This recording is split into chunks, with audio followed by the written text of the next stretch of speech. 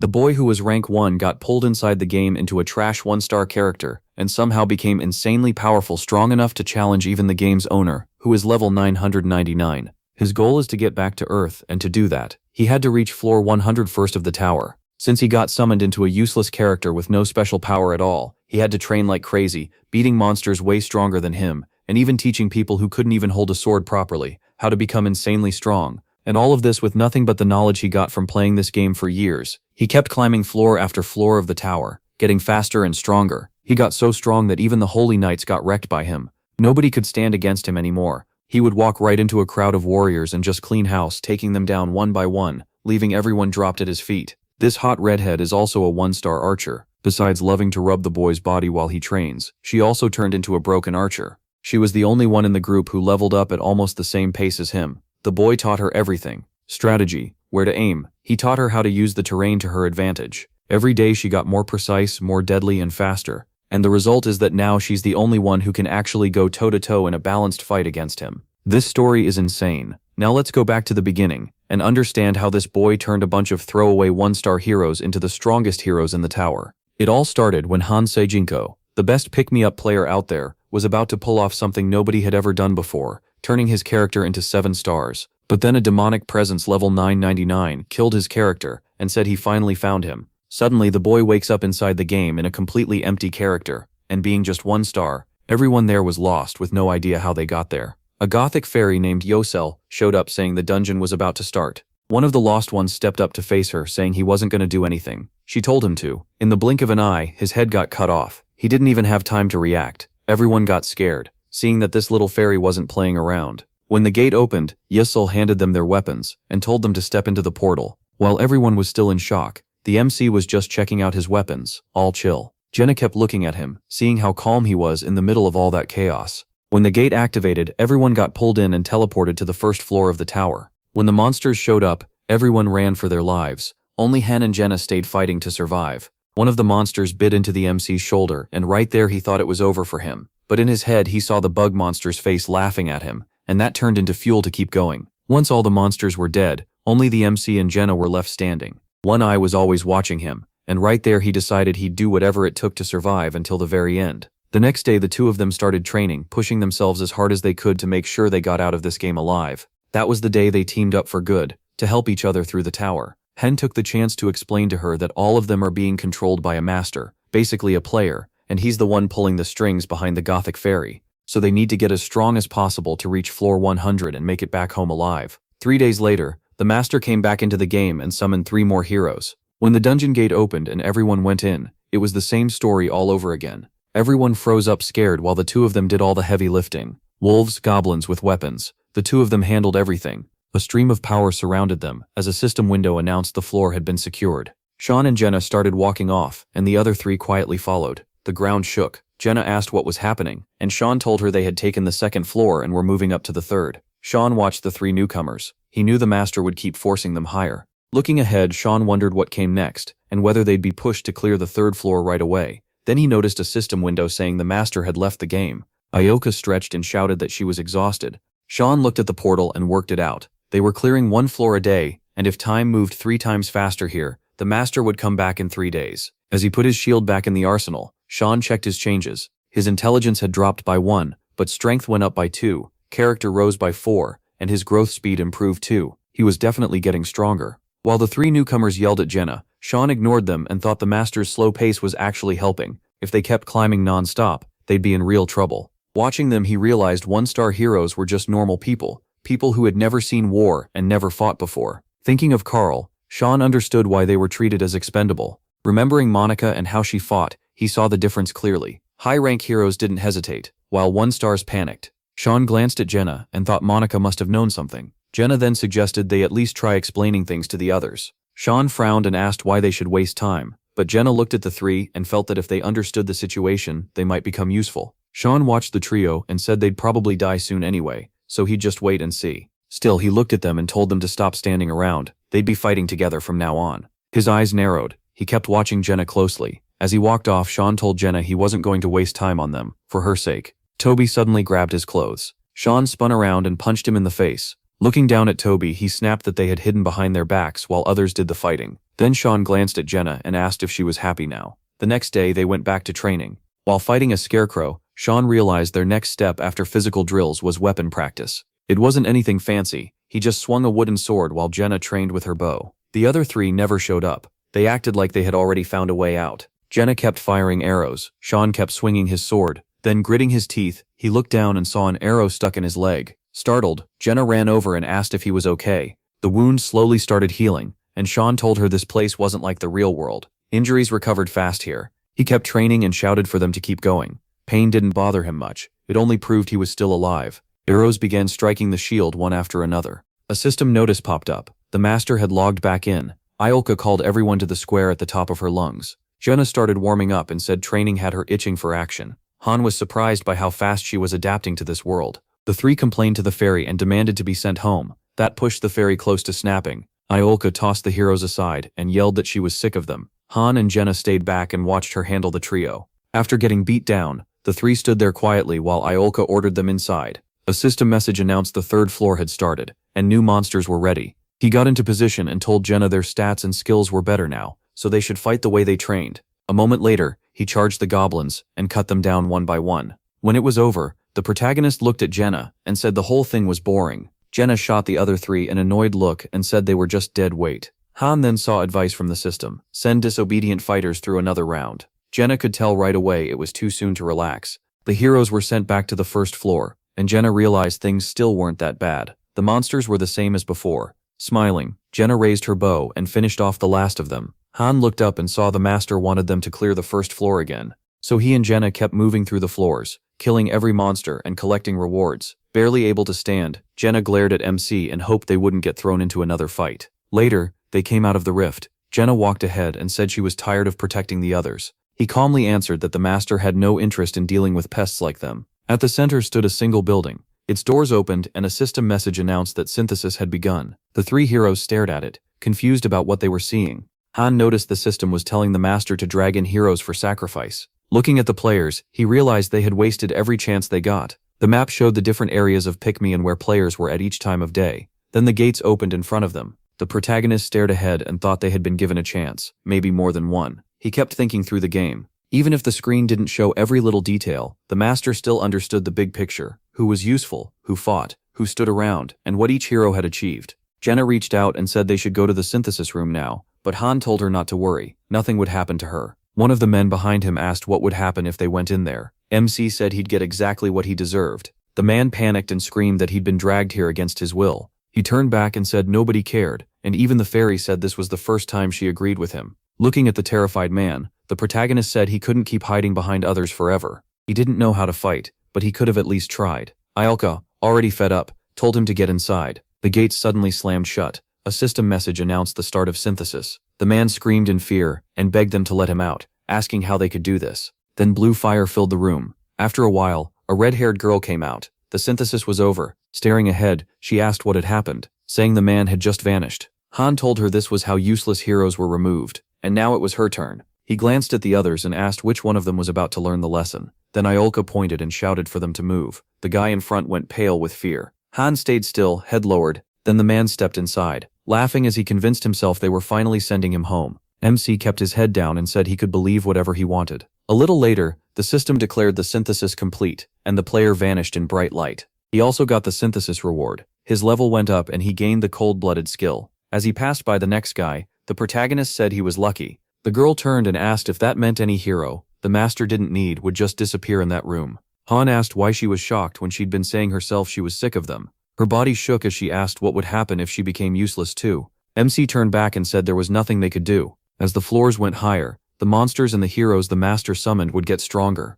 In the end, they'd die either in battle or in synthesis. Lowering her head, she said she understood, and that MC must have known from the start. He said she should have listened more carefully to what her father told her. She looked away in silence, and Han added that the smartest thing she could do was stay close to the right people. The next day came. With her head down, the girl shouted that she was counting on him. The protagonist asked what the point was. She lowered her hands and reminded him that he said staying with him would keep her alive, so she wanted him to know she was depending on him now. MC looked annoyed and told her to do what she was told. Then she wouldn't have to worry about staying alive. At that moment, someone stepped forward and asked to join them. The tall guy, trembling, admitted he had acted like an idiot. He'd caused trouble, been a coward, done nothing, and left all the fighting to them. Now he wanted to change. Han frowned and asked why he should trust him. The guy lowered his head and said he'd even kneel if that would earn forgiveness. Jenna said it looked like he finally understood his situation. He grabbed a stick and asked if he'd ever fought monsters, pointing out that at first he himself didn't know anything either. Then he tossed him a wooden weapon. When the guy claimed he could fight well, the protagonist cut him off and said he was just trying to survive. MC told him to take a spear. He wasn't completely sure, but he'd heard it was the easiest weapon for a beginner, and it fit mid-range combat. Jenna smiled and counted it out. Close range with a sword, mid-range with a spear, long range with a bow. Now they'd cover every role. Han agreed that for 3 people with almost no prep, that was the best setup. Then he frowned and asked what the guy was waiting for. He should get ready to fight. The guy nervously asked if he shouldn't at least be taught something first. He rushed him at once and shouted that he'd never used a spear before either. He learned as he went, so the guy should copy him. That was all the warning he got. The protagonist unleashed a flood of attacks and said the guy should be thankful. At least he had a sparring partner, while the protagonist had only trained against a scarecrow. The guy gritted his teeth, scared. Then he shut his eyes and swung the spear. MC instantly kicked him and yelled not to close his eyes in the middle of a fight. The guy doubled over, clutching his stomach. He said he had held back. That was the most the guy could do, and a real monster would have killed him already. From behind, Jenna asked if the protagonist was going too far, since it was the guy's first time. The protagonist said he didn't care. He didn't need dead weight and wouldn't waste time on someone useless. Walking up to him, MC asked if he had family. The guy said his little sister was waiting for him, and MC said at least he had that. MC had no one. He pressed the wooden sword to his new ally's throat. Staring him down, he told him to imagine what would happen to his sister if he never came back. The guy went pale. The protagonist said if he was just going to die, then he shouldn't go near monsters. They'd rip him apart. Synthesis would hurt less, so he should know his limits. Hearing that, the guy clenched his teeth in anger. Han saw it and smiled. He told him he liked that look a lot better. Back at House 2, 2 system messages appeared. MC chose to build an extra structure in the arsenal, a forge, and it cost 500 crystals. Looking around, he said this was much better. Now they had access to a forge. Then he called for the fairy, saying if she could hear him, she should come over. When Iolka flew up and snapped that he had no right to order her around, Han said she needed new lines because he was tired of hearing the same answer. Angry, Iolka started punching him, but the protagonist calmly said she was the one making those reply messages. They sounded just like posts from a game forum, so she had to be able to go online.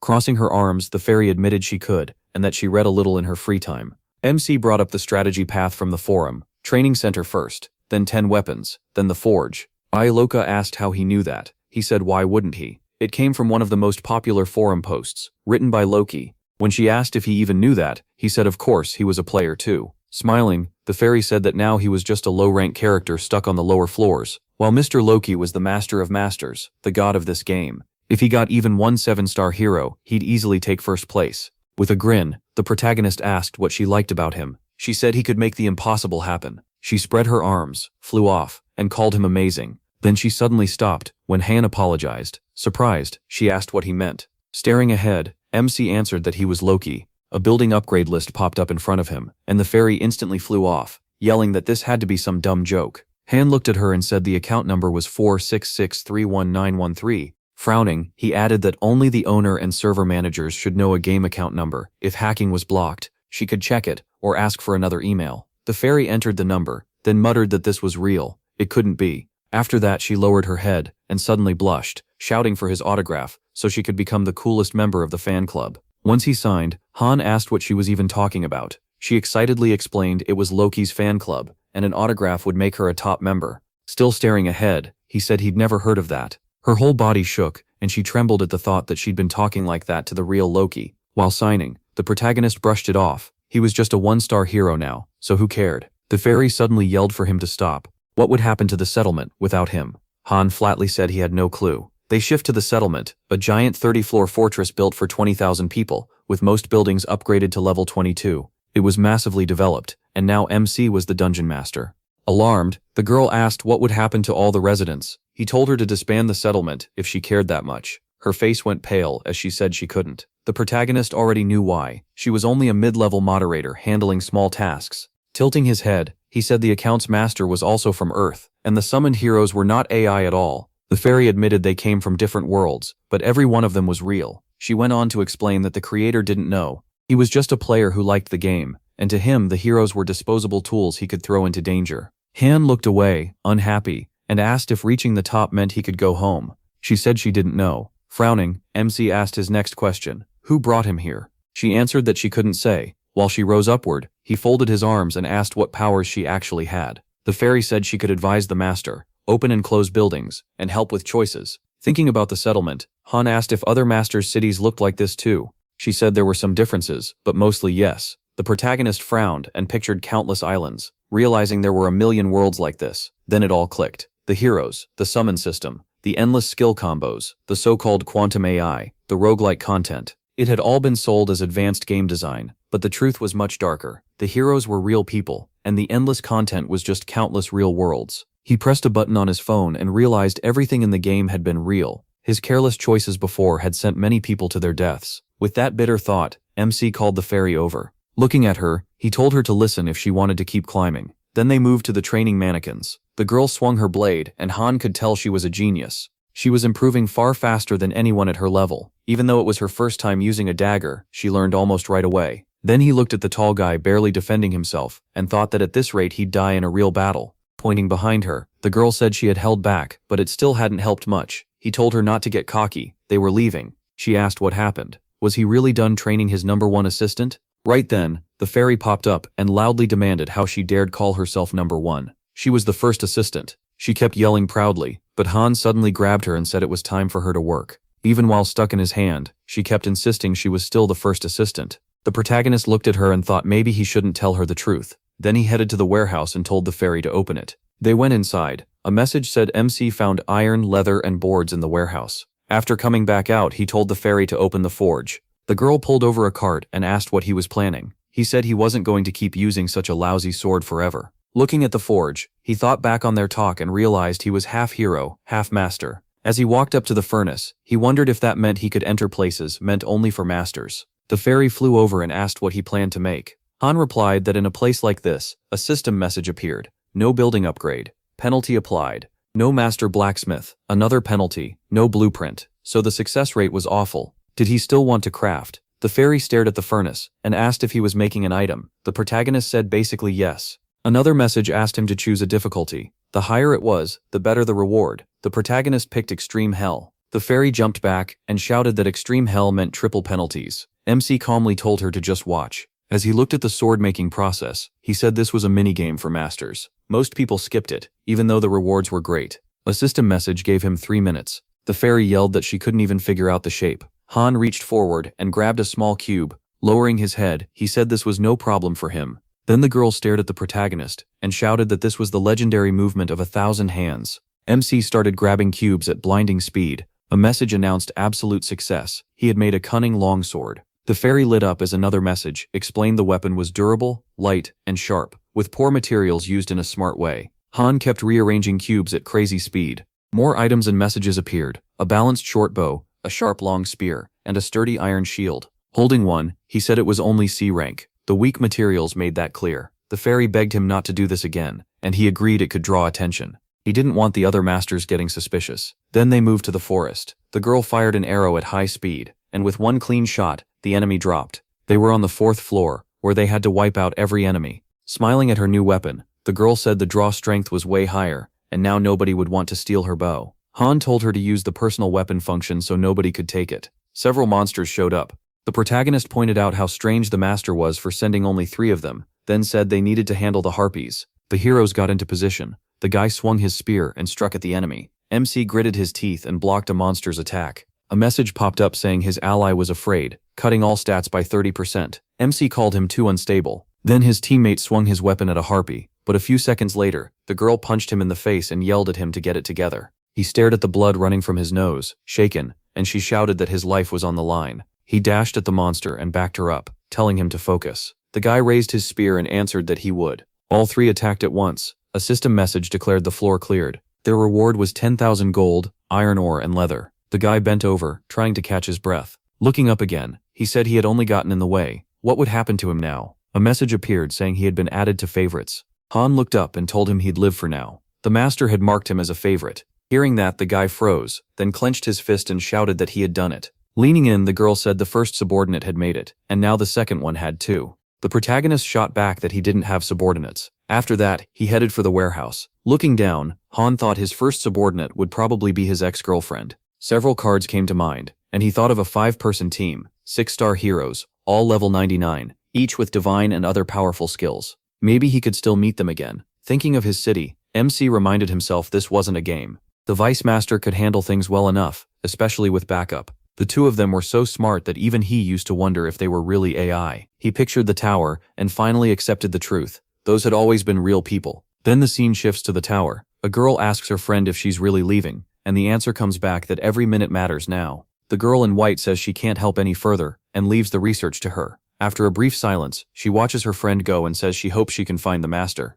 A system message appears at the house. The living area has been upgraded to level 2, and the settlement's hero limit has increased. A system message says the living area now has a dining room, so the heroes can get better meals. At the training ground, a message says the training area reached level 2, making practice more effective. Another message says the arsenal, forge, carpenter's shop, and metal shop have combined into one equipment workshop. The settlement's territory expands to level 2. The girl stares in shock. She asks what's going on, and the guy blurts out that this master must be some amazing wizard. Han looks around and says it's simple. The master just spent money because he liked the game. Seeing all the upgrades, he thinks the heroes feel so alive and the battles feel so real because these aren't just game pieces, they're real people. Then he says things will keep getting better the higher they climb. Glancing toward the ferry, he adds that the user only logs in at set times, so he's probably an office worker. Looks like he explores the game and spends money on it too. His girlfriend says they got lucky. It wasn't some broke student, but someone who could afford a 65,001 set. Smiling, Sean thinks this game is different from most. Quests don't hand out crystals, and there are barely any other ways to get them. So finding a player willing to spend real cash was a huge break. Then he freezes as a system message appears. The master is summoning 10 new heroes. The portal lights up. The guy turns and asks if this is really a summon, and Han says the renovations are done, so it's time to celebrate the new house. Sean runs through the card system in his head. There are 2 summon types, one with in-game gold and a better one with crystals. Of course the crystal summon works much better. That's how they push players to spend real money. A crowd suddenly appears by the gate. An old man looks around, confused, saying he was just at home a moment ago. The protagonist listens to the angry complaints. Then he suddenly points his sword at the old man, who nervously asks who they are. Sean cuts everyone off and tells them to shut up. No one has time to explain anything right now. They need to survive first. If they make it, then they'll get answers. The fairy raises her hand and calls for attention. If there are any carpenters, they should step forward. She keeps sorting through the frightened group, asking for a blacksmith, metalworker, or cook while people keep complaining.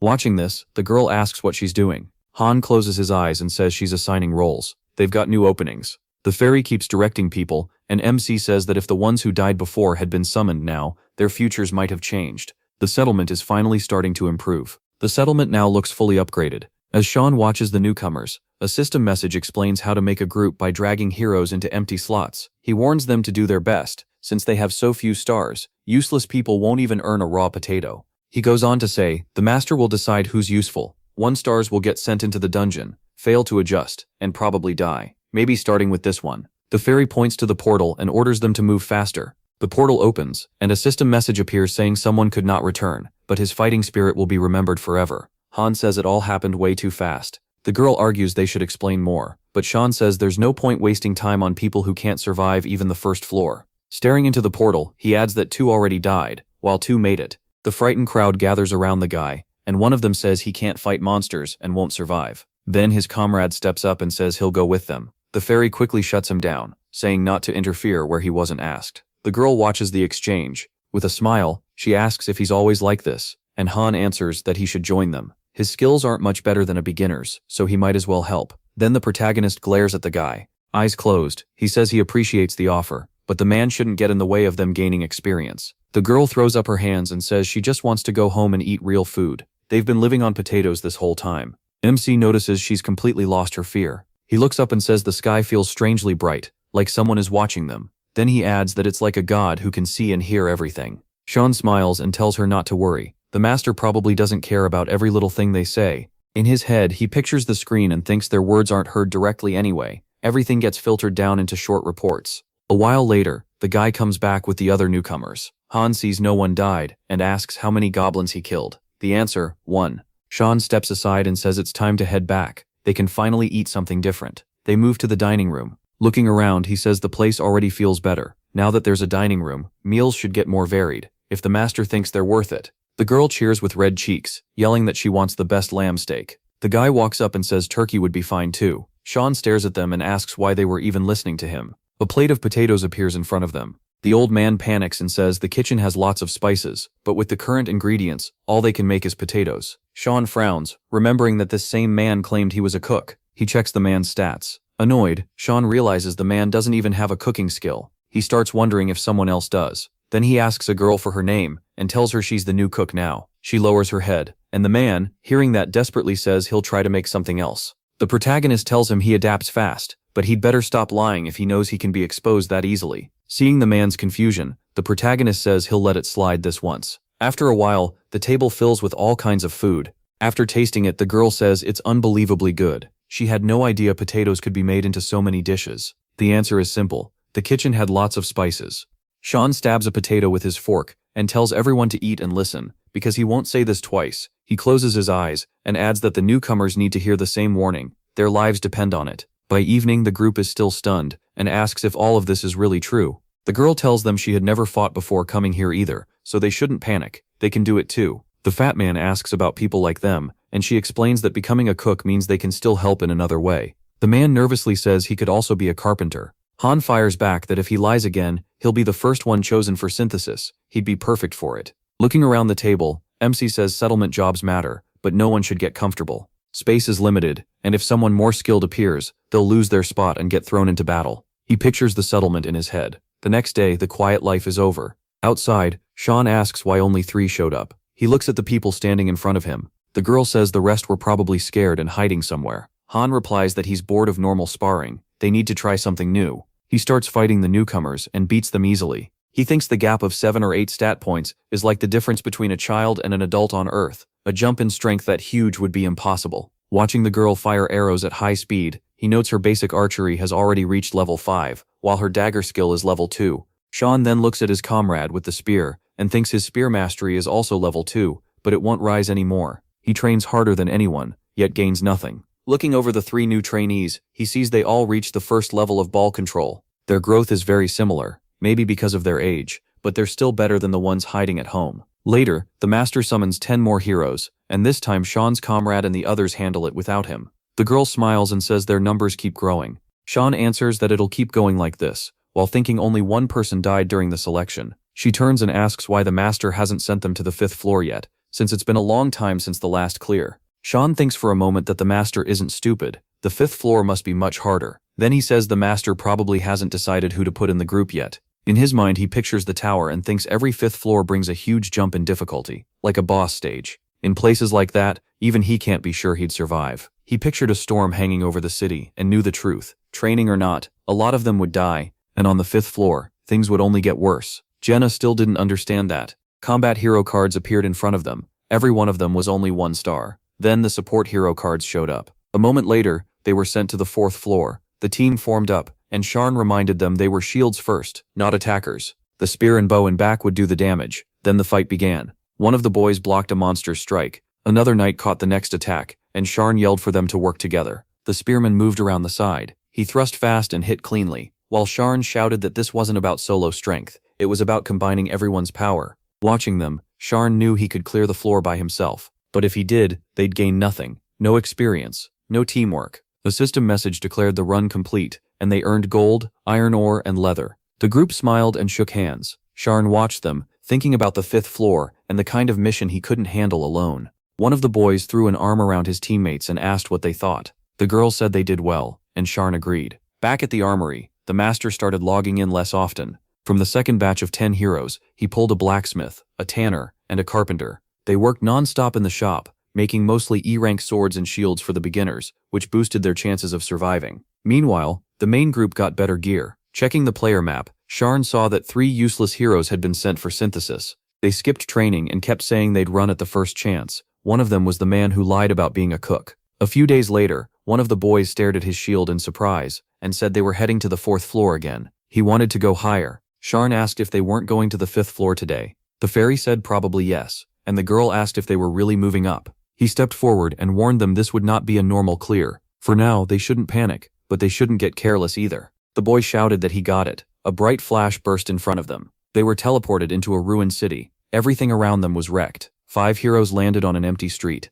The spearmen looked around and said there were no monsters. Sharn told them to form up first. They needed to reach the city center. As he scanned ahead, Sharn realized there were no people and no monsters. This definitely wasn't a normal floor clear. Suddenly, the spearmen shouted for Sharn to look. A skeleton lay on the ground ahead. He turned and said the whole city was dead empty. The girl pointed out dried blood everywhere and said this place was nothing like the earlier floors. Sharn answered that the floors before had flowers. Then he looked at the tower and said they needed to climb it. The girl quickly went up and looked around. Sharn asked what she saw, and she said there was a city ahead. Then she froze and muttered that she hoped she was seeing things. The spearman looked up and yelled, asking what she saw. She stared ahead for a few seconds, then asked if this was really happening. Lowering her gaze, she shouted that a huge goblin horde was outside the city and heading straight for them. Sharn demanded to know how many. Still watching them come, she said there were thousands. A system message appeared with the mission: survive the horde's attack. The spearman looked up in fear and asked if she was serious. She snapped back that this wasn't something to joke about,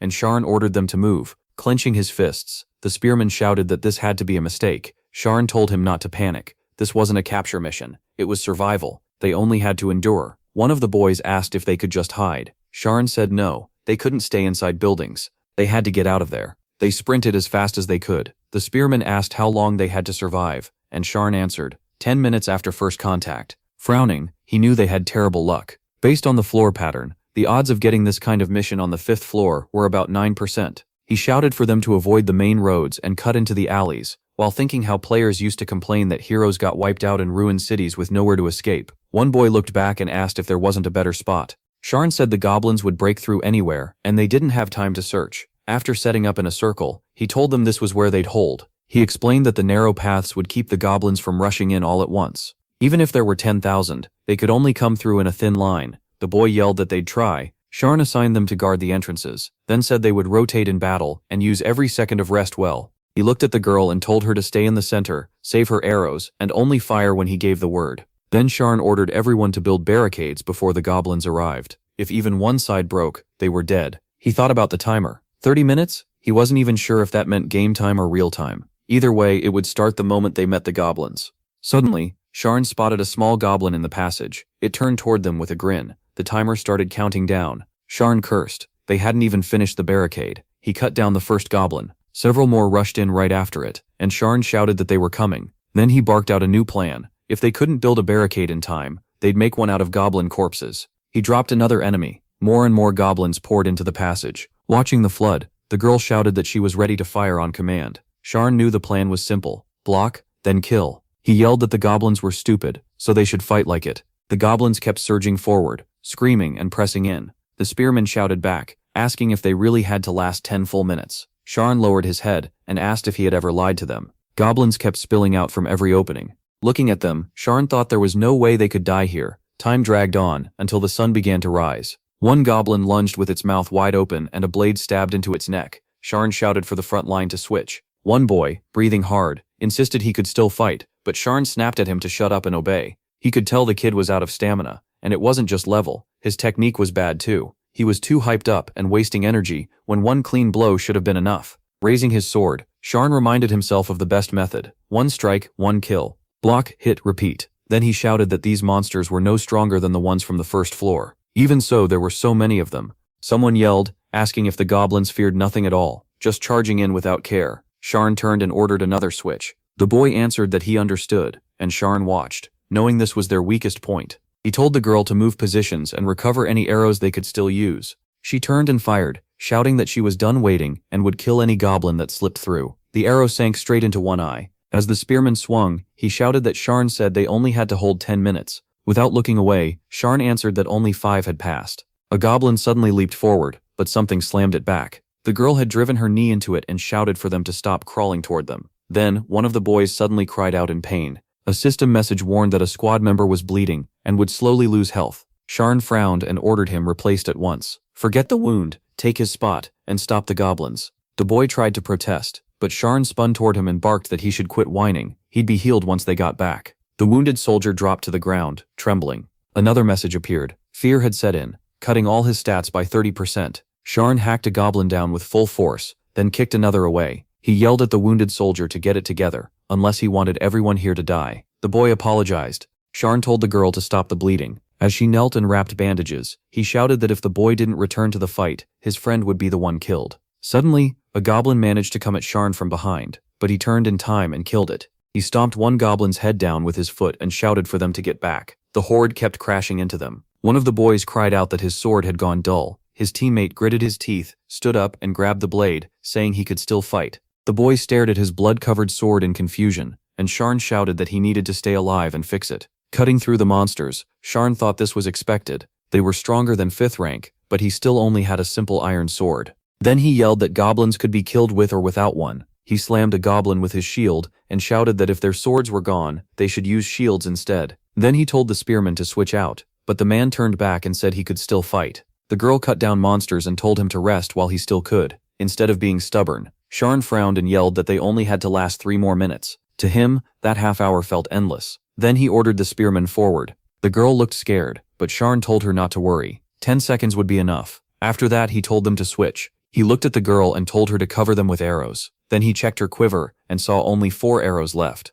Frowning, he realized that was almost nothing and shouted that she couldn't hold back now. If the line broke, they were done anyway. Drawing the bow, the girl said she understood. She fired 2 arrows at the same goblin. Suddenly, one of the goblins widened its eyes. It grabbed a club and broke through the defense. The soldier on the ground was barely breathing. Then a goblin got through and stabbed him in the stomach. Blood poured from his mouth. The girl shot the goblin at once. Then she turned to the wounded soldier. He lay there bleeding as a system message warned that he was near death, and his life was in danger. Seeing that, Sharn snapped and charged in. Jenna stared at their wounded ally, frozen with fear. She didn't know what to do or whether to help him, but rushing over looked too dangerous. The boy on the front line, hiding behind his shield, asked Hyde if he could cover for him for just half a minute. At that moment, a savage monster rushed at him. It swung its weapon, barely missing Shaun. Using the body in front of him, Shaun managed to catch and block the enemy's attack. Then he lunged forward and cut through the monsters ahead. Reaching the soldier, Shaun shouted for him to move to the left flank and said he'd handle things here.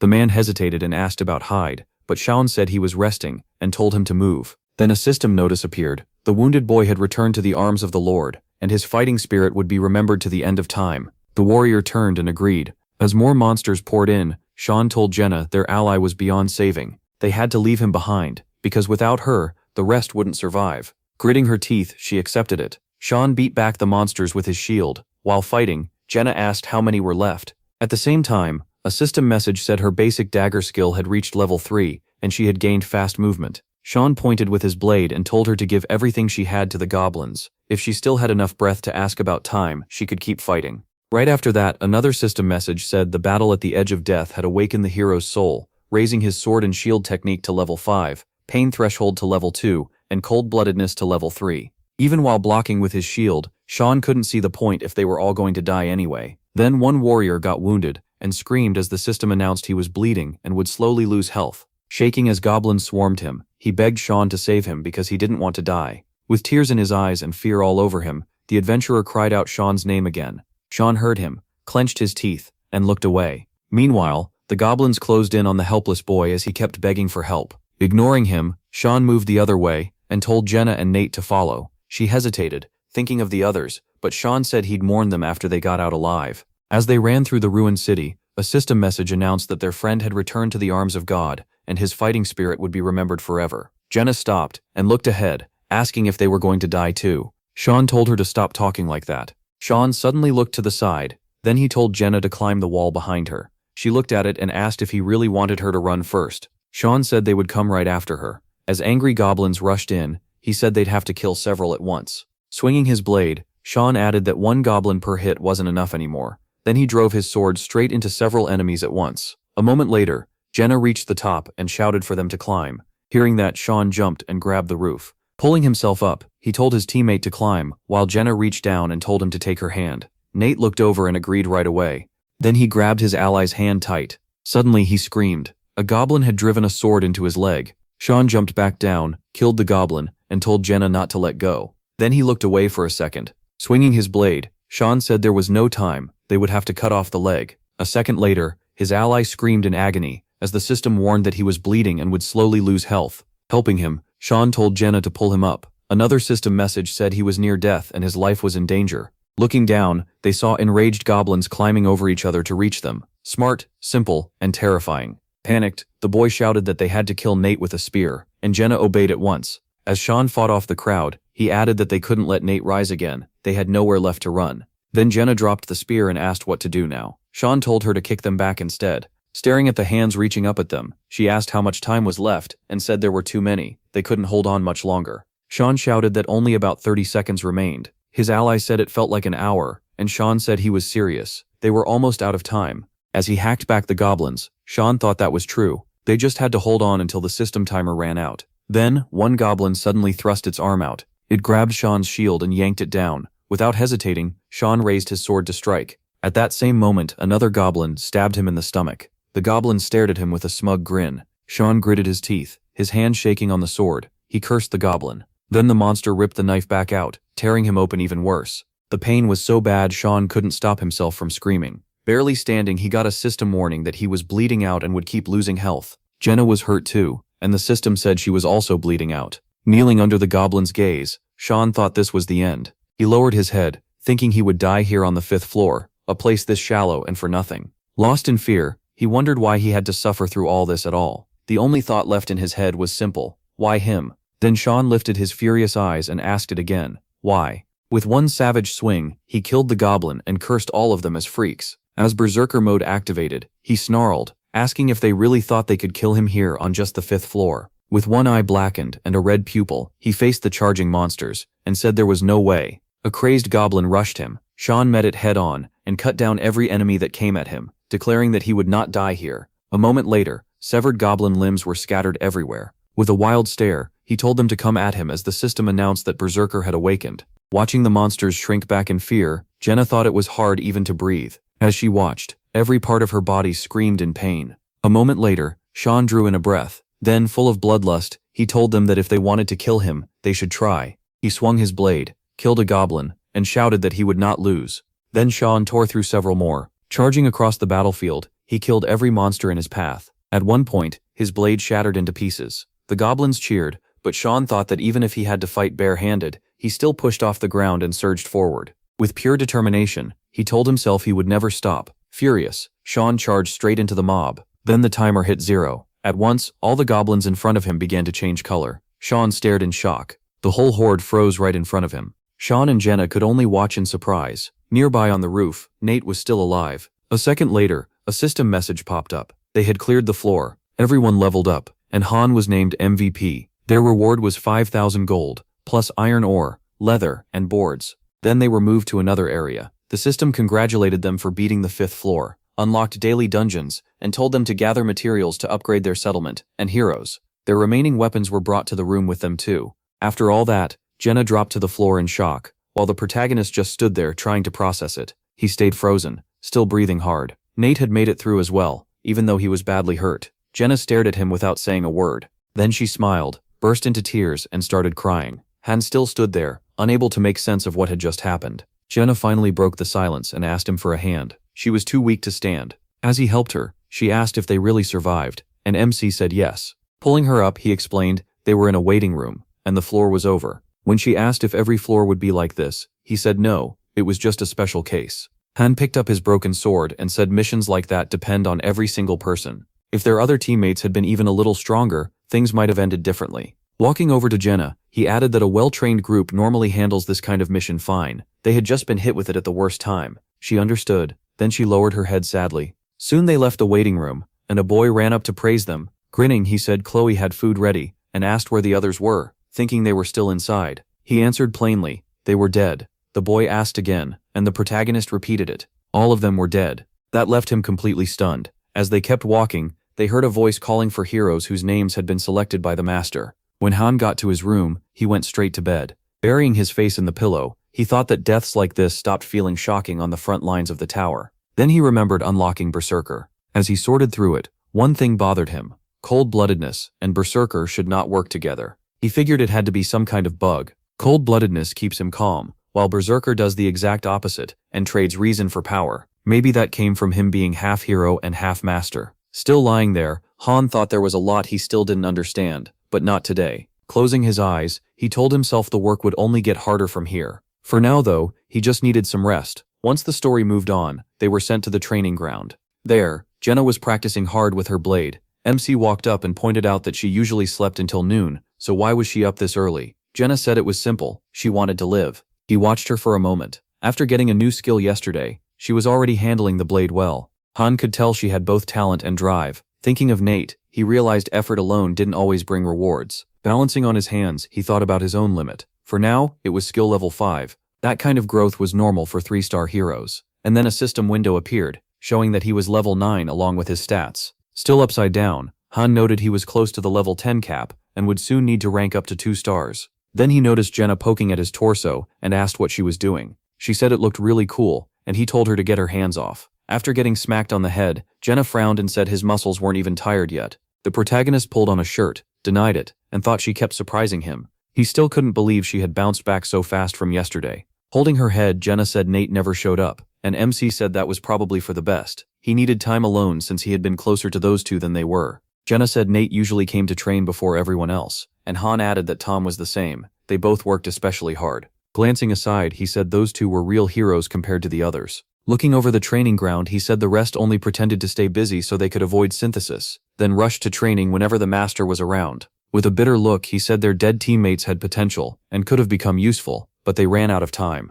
In a cold way, he added, it might have been better if one of these lazy ones had died on the 5th floor instead. Jenna, standing beside him, suggested they just get back to training. Just then, a voice cut in, apologizing for being late. It was Nate. Seeing how upset he looked, the protagonist asked what was wrong. Nate said if he had been a little stronger, those two might not have died. Han looked at him without emotion and said they died because they were weak. Nothing more, nothing less. Later, MC looked over the base camp and thought about how a month had passed here, while only about 10 days had gone by in the real world. Checking his phone, he figured out how often Nick logged into the game. Since time moved 3 times faster here, the master seemed to log in morning, afternoon and night. He also guessed battle time matched real time. Otherwise, that survival mission would have lasted 90 minutes instead of 30, and they would have died for sure. At the same time, Ayolka beamed and told everyone to follow Han's example. She praised him for clearing the 5th floor despite such a useless group, and called him the greatest master of all. Hearing that, Jenna quietly asked him what he did and why Ayolka was acting so weird. He brushed it off as a company secret. The furious fairy kept yelling at the others, calling them useless for slacking while she worked so hard, and warning that she wouldn't let it slide. The protagonist walked off, saying it was better to leave them alone. They'd show up if they were called. Right after that, a system message announced Group 4, MC, Jenna, Lewis, Jeffrey, and Owen. MC listened without reacting, while the others were shocked. Then a voice ordered those heroes to enter the rift of time and space immediately. Jenna, surprised, asked why the two of them were being sent with heroes they didn't even know. Once inside the rift with the rest of the team, he told Jenna not to worry. This mission would be much easier. A portal opened in front of them. The system explained that these were daily dungeons for gathering materials, and today's one was Kendert Forest, with a time limit of 11 hours. Reading that, Han realized the feature had really unlocked. Then the man beside him asked if he would be fighting with them. The protagonist asked his name. The man said he was Owen and admitted they probably wouldn't be much help. As the portal finished activating, MC told him not to worry, they wouldn't need to fight. A blue beam appeared in the middle of the forest. After arriving, they got another system notice. Group 4 had entered the low-rank daily dungeon, Kendert Forest. They were there to collect materials and would return when time ran out. The system also warned that daily dungeons change depending on the day, so they should always check before sending heroes. Jenna looked around carefully and asked where the enemies were, and whether this was another special mission. Han stepped closer and pinched her cheek. She didn't get what he was doing, and clearly didn't find it funny, but he just called her funny. Then he picked up a rock and explained that daily dungeons were for gathering materials. He tossed the rock into a nearby portal. Owen asked what that was, and he said it was basically a trash can. More like storage, really. Right after that, a system message said he had collected trash, and warned that the settlement didn't need it, so he shouldn't pick it up. Breaking a branch off a tree, the protagonist said, useful materials should be thrown in there instead. Like this. After dropping the branch into storage, he explained that it absorbs materials and turns them into new items.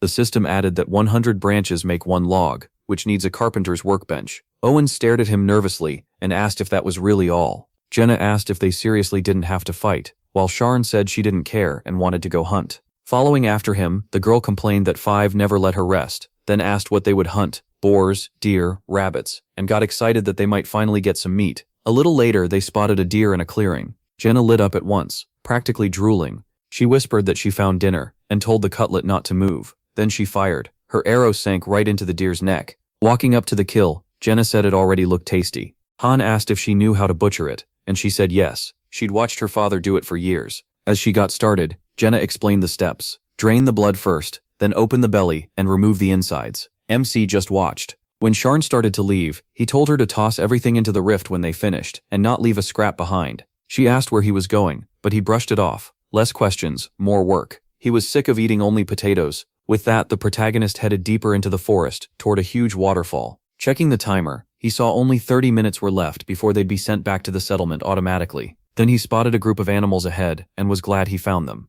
Drawing his blade, Sharn fixed his eyes on the queen of the forest. Rare monsters could appear in daily dungeon forests. Han thought about attribute stones. Low-rank ones were used to make materials for hero promotion. These monsters didn't show up every time, but when they did, they weren't too hard to track. He charged in right away. Hearing the noise, the deer snapped its head up. A second later, MC took its head off in one swing. The other deer saw it and rushed at Sharn. He met the attack head-on, slashing it again and again. Then Sharn stepped up in front of the queen of the forest and said all her companions were dead too bad. The white deer glared at him. Han leveled his sword and told it to come on. The story then explains the daily dungeons. His Ishrat mine opens on Monday and Tuesday, Kendert Forest on Wednesday and Thursday, Simmel Plateau on Friday and Saturday, and all of them are open on Sunday. After that, the scene shifts to another part of the forest. A scared boy shouted that there was a monster ahead, but Owen couldn't tell what he was talking about. Through the leaves, they could make out a creature's head with glowing red eyes. Something felt off, so Owen told his friend to wait.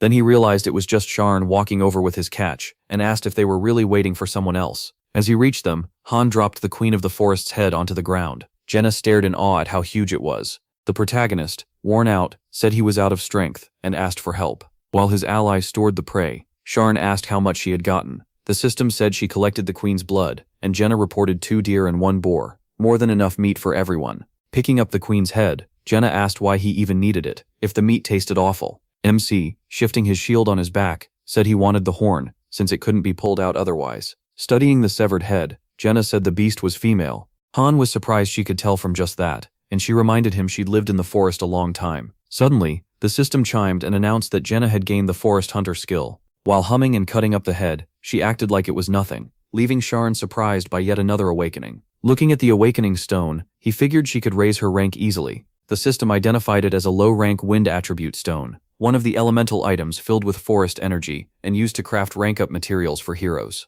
Right after that, the story jumps to the tavern in the hero's main camp. The table was piled with meat, and everyone was thrilled to finally have real food again. Jenna walked up smiling and said everyone was happy they'd eaten a whole deer. The protagonist told her that once she was done, she should come with him. Thinking over the dungeon schedule, Han remembered that daily dungeons changed by the day. Today, Simlai Plateau was open, and they could get attribute stones there too. A moment later, the two entered the dungeon, and the system announced that their temporary party had entered the low-rank Simlai Plateau. Janier looked around and asked if these dungeons could really make them stronger. MC said they needed attribute stones, so now they just had to find some.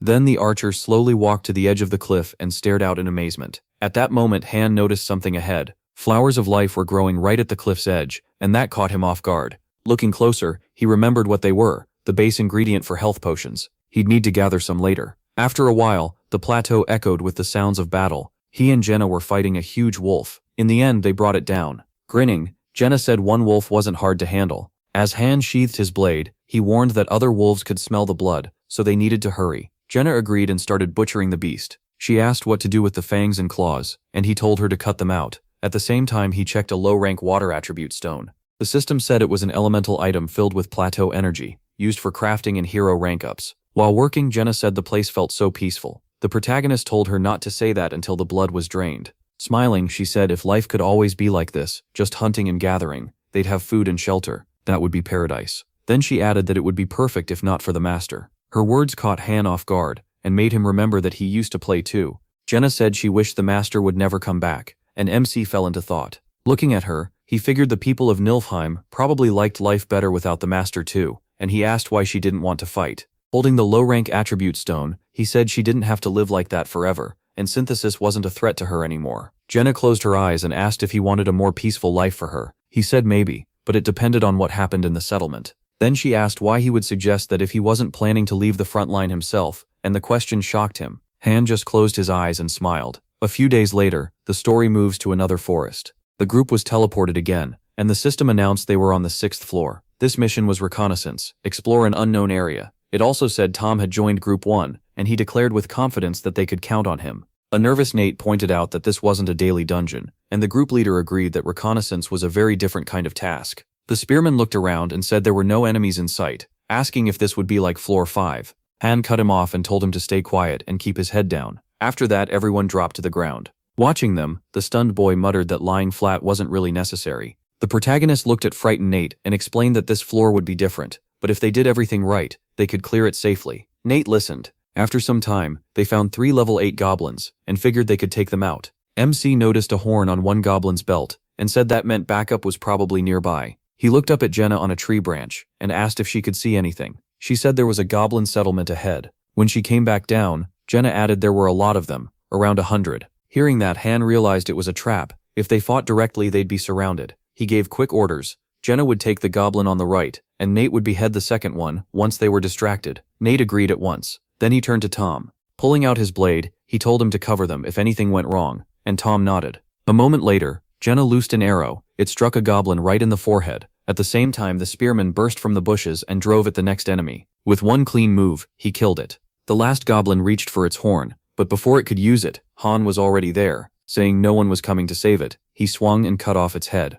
Right after that, the system announced the floor was cleared. The protagonist was named MVP and earned 5,000 gold, and the group was teleported back at once. Stunned, Tom asked if that was it. MVP said no, they still needed to look around, then sprinted off at full speed. As he kept running, Han figured this floor had to be hiding a clue about the next one. Recon missions could show what was coming, and even if dungeons were mostly random, some patterns could still be guessed. Not long after, he reached a goblin village built like a fortress. Inside, the goblins were struggling to control chained wolves. Peeking through the fence, he realized the settlement was much bigger than he expected. Then one of the goblins noticed something strange nearby. When it looked over, all it saw were fading blue sparks. A second later, everyone was sent back to the waiting room. Jenna asked why Han suddenly ran off, and he said he was only checking the area. The protagonist went quiet, thinking, clues like that usually showed up in main dungeons, and a quest line that started with reconnaissance was called a flow. Whether the master noticed those signs depended on how sharp they were, and not knowing if the same clue was seen or missed really bothered him. He kept thinking that a flow was showing up way too early, and things were moving faster than expected.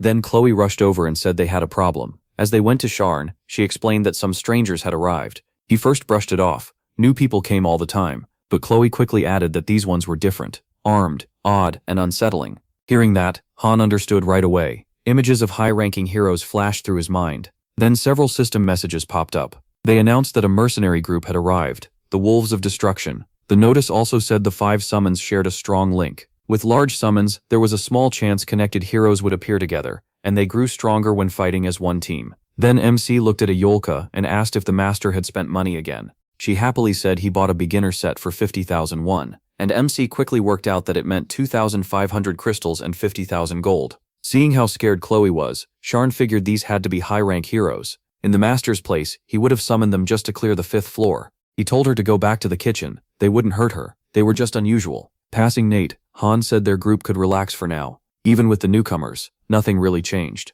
Then the story shifts toward the inn. A black-haired girl was standing outside it. Jenna ran straight over and greeted her. The girl looked surprised but greeted her back. Jenna gave her name and asked for hers. A little unsure, the girl said her name was Edith. Jenna pictured Sharn as cold at first glance, though actually kind, while he quietly told her to keep it down. Han checked Edith's status and judged her quickly. She already had a class, a clear 3-star hero, the usual thief type, low strength and health, but great dexterity, and more suited to daggers than a bow. He stared at her and asked her name one more time, then asked if they could talk. They went into the tavern, where Jenna brought water. Edith asked if the protagonist really knew anything about this place. He said he knew a little, but there was plenty he didn't know, and he wanted answers from her too. Sharn asked if she remembered how she got here. Looking down, Edith admitted she barely remembered, though she did know a few things. At the table, she said she had been called there to fight. Trying to remember more made her head hurt. Han then asked what she knew about synthesis. At that word, Edith turned pale and said synthesis meant getting stronger by absorbing others.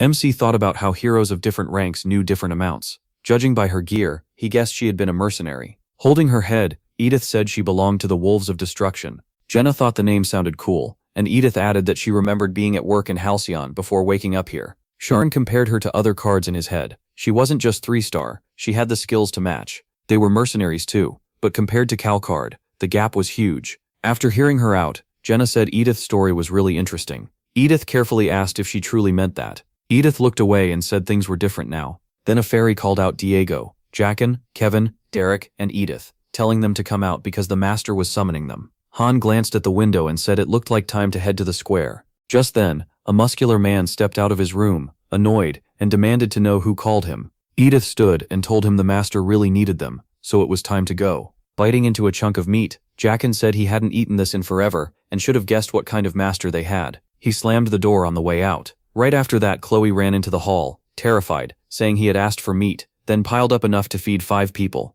Jenna got mad at once and said they had to make him give it back. Han stood up and said they needed to go to the square first. Outside, the newcomers gathered and agreed to rename Group 5 as the Wolves of Destruction. A system message confirmed the group and moved the heroes into the open slots. Another message listed the members: Diego, Edith, Derek, Jackin, and Kevin, and named Diego the leader of the Wolves of Destruction. In the square, a satisfied man said something was clearly off about them. They even had a gun. He replied that he had one too. The man tried to come up with another excuse, but Han pressed him, asking if they simply gave off a bad feeling. The man admitted it. Iwaka told the newcomers to go inside, because the master was waiting. Watching this, the protagonist figured the fear around them made sense. They didn't look friendly, and they were clearly strong. Sharn then asked Jenna what she thought. She said Edith seemed fine, but the others were hard to judge. MC turned to the rest and asked what they wanted from him. Protection? They said yes. With a small grin, he asked if they expected that for free. The frightened man answered that he was strong, so they had no choice but to ask. The protagonist looked at them with open scorn. They skipped training again and again, and now they wanted help from him, reduced to begging stronger people. Everyone was stunned by how blunt he was. Han thought none of them were even close to Tom's level. They only put on an act for the master. Instead of using the meat Jenna brought, and the time they had to learn a skill and become useful, all they cared about was avoiding synthesis. Sharn glared at them and told them to leave before he lost his temper. Then the story showed the cards of the heroes in the Wolves of Destruction mercenary group. The man who heard Han's words looked terrified. Right after that, he left the square with the others. Sharn told Nate not to pity them. While Nate had been bleeding out among goblins, those people were eating, sleeping, and living in comfort. Nate lowered his eyes sadly. MC looked at injured Tom and asked if he had been fighting. Tom was shocked that MC could tell, and MC said it was obvious on his face. Confused, Tom explained it had only been a simple duel, and then Han glanced at Jenna, who was standing nearby and humming, and asked why she was hanging around. After a while, the system announced the floor was cleared. The mercenaries came back through the portal, complaining that the dungeon was full of weaklings, just goblins, no fun at all. Then Diego stared ahead and demanded to know who the hell he was. Sharn only smirked. He casually moved his hand aside and asked why Diego even cared. That answer made Jackin angry. Who did Han think he was? Jenna, standing right in front of them, pointed out that they hadn't introduced themselves either,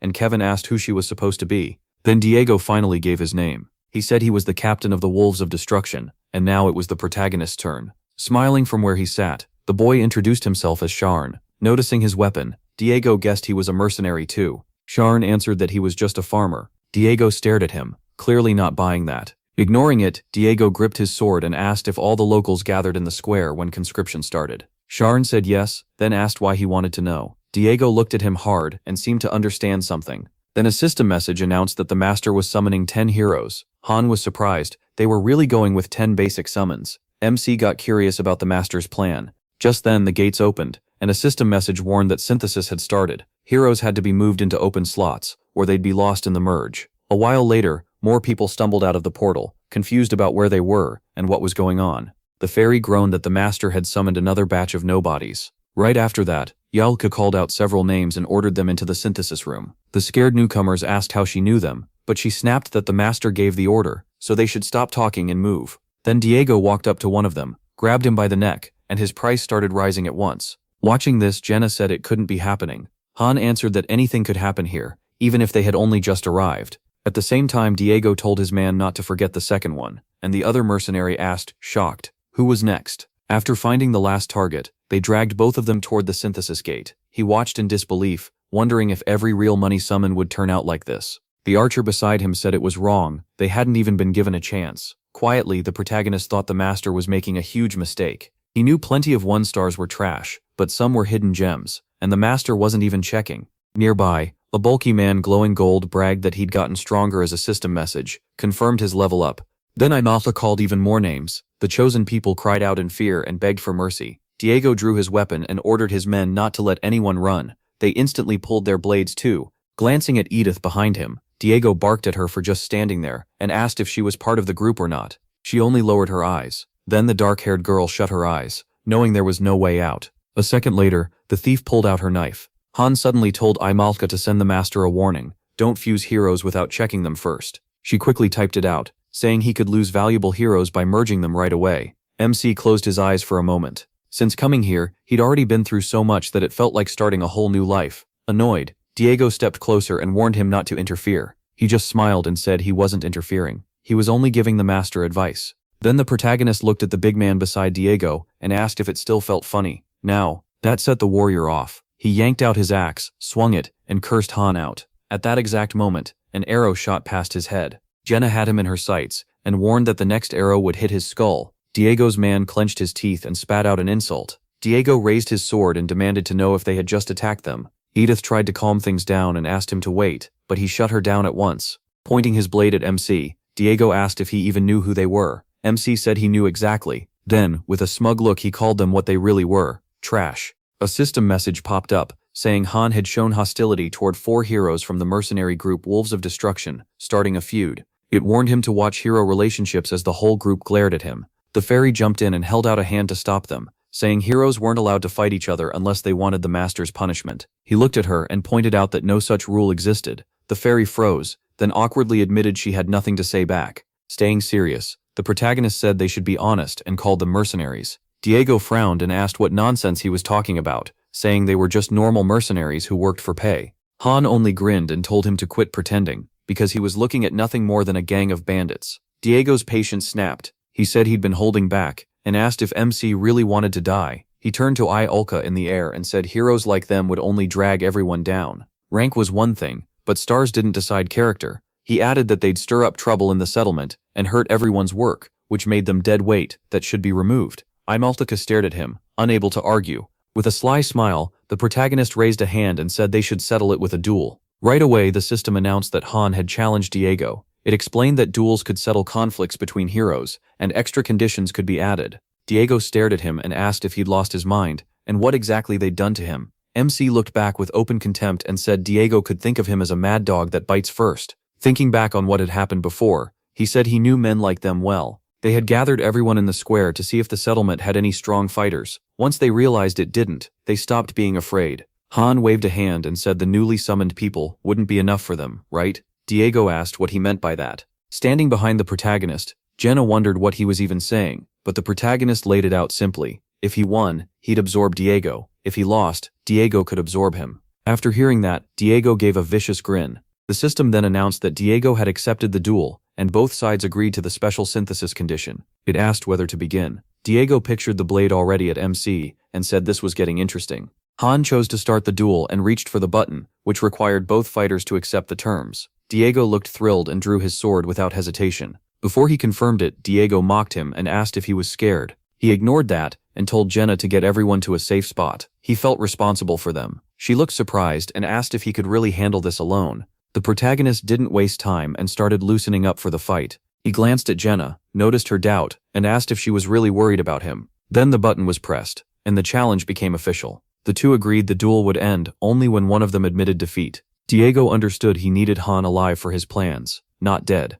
MC looked at Ulka and told her not to let anyone interfere. Diego attacked first, without waiting, furious that he hadn't even drawn his sword yet. The protagonist instantly judged him. Strong potential, power close to 20, and swordsmanship around level 3. Then Han slipped into a berserker state, and his eyes flared bright red. For all his confidence, Diego had badly underestimated him. MC's level was far higher. He dodged cleanly, slipped behind Diego, caught his arm, then yanked his head down and slammed him to the ground. Diego crashed face first, cut up by the sharp stones below. The protagonist didn't pause. He pulled out his sword and spun it in one hand with ease, making the gap between them obvious. Then he drove the blade into Diego's body and ordered him not to move. Diego screamed in pain, barely holding himself together. Han bent down and demanded that he say it clearly, that he lost. Diego tried to agree, but the pain drowned out his words. Not satisfied, MC pushed the sword in deeper and told him to say it again, louder and clearer. Kevin finally stepped in, begging him to stop tormenting his friend. He turned cold and said Diego's group would never stop until they swallowed them whole, so this wasn't harmless at all. That threw Kevin off, since he thought both sides wanted the same thing.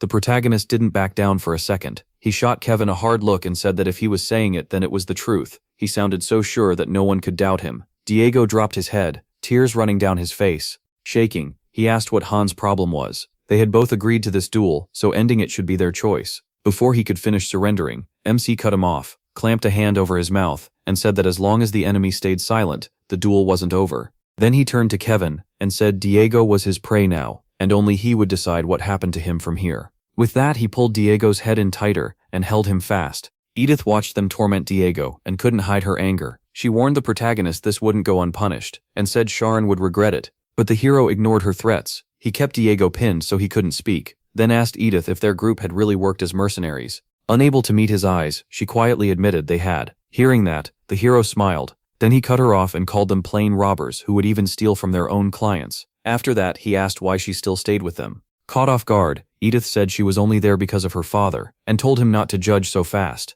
Without releasing Diego, Sharon studied her and asked if she wanted to remain with that crew or join his side instead. She froze, unsure what to do. One of her teammates exploded, yelling that she had no right to betray them and side with the enemy. At the same time, Diego quietly reached for his sword, hoping to break free. Behind them, her teammate kept shouting warnings about what would happen if Edith betrayed the group. The second Diego's hand got close to the sword, the hero reacted and drove his blade through Diego's palm into the ground. Sharon still watched the girl and calmly said there was room for one person on his team. Her partner screamed that she would pay for betraying them. Edith started shaking with fear, then shut her eyes and tried to make up her mind. In the end, she chose to leave the wolves of destruction and slowly walked over to the protagonist. Sharon looked pleased. He knew this choice could change everything. Her former teammates were furious to see her switch sides. Their faces burned with anger and hurt, but Edith didn't care. She told them to get lost and brushed off all their threats. The hero tightened his hold and forced Diego down even harder, leaving him no way to fight back. Diego choked out words of surrender, but Sharon questioned if he meant it or was just trying to escape a real loss.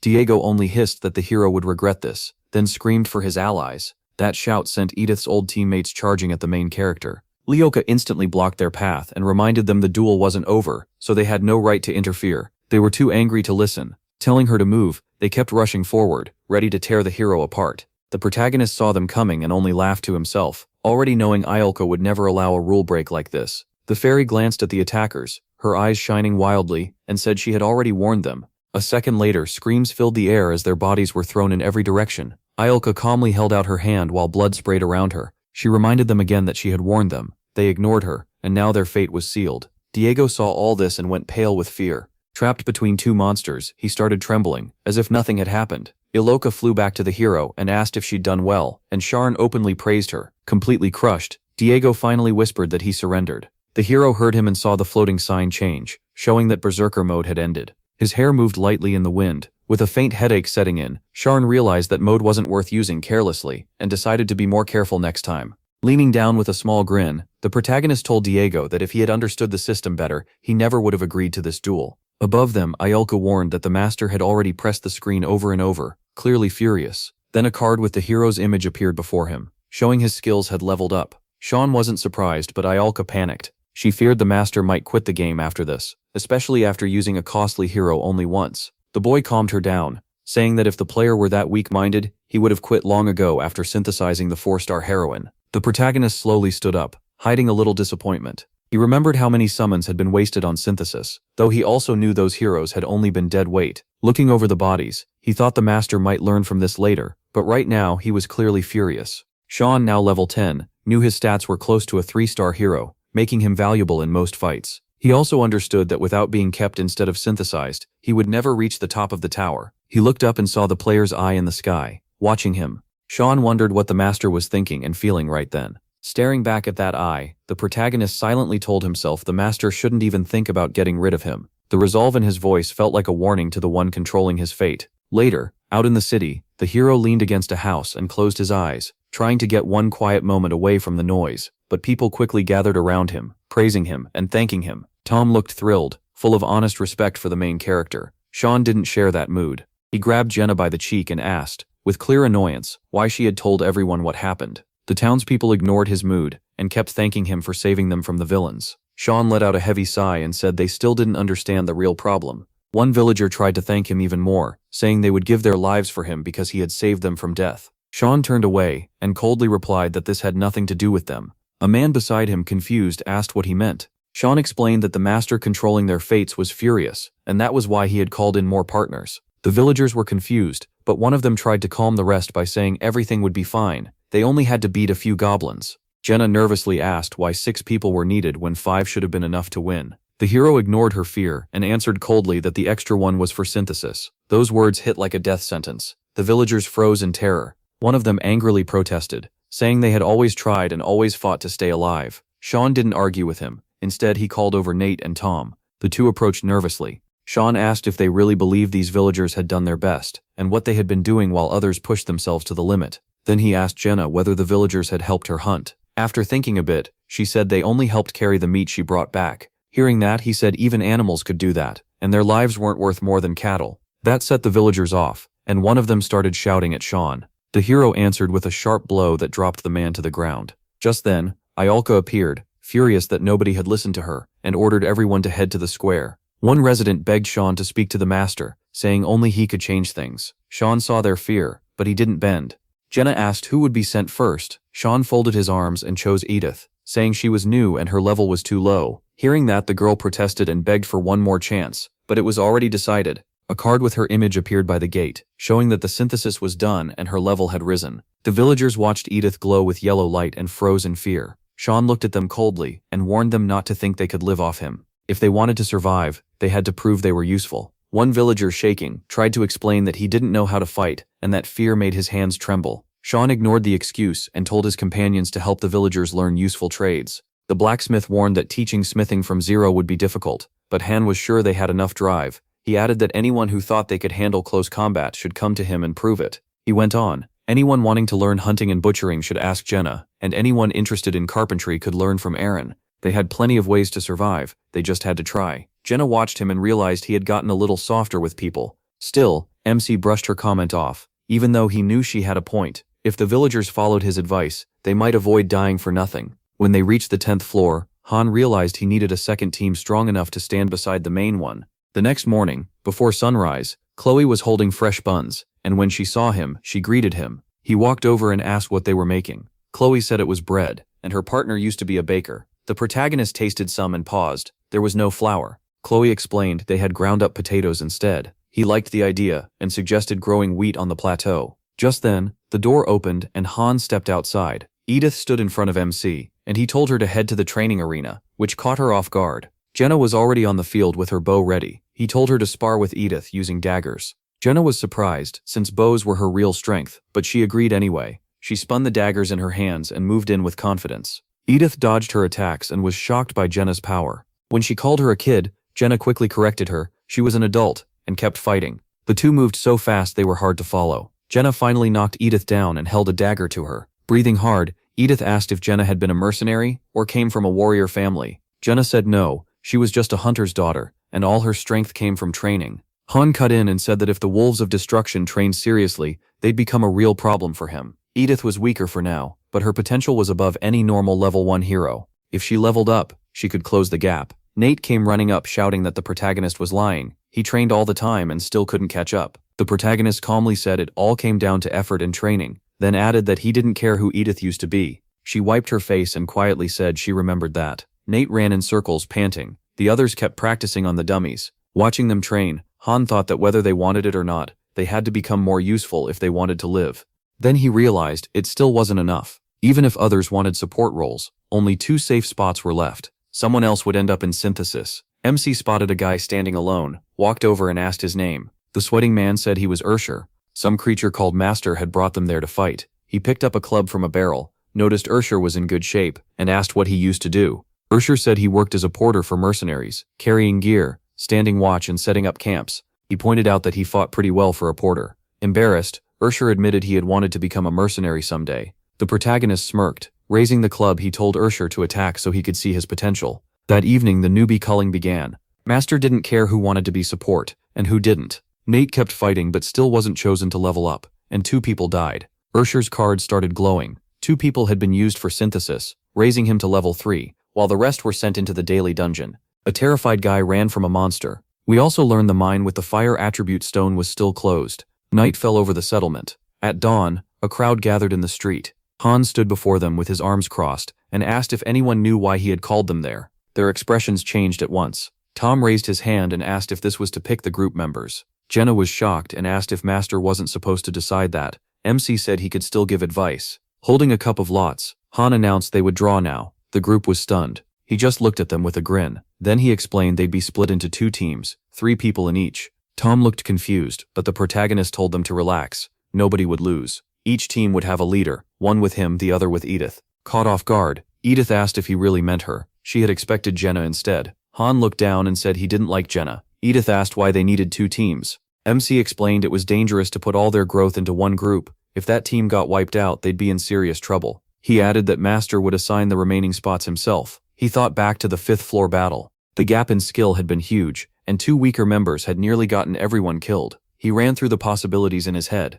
If one team could clear every floor, splitting up would be pointless. But later, they'd need more people, especially for special missions that could take dozens or even hundreds of heroes. If weak links stayed in the lineup, it would cause problems, and the second team could protect the settlement if the first one fell. Han also remembered that Enix summoned heroes with real money for a reason. There had to be tricks behind it, and he hoped to figure them out. Holding up the lots, the protagonist said Red would join him, and Blue would go with Edith. This way the teams would stay balanced, and no one could complain. He set the cup down and shouted for them to begin. Wind swept through the training ground. Jenna and Nate ended up with red lots. Edith looked at her teammates and guessed from their faces that they had no faith in her. Tom blurted out that they really didn't. Edith only smiled and said that made sense. She was still new and didn't have much experience. Han watched them, knowing everyone saw the gap in skill between the teams, but for now there was nothing to be done. With a grin, he told Edith she'd better catch up fast if she didn't want to be left behind. Edith answered confidently that after yesterday's synthesis, that much was obvious, and her team wouldn't lose. Cards showing both teams appeared, then rain started falling. In the forest, angry monsters gathered.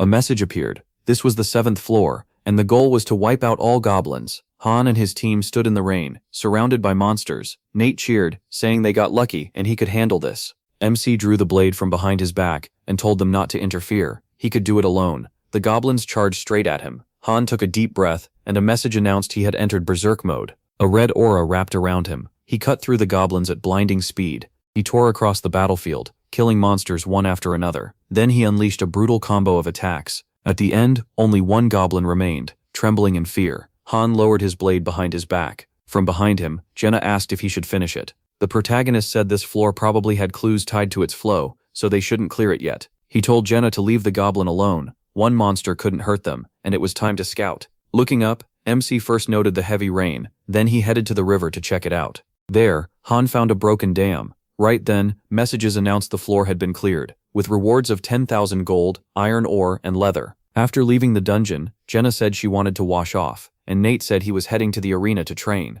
He suddenly froze. He stopped Nate and told him to stay. A message appeared. Han had bought the double beginner pack, getting 5,000 crystals and 100,000 gold for 90,000 won. Then he seriously asked Jenna to bring the lot from his room. Glancing at the confused Nate, the protagonist told him to go get Edith. Another notice said the payment had gone through, and the rewards would be sent to his mail. Looking at the pink-lit building, Han said new arrivals would show up soon. Smiling, MC thought this was just like him. He usually bought nothing, but once he started, he couldn't stop. When he first signed up, he had been amazed by the AI. Watching heroes was genuinely fun. New users got pulled in by synthesis, floor battles, and how the heroes acted. He had seen all kinds of people, and knew that watching real humans made it even better. Even support heroes could be interesting. The way they followed orders and carried out tasks kept people watching. Different moments with different players flashed through his mind, and Han reminded himself that as the difficulty went up, new content opened up.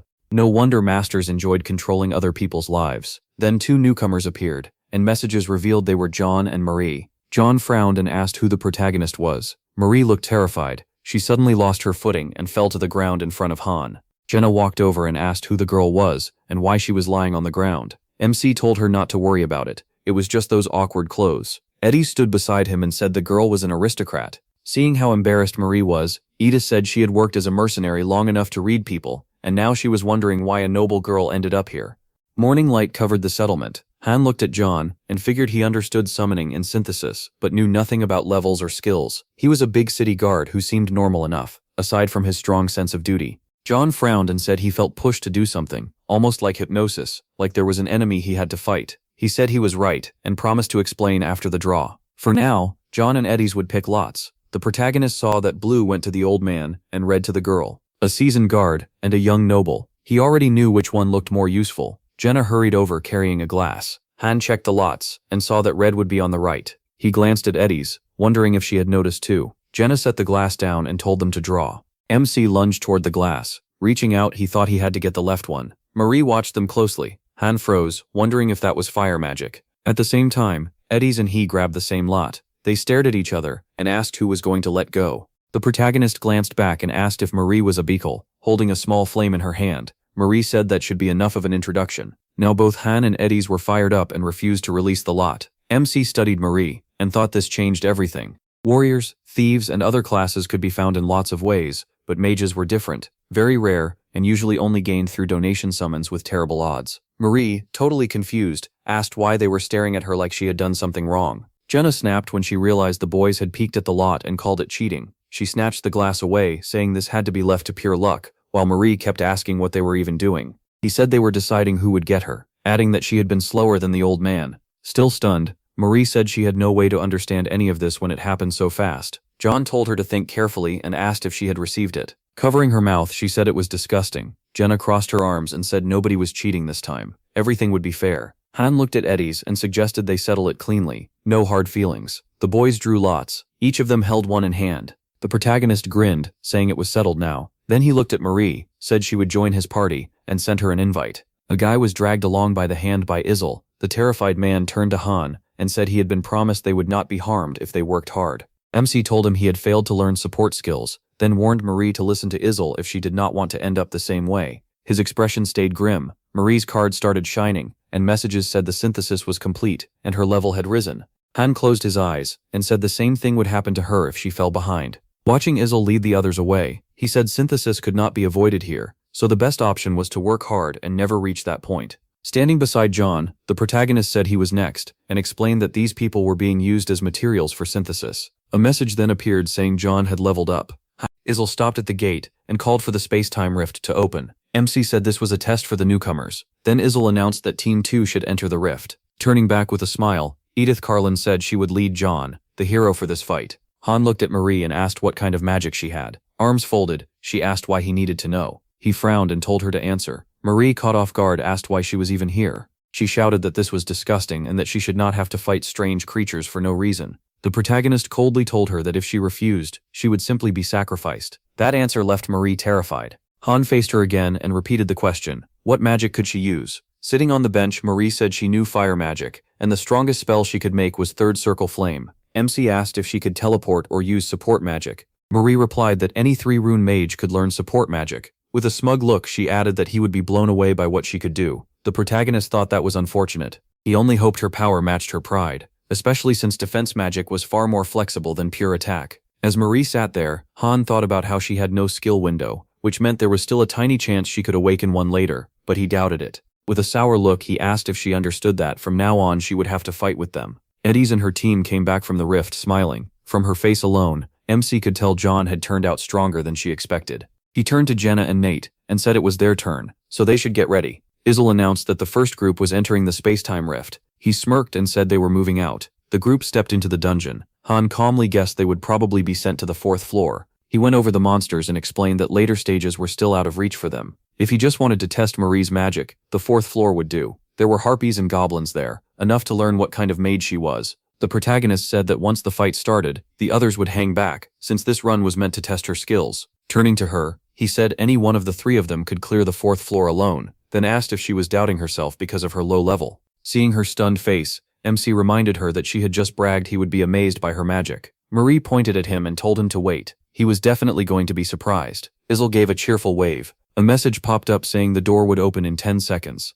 Izel looked confused, but still wished them luck. The door opened. Han immediately realized the master was an idiot. They entered the dungeon, and someone shouted that this was the 8th floor, that everyone needed to draw their weapons and focus. Grinding his teeth, he wondered if the master was angry about earlier. He wanted the team to fall back from there. Marie looked around and said she felt like she had seen this before. Han suddenly shouted for everyone to get down. He looked at Marie, who still had no idea what was happening. Then she noticed an arrow flying straight at her. The protagonist grabbed Marie and dropped with her just in time. The arrow missed them. Han frowned, thinking that if these were the same enemies, a message confirmed it. 8th floor. Objective: kill 27 level 9 goblin riders. A whole pack of goblins charged them. Jenna opened fire with her bow. One arrow struck a goblin and knocked it off its wolf. Raising his shield, Han told Nate to move in and hit them once they got close. Then MC turned to Marie. His eyes suddenly shifted aside. He blocked an explosion with his shield. He was stunned by what just happened. A goblin came at him from the side. Han dodged, pulled his blade,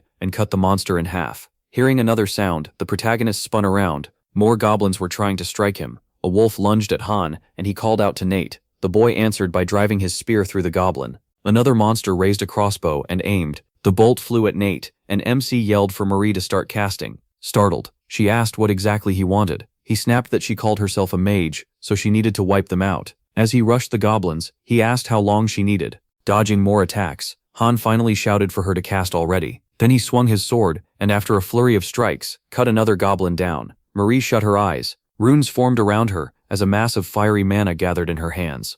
Han looked back and ordered Nate to block the bolts aimed at Jenna, so she could keep shooting. Spinning his spear, Nate said he got it. The monsters rushed toward Marie. The protagonist stepped in front of them. Knowing their first target was the mage, he could buy time, but stopping all of them would be hard. Jumping back, MC realized he needed a magic shield. He glanced behind him, wondering if Marie could even hit enemies protected by shields. Marie kept gathering mana and ignored him. Jenna shouted that if Marie just stood there, she would get hit. Han frowned. Something was wrong. He looked back and saw Marie rising into the air. In his head, he begged her to forget the barrier idea, because she could not even cast while moving. A swarm of monsters jumped at Marie. One wolf opened its jaws wide. Han braced his shield and tried to hold back a goblin rider. He fought to keep his ground, but suddenly got shoved aside. He slipped past the next attack, swung his blade, and killed the goblin. The wolf snapped at him again, but Han jumped back. His face hardened. One slash split the wolf in half. Han quickly turned around. He saw Marie with a mass of monsters charging straight at her. A goblin raised its blade. A goblin's blade came down at Marie. Sean grabbed her and bolted. Seeing her still mad, he snapped that casting without protection was stupid. They rushed for the thick forest. Jenna nervously asked if the forest had only just appeared. Sean told her they'd worry about that once they got there. Still pulling Marie along, he ordered her to cast the second they reached it, and blast the whole area. Marie looked at the monsters closing in and said she got it. Jenna glanced back and said they could go in. Marie froze in surprise. Sean yanked her forward again. Then he kicked her, and barked that dying would be a lot worse than getting pushed around. Sean suddenly stopped. His body began to change and he told the others to keep going. Fangs grew from his mouth as he said he'd catch up soon. A notice appeared. Sean had entered berserk mode. Red energy wrapped around him, facing the charging monsters. Sean thought this was his second berserk that day. He was exhausted, but he still had to stall for time. A goblin leveled a crossbow at him. Sean caught the bolt with his shield. Another rider charged straight in. Sean was shocked by how fast it was. He dropped his head to avoid the hit. Even so, he sank to one knee, barely keeping himself up. He couldn't stop his momentum and crashed to the ground. Frowning, Sean realized attacks were coming from every side. He fixed his eyes on the goblin closing in. Sean braced for a hard burst forward. Then he tore through the riders like a storm, vowing to take away the speed they relied on. His shield smashed into one of them. Surrounded on all sides, Sean kept fighting. Nate called out to him in shock. A hit landed on Sean's back, and a notice popped up. Berserk mode had ended. A monster loomed over him. The goblin drove its spear down. Sean turned toward it. He rammed his blade through its body. Blood burst from both the wolf and its rider. Sean yanked his sword back out of the wolf's mouth. The rest of the horde kept rushing him. Nate shouted, stunned, that there were too many. Sean, breathing hard, told him not to panic. He'd gather and distract them, and Nate just had to handle whatever reached him. While dodging non-stop attacks, Sean yelled to ask if Marie was done charging her spell. Jenna shouted back in disbelief that she was ready. Sean started leading the monsters away. Then he leaped. Mid-air, he slipped past several strikes. He landed on a goblin's head and burst forward at full speed, telling the monsters to vanish. A red aura surrounded Marie. Her hair whipped in the wind. The ground around her started to tremble. A pack of goblins chased after Sean.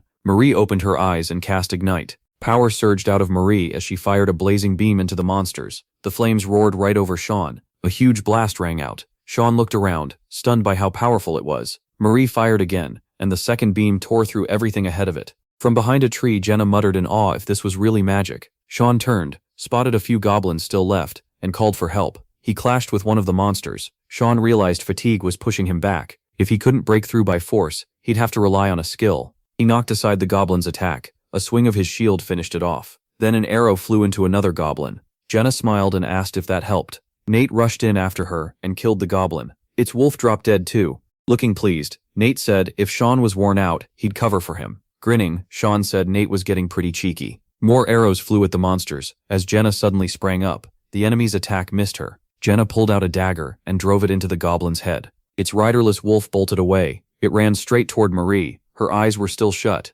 Then the wolf's head was blown apart by a shot, flat on the ground. Jangbao muttered that this was not fun at all. Watching Marie, she yelled for her to snap out of it and run. Flames wrapped around Marie's hand. Runes spun around her face. Jenna screamed for the others to run. The spell still wasn't ready. Marie suddenly opened her eyes as Sean and Nate ran from the pursuing monsters. She clenched her fist and told the goblins to burn. The ground under the monsters heated up. Then it exploded. A wave of burning wind tore through everything nearby. Sean raised his shield, stunned, and thought they'd get swept away too if this kept up. As the battlefield fell quiet, he looked around and asked if it was over. Then something caught him off guard. Goblin riders burst out of the flames. Marie lifted both hands and used Go Beyond Ascent. A huge tornado of fire rose up. It wiped out the last goblins. Jenna grabbed a tree to keep the wind from throwing her away. Soon the whole area started to burn, with flames spreading everywhere. While Marie stood motionless, Sean stared at her in shock and saw the giant crater her attack had left behind. A message announced the floor was cleared. The reward was 20,000 gold, iron ore and wolf skin, and the MVP was Marie.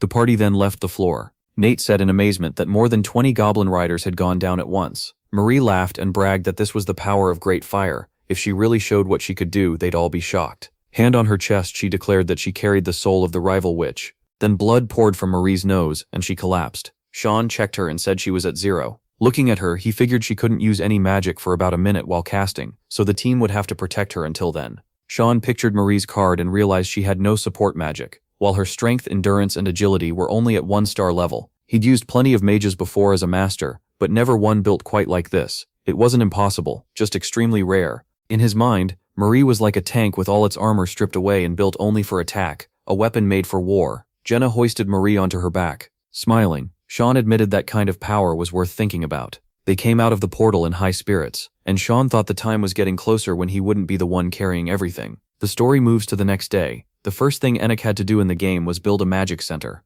A city map appeared, and the system said to choose a building by clicking it. A research and magic lab was added to the city, and the game announced that research skills were now unlocked. Next came an alchemy lab, which could make all kinds of items. Then a library appeared, and the game said mages could now grow their knowledge. It also explained that 3 buildings near the training grounds had been merged into a new complex, the Magic Hall. Marie was already sweating and asking why. Running ahead of Sean with her eyes shut, she kept whining about why someone so high rank had to do this crazy training when she was the type who used her brain. Sean figured that more than anything, she needed to learn how to dodge, even while casting. Sean pulled ahead and told her to move faster. She sure had energy to complain, and stamina mattered in fights with swords and spears. Running in front of the grumbling girl, he said she looked much better in this outfit than in that stiff, uncomfortable dress. Sean explains that the dress was custom made by her family and worked as a magic item that boosted firepower. He kept running, saying this endurance training was easy, just 3 slow laps a day with no extra weight. Compared to what he did, it was nothing.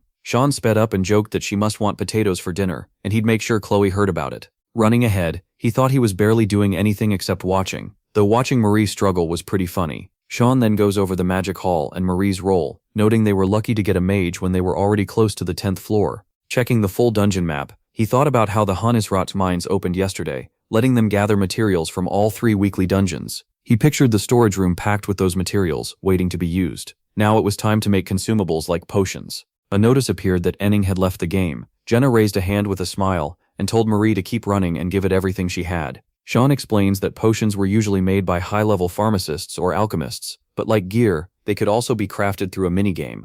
Standing inside the magic hall, Sean took in the place, book in hand. He thought about how he still couldn't read it. His eyes moved to the cauldron on the table, and he said it was time to start brewing potions. Sean tossed in flowers and fangs, then started the brewing minigame. He tapped through it quickly, and notices popped up for completed healing potions. He glanced at the bright potions filling the test tubes. Looking down beside Izel, Sean counted 6 healing potions, and 2 mana potions. Enins might get suspicious, but saving them was better than dying. That night, at the fortress, Sean stood before the group by the cauldron, and announced that a mage had officially joined their party. He looked at the brazier, and asked if they knew why he'd brought it there. With a smirk, Sean waved them closer, and told them to watch carefully. Jenna and the others stared at him in shock as he reached toward the burning coals, and they asked what he was doing. Han smiled, kept his hand over the brazier, and said that if Marie fights with fire, they all need to get used to it. He gave a wild grin and started counting the seconds. The others just stared at him, shocked, while the protagonist kept his hand in the fire and went on counting. Then he suddenly yanked it out,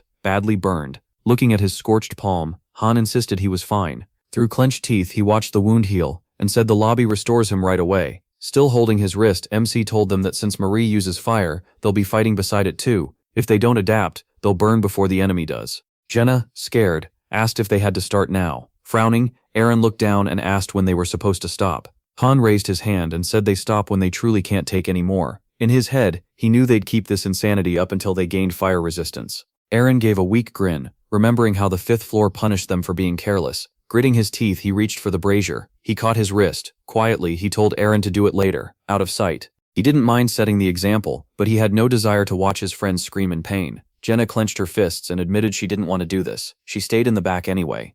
Smiling, Han pulled her hand toward the brazier and said he'd help if they did it together. It wouldn't feel that bad, just a little sting. Then he asked if she really planned to panic every time Marie used magic. He reminded her that Marie can't use shields or teleport. If no one protects her, she'll die. She can barely dodge at all. So if Jenna wants the mage alive, she has to get used to fire before they reach the 10th floor. The protagonist said he'd do the same. MC pulled a sword from its case and told Eren he was sorry, but there was one more thing. He spun the blade in his hand, cut his palm, then turned back with a smile and said they also needed to train their pain tolerance. Handing the knife to his shaken friend, Han said it didn't have to be this exact method. Anything similar would work. The point was to learn how to endure pain, even if he knew this was awful. He held his injured hand near the brazier and thought about how potions can heal wounds, but the pain is brutal. Anyone who wants to fight needs pain resistance. Looking at Jenna, he said she didn't need it right away, but added that it would still help later. Jenna glanced at her friend and asked if she could do it another time. The protagonist looked toward the windows and explained that switching would let her swap fast between daggers and arrows, so she could fight up close or from far away whenever needed.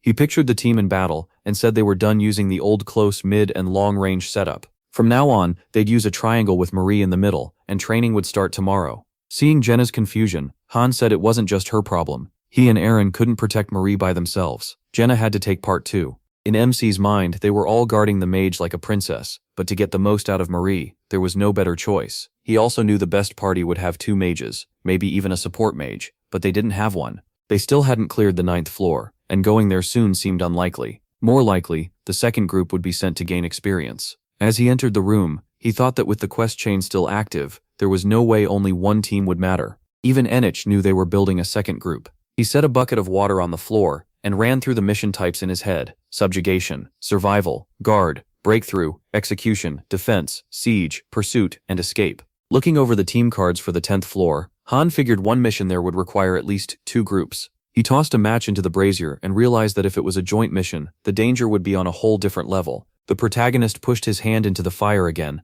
and decided he had to prepare completely. Smoke filled the room, making him cough. Later, a light still burned inside the house. A message appeared. MC had gained fire resistance. Standing before a stunned Marie, Han bluntly said her power was already enough. Instead of boosting attack, she needed faster casting and lower mana use. Then he asked if she wanted that or not. Marie shrank back, scared, and hiccuped. She hurried off, saying she'd just do what he told her. Han imagined Marie throwing out flames and blasts, and explained that she uses 3 kinds of magic: ignition, flaring explosive flames, and directed explosions, each with its own versions. The higher the class, the more mana it burns. Walking toward Jenna with a sword in hand, he thought Marie's magic was incredibly strong, but to use it well, they had to raise the team's burn tolerance. Since the 10th floor was getting closer by the hour, training had to become much harsher. Jenna smiled, loosed an arrow, and said she was ready. The protagonist swung his sword and knocked the arrows aside. In a normal spar he'd just block them, but now he had thrown away the shield and made things harder on purpose. With a wink, Jenna told him he was getting stronger fast. Han looked at the arrowhead and said this was training. He didn't need praise. Then he sliced the incoming arrow in 2. A notification appeared, saying he had learned projectile defense. The system also said fencing basics and shield basics had reached level 6. Right after that, Jenna rushed him with a knife. Han leaned back and dodged. Jenna grabbed another arrow, drew her bow with a frown, and used switching. MC lifted his sword between them. Watching her, he thought Jenna started as a 1-star, but her potential was huge, and the way she learned was almost crazy. Without his game knowledge, she would have stayed badly undertrained. Jenna smiled, touched her lips, and teased him. Wasn't he the one saying compliments were useless during training? Han grabbed her cheeks and said he'd train her until everyone asked where she got her scars. Glancing at the door, he thought Eren was a pretty normal 1-star. Spear level 3 was likely his limit for now. Lately, Aaron had skipped training, locked himself away, and focused on building pain resistance. He watched Marie train inside her flames at the special field in the magic hall. Even when she held back, her power was strong, so outside of special cases, she should mostly use first-class spells. He looked over at the others by the wall, and thought the 1-stars in the corner weren't much help. There weren't enough useful people to fill even one solid team, let alone 2, even though each group could have 5 fighters, and it didn't seem like Enig planned to summon anyone else. Han looked down, uneasy, and wondered if Enig meant to add those weak recruits to their teams. The next day, Edith's group came back after clearing the 9th floor. Several of them stumbled out of the portal wounded. The protagonist folded his arms, looked them over, and noted that some of them seemed to be missing parts of their limbs. Then he asked what the mission had been. Edith answered with her eyes closed. It was a goblin village with around 50 enemies. MC told her to mention anything strange, no matter how small. Edith lowered her gaze sadly. Remembering the fight, she said the ground was muddy, like it had been raining there for a long time. After that, she stepped away and said that was all she could think of. Han looked ahead and said it was their turn. A bright flame flashed, then a notice appeared saying the floor was cleared and Marie had leveled up. Coming out of the portal with the others, he realized they probably couldn't keep using the 4th floor for training. Right now, he was level 10, Jenna was 8, Aaron was 6, and Marie was 4. He clenched his fist and thought they had hit the limit at their current levels. They'd climbed as far as they could with the floors available. Han went over the team's updated gear. Crafting was paying off. Their weak D-rank leather armor had been replaced with D-rank iron plate, and both he and Aaron now carried daggers. He also showed Greg and Dustin's cards, explaining that the 2 trainees had joined the 1st and 2nd groups. They were way behind the rest, but there was no helping that. Even so, it would still be a while before they stepped onto the 10th floor. Fyulika spread her arms with a smile, and asked if this was like Loki, if he could really decide the mission just by solving a hard problem. Sean sat at the table with a stack of papers and said if he could control that, he'd be a god. He still didn't get why she came to ask him such pointless stuff. If he really had that kind of power, he would have cleared all 100 floors already. Even as the top-ranked player in Choose Me, it still took him 2 years to reach the 88th floor, and dozens of teams were wiped out by random mechanics and traps. Resting his hand on his cheek, Sean thought about how a master in Choose Me only grows by losing teams. But Inej still had no idea what failure meant. He pictured the city and realized that if they failed here, it would mean his death. A crowd had gathered in the street near the guards. Marie said the place was packed because that little fairy still hadn't summoned them. Half an hour had passed since Enig logged in, and Sean figured the silence meant he was thinking. Then the system asked if they wanted to enter the 10th floor. Sean stared at the dungeon entrance, unsure whether to go in now or wait a bit longer. He frowned. The newest member still hadn't settled in, and even after hitting the level cap, he hadn't advanced. There were still holes in the team, and if they waited another week they could max out every skill available. Sean looked at the accept button and thought that would make the 10th floor much safer, but judging by how Enig had acted so far, he wouldn't wait. As Iolka hovered over the portal and opened the space-time rift, Sean reminded himself that this was real for them, even if to the master it was only a game. If they died, he'd just replace them. Greg looked uneasy when Sean told him to stay hidden once the fight started. Sean knew Greg's basic sword skill was only level 1, and at his current level, he'd just get in the way. It would have been better if he had joined a week earlier. The system announced this was an important mission that required 2 groups. If a team lacked enough members, reinforcements could be called in for free. On missions with tactical stations, they could also assign tactical orders to the heroes taking part. Sean guessed Enig probably didn't know how to use tactical stations yet. It was a pretty tricky system for a beginner. Crossing his arms, he told Yolka to get the items from storage. The game explained that consumables were stored there, and if a hero carried the right items, they could use them at the right moment. Sean counted 6 healing potions total, so each group would take 3. Keishini smiled with the potions in hand and said they were ready. Sean pointed out that the magic potions were for Marie only. Standing in front of her, Sean warned that they'd probably be split into different areas. If that happened, they had to regroup fast. If they couldn't tell where the center was, they should head inward, and if needed, she should get to high ground and figure it out.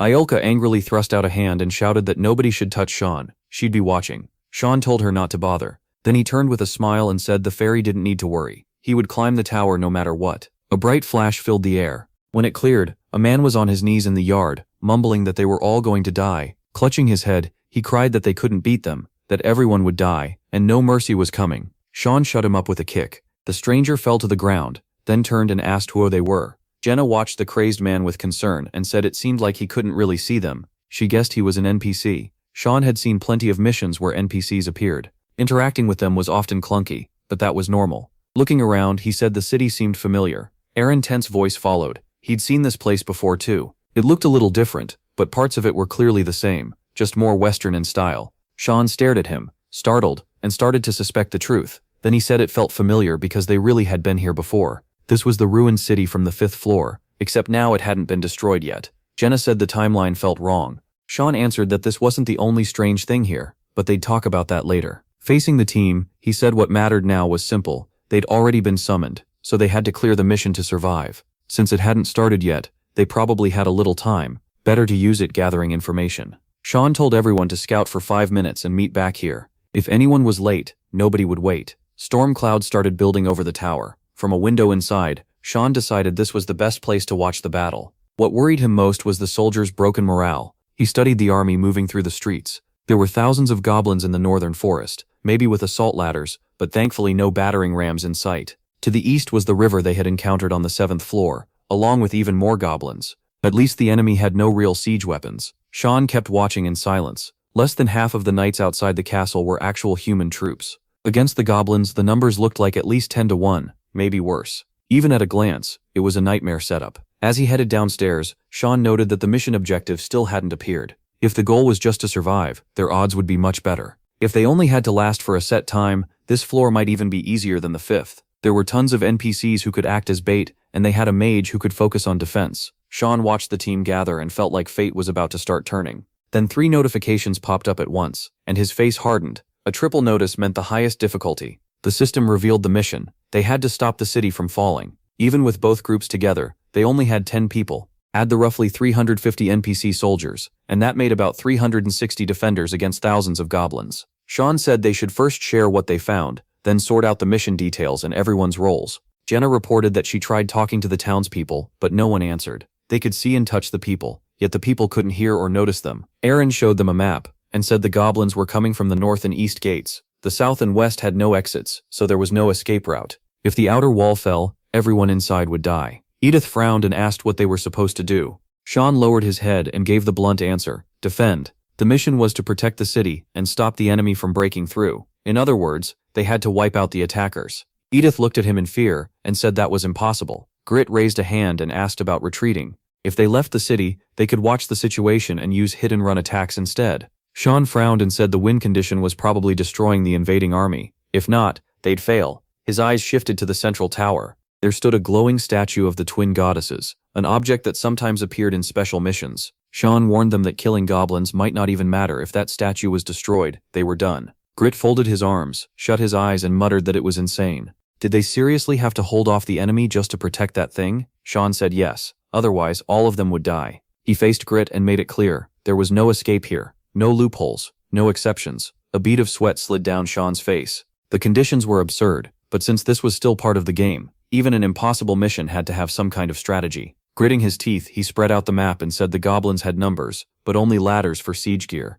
If they played this carefully, they could buy time. Sean then ordered Edith's group to head to the north wall and support the soldiers. Their job was to destroy as many ladders as possible before the goblins got over the walls. Edith said flat out that 5 more people wouldn't save a city already defended by only 300. Hadn't understood her point, but with the second group added in, they'd have around 50 real fighters. He frowned and pointed out that the goblins still had no siege tools besides ladders. Sean said that mattered a lot. If ladders were their only way up, then holding the most dangerous part of the wall could make their defense much stronger. Edith looked worried and started to say that wasn't what she meant, but Han let her finish. Even if they held the enemy back for now, she said, that still wouldn't mean they'd truly won. He pictured the armed goblin army and knew she was right. Even with both groups fighting together, they'd only last a little longer before getting crushed by the numbers. Sean did the math in his head. Right now it was about 10 to 1, and even with everyone committed, it would only drop to 5 to 1. Remembering the 5th floor, he knew the goblins were not likely to retreat. By normal logic, this battle was unwinnable. Then the protagonist turned to Jenna and said there was a river east of the city, just like on the 7th floor. He recalled the heavy rain there and how the waterways had overflowed after the dam broke. Thinking it through, MC felt the clues from the 5th to 9th floors all pointed to that dam. The game had to be pushing them there for a reason, but how could a break so far away affect this goblin attack? Sean clenched his fist. He still didn't have enough information. Jenna suddenly stared ahead, startled. Grabbing her hands together, she shouted that she'd heard a horse galloping near the river. She remembered it had been raining then too. Jenna kept staring as the memory came back to her. Then she remembered seeing an army across the river. Tone's eyes widened. Now he understood. Edith froze in shock. Sean spun to Jenna and grabbed her, asking why she was only saying this now when it was so important. He quickly told Edith to buy as much time as possible. If the outer wall fell, they were to retreat to the inner wall. If they had to, use soldiers and refugees as bait, close the gates and hold on no matter what. Then he turned back with a small smile and said they had an even harder job ahead, so he couldn't let them see him hesitate. Edith smiled back and promised they'd give it everything. Jenna, still stunned, asked if that was really the whole plan. If so, what exactly were they supposed to do? Aaron asked why they were leaving the walls at all. With thousands of goblins outside, it was way too dangerous. Han raised his head and answered that staying here meant certain death. He explained that the dam had already broken on the 7th floor. If the sound Jenna heard was reinforcements, then the city likely fell on the 5th floor, because help couldn't cross the river after the breach. Sean laid out the plan on the map. They had to reach the east bank, wipe out the goblins there, and stop the dam from being destroyed. Jenna looked at him with clear worry. Han drew the sword from his back and said they were heading out to kill them. Sean charged ahead, shouting that the inner wall wasn't the real issue. The true danger was farther on. As they neared the gate, he told Jenna to climb up and scout, while Aaron got ready to open it. Then he turned and ordered Marie to cast a spell the moment the gate opened. Second-level magic right away. Glancing over, Sean noticed Greg was there too. Aaron grabbed the rope and started opening the gate. The knights rushed in, yelling that they had to stop this. From above, Jenna warned that a huge number of goblins were already waiting outside. If the gate opened, the crowd could flood straight through. Sean said it didn't matter, and told her to get down. Han stepped in front of Aaron and said Marie's magic would make them a path. Until then, they couldn't let the soldiers interfere. The angry knights shouted that they'd die before allowing it. Jenna slipped around the side and knocked the soldiers off balance. Fire mana gathered around Marie as she prepared her spell. The gate started to open. An arrow shot through the gap. Han caught it before it hit Marie. Goblins peered in through the opening, and Sean hurled the arrow back at them. At the same time, Jenna leaped onto a soldier and struck him down. Rain began to hit the ground. Han looked up and noticed it. Then his eyes shifted back. Looking at Marie, Sean wondered if her fire could still hold up in the rain. Aaron yelled in frustration and pulled the gate fully open as a swarm of monsters rushed in. They charged straight at Marie. She answered with Ignite and burned the goblins where they stood. Fire poured out through the gate, killing a large wave of monsters. The whole passage turned into a tunnel of flames. Jenna and Aaron took off running. Sean told Marie to drink from the potion every time she cast. He asked if she could keep this up. They were only getting started. Marie brushed him off and asked who he thought she was. Greg could only stare, stunned. Sean smirked and asked if he still meant to come with them. A message appeared. Greg was afraid, and his stats dropped by 30%. Han told him to go to Edith and follow her orders. If he lived through this, maybe she'd accept his confession. Sean then noticed the knights were closing the gate again. Once outside, the protagonist shouted for them to hurry and lock every bolt. He made it clear their retreat was gone. The only path left was forward. Facing the monster army, Han said he would wipe them out, then moved ahead and ordered everyone into position. Sean told Marie to stick to first-level fire for now, spread it wide, and cover as much ground as possible. Then he warned that the rain was getting heavier, so the goblins would soon push through the flames. As the monsters rushed them, Sean counted the seconds until Marie could cast again. A goblin flew at him, and he kept counting down. 1/ later, he called out that 18 seconds remained. The goblins fired crossbows at them. Standing by Marie, Han blocked the bolts with his shield. He also kicked loose rocks back at the goblins. Aaron drove his spear through one goblin, while Jenna cut another one's head clean off. She shot a goblin in the face as Sean counted down to 4 seconds. Right then, another monster appeared behind Aaron. Han threw his sword and saved him. Sean rushed in and pulled his blade free. Seeing enemies target Marie, he shouted that they had to switch positions. Marie unleashed a stronger blast of fire and the goblins burned alive. Sean broke into a run and yelled for everyone to push straight through. As they crossed the burning path, he noted that the heat stung even through leather armor, but it was still bearable. Thank goodness Marie was with them. Seeing more goblins charging, Sean called for another spell. The rain was weakening their firewall too fast. While cutting enemies down, he told Aaron to hold the left side and leave the rest to him. They kept fighting as Sean counted out another 20 seconds. A goblin slipped in behind him, but Han turned, killed it, and shouted for everyone to change positions. Marie fired another strong beam and burned through the goblins again. Sean yelled for the group to move up and use the flames as cover. The others snapped out of it and pushed forward. Han said they would keep doing that until they reached the river. Ahead of them stood a massive horde. In front of the goblins burned a wall of fire, yet the army still held formation beneath its banners, ready to fight in the pouring rain. At the center stood a huge goblin with glowing eyes, holding a banner in one hand. He lifted his sword and started giving orders. The monster cursed them as filthy pigs. Then a special spell went off, and giant flames swept across the battlefield. Sean shouted for Aaron to charge faster, but suddenly, red eyes appeared through the flames. Han barely dodged a spear at the last second, then instantly ran the goblin through. He struck cleanly and didn't stop moving. That's when he realized the goblins had changed tactics. Even with fire in their way, they were attacking right away. Sean answered by rushing the ones who broke through and cutting them down in a fast chain of strikes. Then something clicked. Han realized it was because of the giant goblin on the hill. That leader kept shouting for his army not to fall back. Sean understood the brute had figured out Marie's delay between casts and was using it. Their leader was smarter than he looked. Even though Eren and Jenna were holding up well, all of them were still in a terrible spot, and their fire resistance wasn't enough to ignore the heat completely. As the enemies kept coming, Han made up his mind. He decided to draw all of them onto himself. Sean shouted to the team that they'd get only one chance if they wanted to live. Eren had no idea what he meant, and yelled back. Sean said they had to take down that huge goblin. The same brute kept yelling for his troops to push ahead. He wanted the mage dead first, no matter the cost. The group was boxed in by thousands of goblins, with fire all around them. One goblin tried to rush through the flames, but a heavy hit stopped him cold. Blood burst from his mouth, and he realized one of his fangs was gone. Arrows came flying, but Sean only cared about one thing, whether Marie was still casting. He told her to burn every last enemy. She fired off the spell, and a huge blast of fire lit up the field. Even then, the goblin leader kept screaming for a harder push. The goblins charged in, furious. Sean knew one wave of fire wouldn't stop them. Still, he wasn't done. The ground around him slowly glowed orange. The goblins started to look scared and confused. Then a massive explosion burst out and swallowed everything in flames. Even so, the lead monster kept shouting for them not to fall back. Using the blast, the heroes pushed through the burning remains. Jenna drew her bow while Nate guarded her with his shield, and she took careful aim. Her arrow shot forward at incredible speed. The goblin chief panicked too late. The arrow slammed into his head, and blood poured out. Right after that, Marie started to collapse. Sean barely caught her by the shoulder. She came to, confused, and even Sean froze for a second. The magic hit hard, but it still wouldn't stop the rest if they kept advancing. Their real target was the fortress, and the heroes were only in the way. Sean understood their commander was dead, but their next move made no sense to him. One goblin started backing away from the fire.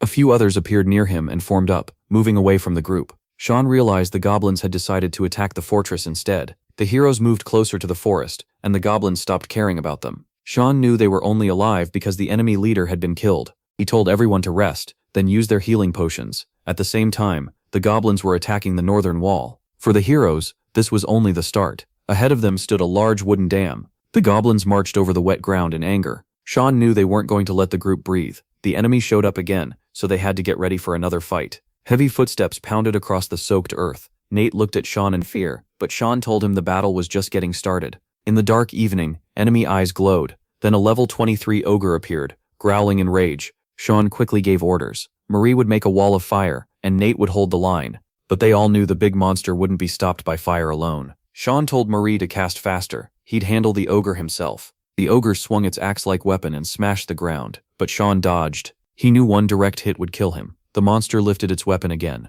Sean realized blocking was useless against that kind of power. His only chance was to keep attacking. Fire could handle normal goblins, but inside that burning ring, Sean had to face the ogre himself. It was so huge that Sean looked tiny next to it, but he still got in and slashed its foot. At the same time, Jenna knocked more arrows. They struck the ogre in the back and stuck there. The beast roared in pain, and it felt like they were finally making progress. Jenna figured its size made it an easy target, which should make up for its tough defense. Then she saw the truth. Her arrows barely hurt it. Sean shouted that only weak points would work, but first they had to find them. Suddenly Jenna warned them in panic. Another ogre was coming. Sean was stunned. He realized Nate was too tied up with the goblins, and their whole setup had failed. The longer this dragged on, the worse it would get. So Sean chose another gamble. He tried to take the monster's blow with his shield. The impact nearly crushed him, but he held on. Sean forced himself to ignore the pain. Then he rushed in with a wild look, gripping his sword. The ogre suddenly let out a savage scream. Sean had struck it in the groin. Another weak point. Enraged, the ogre started smashing the ground in front of it, but Sean kept going and sprang off the monster's body. He drove his sword into its neck, though the blade didn't go deep enough. So Sean grabbed his shield. At that point, it didn't matter what he used. He shoved the sword deeper into the ogre's neck with the shield. Then he yanked the blade back, drenched in blood. At last, one ogre was dead. Sean turned to the next one at once. It was already coming, so he told Jenna to pull it in with her arrows. She started firing right away, but the monster had already hit Nate and sent him flying. Sean realized they were late. The ogre was about to kick Marie. He screamed her name, terrified. Somehow she lived and wasn't even hurt. Marie couldn't understand why the ogre had run past instead of hitting her. Sean thought that was strange too. He had assumed this ogre was unarmed, but strong enough to tear down walls and buildings. Then he understood. The monster wasn't chasing them. It was heading for the dam. Before anyone could stop her, Jenna leaped onto its neck. She stabbed her blade into its neck with all her strength, making it howl. Sean rushed in too. He wanted it dead right there. Together, he and Jenna hacked at the monster with fast, heavy strikes. It shrieked in pain and coughed up blood. Then the ogre hurled its huge body into the water. A huge splash rose up. The river turned red, and Sean knew they had barely pulled it off. Then, with a roar, the ogre's hand burst out of the water. Sean froze, not understanding what was happening. The monster slammed its giant fist into the dam and shattered it. Water burst through at once. Mate told Sean the goblins were all dead and asked for orders. Sean just stood there, silent and grim. Then he said they had messed up. There were supposed to be fighters behind the dam to help them, but now the broken dam would block them. That meant a small force would have to face 3,000 goblins alone. The others called out to Sean, but he had no idea what to do. Nate put a hand on his shoulder, trying to snap him out of it. Sean gripped his sword in silence, then said they had to go back and make a new plan, if one even existed. Marie tried to stop him. She reached out and filled her magic bracelet with purple energy. Under her breath, she started a spell. A giant stone was wrapped in purple light, and Sean stared in shock. Marie lifted the huge rock with magic and swung her arms hard to the side. The stone dropped straight into the hole in the dam, landing perfectly in place. The water stopped at once. Sean was stunned, and Marie explained that telekinesis was basic magic. He snapped back that she should have told him she could do that. Marie didn't get why he was yelling, and said they would have failed without her. Sean grabbed her cheeks and told her not to hide a skill that useful, but she honestly thought he already knew since it was basic magic. Sean finally calmed down and admitted they were saved because of her. The group pulled themselves together, ready to move again, when Jenna suddenly screamed. The goblins were back, and this time, they had reinforcements. One spearman lunged right in. Sean dodged and slashed back. He cut the goblin down, but there was still no sign of help. As the fight dragged on, Sean started to fear he'd been wrong. What if no help had ever been coming? He ordered Marie to drink every potion they had left, and keep casting. Then a goblin burst from the crowd. It flew straight at Marie. Sean panicked and shouted her name. The goblin's claws were almost on her. Then a man in a lion mask appeared beside them. He cut the goblin down and charged ahead on horseback. The horse thundered across the soaked ground. The goblins were still mad and ready to fight, but Sean finally let out a breath. A warrior in armor sat on the horse with a bloodied sword in hand. Sean stared at him in shock. The goblins still kept pressing forward. The rider called for his cavalry to show their valor, and the charge order rang out. Sean was stunned. It was cavalry. More shapes appeared out of the dark. Armored riders on horses poured in, and Sean told Nate and Jenna to stay with Marie. The cavalry rushed toward the fight. About 500 horsemen in all. They were still outnumbered, even if each one was stronger than a normal soldier. Then the cavalry hit the battlefield, and started cutting through goblins everywhere. The riders thundered past the group, and Sean heard they were already breaking through. He said their job might finally be done, and maybe they could actually rest. Then Sean asked if any of his teammates knew how to ride a horse. He decided to learn right now. The master couldn't join the fight himself, but he could still affect it, so he requested a horse riding skill book. It cost a full 500 crystals. Sean couldn't learn non-combat skills, but books like this could still improve basic talents. The book worked, and now he knew how to ride. Sean got on a horse at once. They charged ahead on horseback. Sean was glad reinforcements had joined them. The cavalry was ready for battle. They reached the besieged walls. Finally, it was time to strike back. From horseback, Sean figured the goblins were massed on the north side. As long as the gate held, they weren't the biggest problem. Thinking through the city's layout, he realized the real danger was the north wall, where the goblins were using ladders. The cavalry knew it too, and headed that way. Then it hit him. Following the cavalry would make things too easy, and this rotten game never made anything easy. He spun around and shouted that the plan had changed. They had to split up. The spearmen stared and asked if they weren't supposed to defend the north gate. Pulling the reins, Sean said he really had thought that would be enough. Then he told them to stay out of arrow range and head for the northern forest, away from the fight. Sean glanced up and noticed the rain had stopped. Perfect timing. They hurried toward the forest. Sean's eyes widened. Inside the forest, he spotted goblins and realized the riders had planned an ambush there. If they used magic to stop them, they could prevent the attack. Then a huge monster suddenly appeared. Several giant ogres came out of the forest too. They marched forward fast. The spearmen froze in shock, and Sean warned them this was bad. If the wolf riders joined in, the cavalry wouldn't survive that assault. As they moved, Sean asked the girl about her mana. She said she could still cast, but the spells would be weaker. Sean frowned and told her to focus on range, not strength. They were riding through the forest, so she needed to burn the whole area. They rushed toward the trees. Back at the castle, goblins were climbing the gate. A soldier stabbed one through with his sword, but the goblin grabbed his shirt. He panicked as he started to fall. A girl rushed in just in time and killed the goblin. He thanked her, but she snapped back while moving that he couldn't lose focus. Then she looked aside and shouted, asking what was going on. The knight in the lion helmet yelled for everyone to push forward. The soldiers charged, and he shouted that they should show what the Iron Lion cavalry could do. The goblins slammed into the knights. As the girl faced another goblin, she heard people shouting that reinforcements had arrived. At that moment, one goblin got up onto the wall. She cut off its hand and yelled for everyone to hold on. Victory was close. Then we cut to the red-haired girl as she keeps casting fire magic. The flames shot forward fast. A second later, the forest went up in flames. The goblin riders started choking on smoke, and the fire tore through them. She kept casting. Watching her, Sean realized this was her limit. One more spell could burn out her mana for good. Outro, outro, outro, outro, outro, outro, outro, outro, outro. After watching the game, that creature appeared again. He stared at its terrifying face. Then he glared ahead and realized it was the same bastard. We moved to the settlement, run by a 6-star team. They were the first in Korea to clear the 88th floor, and ranked 5th in the world. Sean connected to the game, thinking about how much depended on skills, battles, and luck. He looked at the screen and thought about how the heroes fought on their own. He could only give simple orders, while they chose their own skills, and plenty of times they just failed to act. Still, he knew luck alone hadn't brought him this far. If fate decided everything, he never would have made it. The game trapped him, but strong skills could still beat it. He stared ahead in fear for a moment. Looking at the dark creature, he thought again that it was the same one. What level could it be if it could reach the max, even 7 stars? Sean clenched his teeth. Then he suddenly froze. Another figure in a cloak appeared beside the dark creature. The label above him said level 15, Dark Apostle. Smiling, the apostle said he'd be waiting for him. Sean stared ahead in shock. Then the Dark Apostle turned and slowly walked away, until both he and the creature vanished. Sean watched the world recover. A system message appeared, saying recovery was complete, before reconnecting to the server.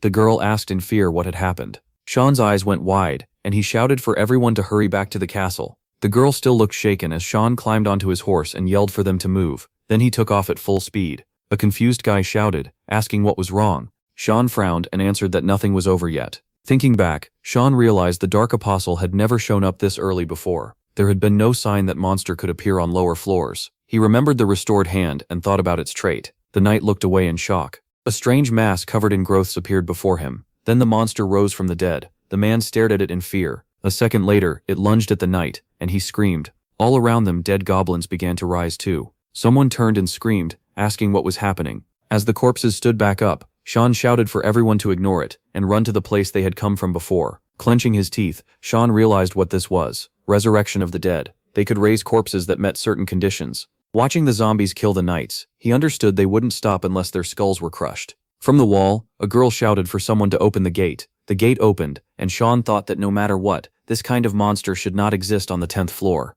Then he and the girl ran inside. The horse stopped hard. The girl looked back in shock. Sean grabbed the sorceress and said he was leaving her with them. He added that they had to protect the statue of the goddess. If they shut the gate, it should work. They just had to hold out until he came back. The girl shouted in confusion, asking what he was talking about. Another guy, voice shaking, asked what they were supposed to do about the monsters. Sean stopped. Frowning, he told them to get a grip. Then, looking at the incoming zombies, he said their comrade would either return with him alive or end up as food for those things. The guy stayed silent for a moment. Then he gritted his teeth and said he'd come back with him. The girl asked if Sean would really return. Sean turned with a smile. As he started running, he told her of course he would. Watching him go, she told him not to die. He looked back and told them to make sure they didn't either. Then he moved forward. He gripped his sword and fixed his eyes ahead. The zombies closed in on him. They were disgusting, but Sean figured this shouldn't be too hard. He rushed in and smashed one in the head, planning to take them out one by one. He kept cutting off heads, knowing that if they swarmed him all at once, he was done. The ogre lifted its club, then slammed it into the gate. Sean turned and realized the giant had risen too. If that was true, the gate wouldn't last long. Dead wolves appeared in front of him. They leaped at the horse with their fangs bared. Then arrows suddenly pierced their heads. For a moment she just stared ahead. Sean turned and smiled. Meanwhile, the knights watched in horror as the ogre smashed the gate with its mace. Their hands started to shake. Then a huge blast blew the gate open. The warriors were terrified. They watched a crowd of raging undead pour through the gate. Sean turned with a grim look, realizing the gate had already fallen. He kept running, thinking he just had to kill the apostle. Sean pictured him disappearing into the lit forest. That was where he had gone to wait. Gritting his teeth, he swore that he would kill him. Cutting down the undead as he ran, he kept moving forward. Another huge blast rang out, and Sean thought these freaks only had 2 ways to move. The first ended with the statue of the goddess being destroyed. The second was worse in another way. Driven by hunger for flesh, they had lost most of the skills and strength they had in life. As he raced ahead, Sean thought their craving for meat had grown 100 times stronger, and the stronger they were in life, the worse it became. He swung and dropped several at once, thinking this whole thing was a random move meant to fool the riders. He turned with a hard glare, feeling a growing urge to cut off all their heads. Looking toward the girl, Sean thought the team had done better than he ever expected. Even in this mess, she was holding up well. He reminded himself that protecting the statue had to come first. A map of the zombie assault flashed through Han's mind. If the outer wall fell, they'd have to block off the inner gate. If they used what they learned on the 5th floor, they could hold on a little longer. People were running in panic, yelling and asking what was happening. They rushed to the gate, begging the guards to let them in. Pale and desperate, they cried out for help. Then a horde of zombies showed up right behind them. A little later, Han figured it didn't matter which side lasted longer. Everything depended on how fast he could kill the Dark Apostle. As he moved through the fire, a system message popped up, saying his fire resistance skill had improved. Suddenly, 2 undead burst out of the flames. MC covered his face and cut both their heads off with ease. After that, he drank a small red potion. Looking up, he realized he had reached the edge of the recovery zone on the map. Frowning, he muttered that he knew where he was. 2 system alerts appeared. His allies were in panic and terror, and their stats had dropped. Then another message came up. A soldier had returned to the Lord's arms, and his fighting spirit would be remembered forever. More alerts followed. His allies were bleeding and would slowly die if nothing changed. Then a bright flash lit up the sky. It came straight at him at incredible speed. At the last second, Han raised his shield.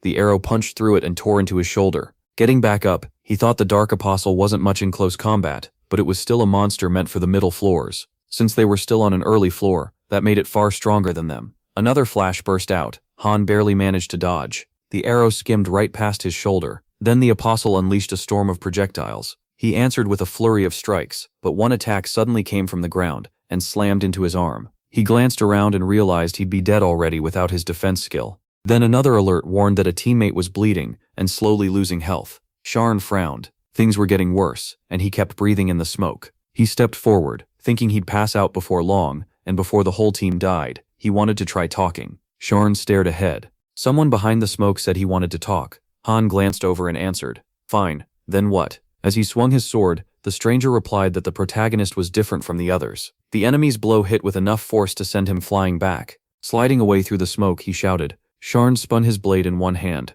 A second later, another projectile appeared in front of him. Clenching his teeth, Han forced himself forward. His eyes turned red, and a system message announced Berserker mode. A dark trail streamed behind him. He ground his teeth harder. Fangs grew from his mouth. Then he slashed with his dagger. He saw the Apostle ahead, still casting spells. An arrow pierced straight through Han's body. It tore through him, and a moment later, more holes ripped through his legs. He threw his mouth open and screamed. Then he closed the distance, and with one swing, he cut the Apostle's head off. Blood sprayed everywhere. Sharn kept attacking without stopping. He hacked the body apart completely. Only then did he return to normal, and struggle to catch his breath. Blood poured from his mouth. Breathing hard, he wondered why the floor-clear message still hadn't appeared. Staring ahead, he realized it still wasn't over. He shut his eyes, thinking that if this wasn't the end, then nothing made sense anymore. After that, he figured he'd probably die before the goddess statue was destroyed. The forest kept burning, and another system message announced that someone had returned to the Lord's arms.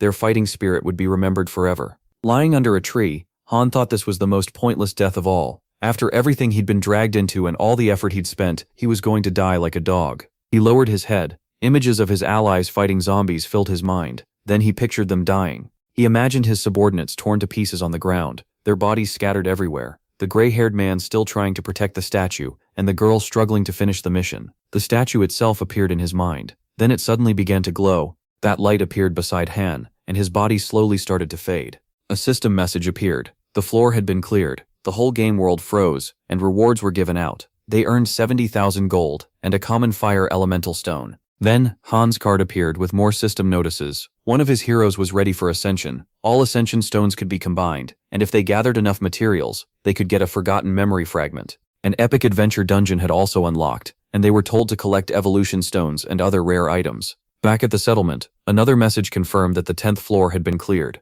MC suddenly opened his eyes. He stared at the wall from his bed and wondered if he was really alive. Then the scene shifted outside. A guy was sitting there. Han turned to him and asked what happened to his face. The guy looked back and said he was finally awake. They'd all been worried. He told him to explain what had put him in that state. The guy said he'd been thinking about why they were even fighting. The protagonist asked if he was really trying to find a reason. Lowering his head, the man said that when he went outside the walls, corpses had flooded the city. MC figured the NPCs must have died. He frowned, thinking the man had probably been pushed too far. Then the guy got up and said he was going to sleep. Tien lifted his cup and said he'd see that look on his face again tomorrow. With a smile, his companion said things would be better by then. After that, he slowly walked away, while he kept staring ahead for a few more seconds. Then it shifted to that evening. A big meal had been set out in the dining room. The girl looked at the spread in shock and asked if this was really breakfast. Her friend said Han had asked for the best food they could make. The protagonist asked if she really hated it, and the girl answered that if he was serious, she'd love to eat like this every day. MC looked away, watching the girl and his teammate. He thought they seemed okay now. Then he checked on the magician and figured she had settled down too. Looking at the guy across from him, he thought that one would need more time to recover from the stress. Sometime later, a system message welcomed him back to the game. More messages followed. Heroes were waiting for ascension. One hero was ready now, and to do it, Han needed an ascension room connected to the synthesis room. The synthesis room lit up, and a message asked if he wanted to add the ascension room and begin construction. He accepted. It was built, and now he could ascend his heroes too. Several crystals appeared in front of him, and messages said item synthesis had started. The crystals glowed brightly, and the fairy ended up holding one large completed crystal. She flew over with a smile and said he could now rise past the first star, then keep climbing to the 7th and conquer the tower. Han replied that he wasn't sure he could ever reach the max. Laughing, the fairy said if it were that easy, even Sarisa Zentham would already be 7-star. He imagined what a 7-star hero would be like, and lowered his head. He'd put so much work into this mess and still couldn't make one, so there had to be some special condition. Then the synthesis room opened, and a system message announced that the master was beginning ascension. The protagonist realized this new part of the synthesis room was the ascension room. He stepped inside, thinking that after this he'd have 2 stars, and that the stairs ahead must lead to the 2nd floor. As he walked in, he thought ascension was something hidden from the master's eyes. He figured that once the hero and materials were placed inside, time would pass, and the master wouldn't know what was happening in the room. Han walked to the altar and placed the crystal there. A second later, a bright flash blinded him. A huge magic circle spread across the floor, and a pillar of light shot upward. Han slowly opened his eyes. Memories rushed into his head. A man sitting in a chair with a child in his arms. MC grabbed his sword and demanded to know who he was. Then he reached out and felt a force field, realizing he couldn't get any closer. He kept watching, thinking about the child. Looking at the baby, he realized it wasn't him. Staring at the child, he thought this was probably the one who was meant to be here instead of him. As he moved through the rooms, he admitted he had no idea what was going on, but he couldn't waste time on it. When he went outside, there was nothing there. He stared in shock. This couldn't be real. There weren't supposed to be any buildings in the master's lobby. Then a gate started to open, and a fairy appeared. Han looked at her and said she was smaller than before. Then he asked what she wanted. She wanted him to enter the rift of space and time. He stopped at a door marked extreme difficulty. When he looked up, a system message said the adventure dungeon was opening. Then an unseen force dropped him to his knees, and warning messages appeared. Terrified, he felt crushing pressure as another message said fear had set in, and all his stats were reduced by 30%. His sword dug into the ground. He bit down on his lip. A red aura wrapped around him as he went berserk. After a hard breath, he pushed past the fear. For a few seconds he just stared ahead in shock. Then a level 99 dark being appeared before him, and said they had finally met. Han drew his sword and realized this monster was likely one of the things that dragged him here. He wanted to kill it on the spot, but one look at that level told him the truth. He had no chance. This thing wiped out his strongest 6-star team, with memories in under 10 seconds. The creature asked why he was not attacking. He should hate it. Clenching his teeth, Han shot back that if this was just nonsense, then send him home. The being smiled and said that was good. Without that much self-control, he would have died right away. A sharp pain hit the protagonist's head, and he muttered that the rise of heroes never goes normally. The entity stepped closer and said of course not, because he was special. A dark aura drifted toward MC, as it added that this place was its gift. Human legs formed beneath it, and it said the stage prepared for the great rancor was meant for him. Han stared in fear and asked who it was. A smiling girl's face appeared before him. She looked like a grown-up fairy, and with a smile, admitted she was not even sure how to introduce herself. He grimaced, thought she might be what the fairy would look like when older, and said she could just call herself disgusting. She smiled, made a chair behind her, and said that was pretty rude. Then she added that yes, he thought she looked like her, but she did not copy the fairy. She was made in her image. Pressing a finger to herself, she smiled, and said she was copy number 100,479. She held out her hand and asked if that number seemed familiar, like the game's download count. Han pulled out the CEO's business card. Clearly annoyed, he asked if this was some joke. The girl answered that she had over a dozen names and picked one depending on the situation. The protagonist stomped his foot, and she called him rude. Staring her down, MC asked if she was one of the ones who brought him here. With a smile, she said he hated her way too much. Even she did not expect him to get sucked in. She went on, saying there was no plan behind it. It was just an accident. Han snapped that he did not care. Send him back if she did not want to die. Smiling, the girl mocked him for threatening her, as a pathetic 1-star. He glared at her, and said that would change soon. The girl narrowed her eyes. Kicking at a puddle, she said maybe it would be better to kill him now. Then she launched a projectile straight at him.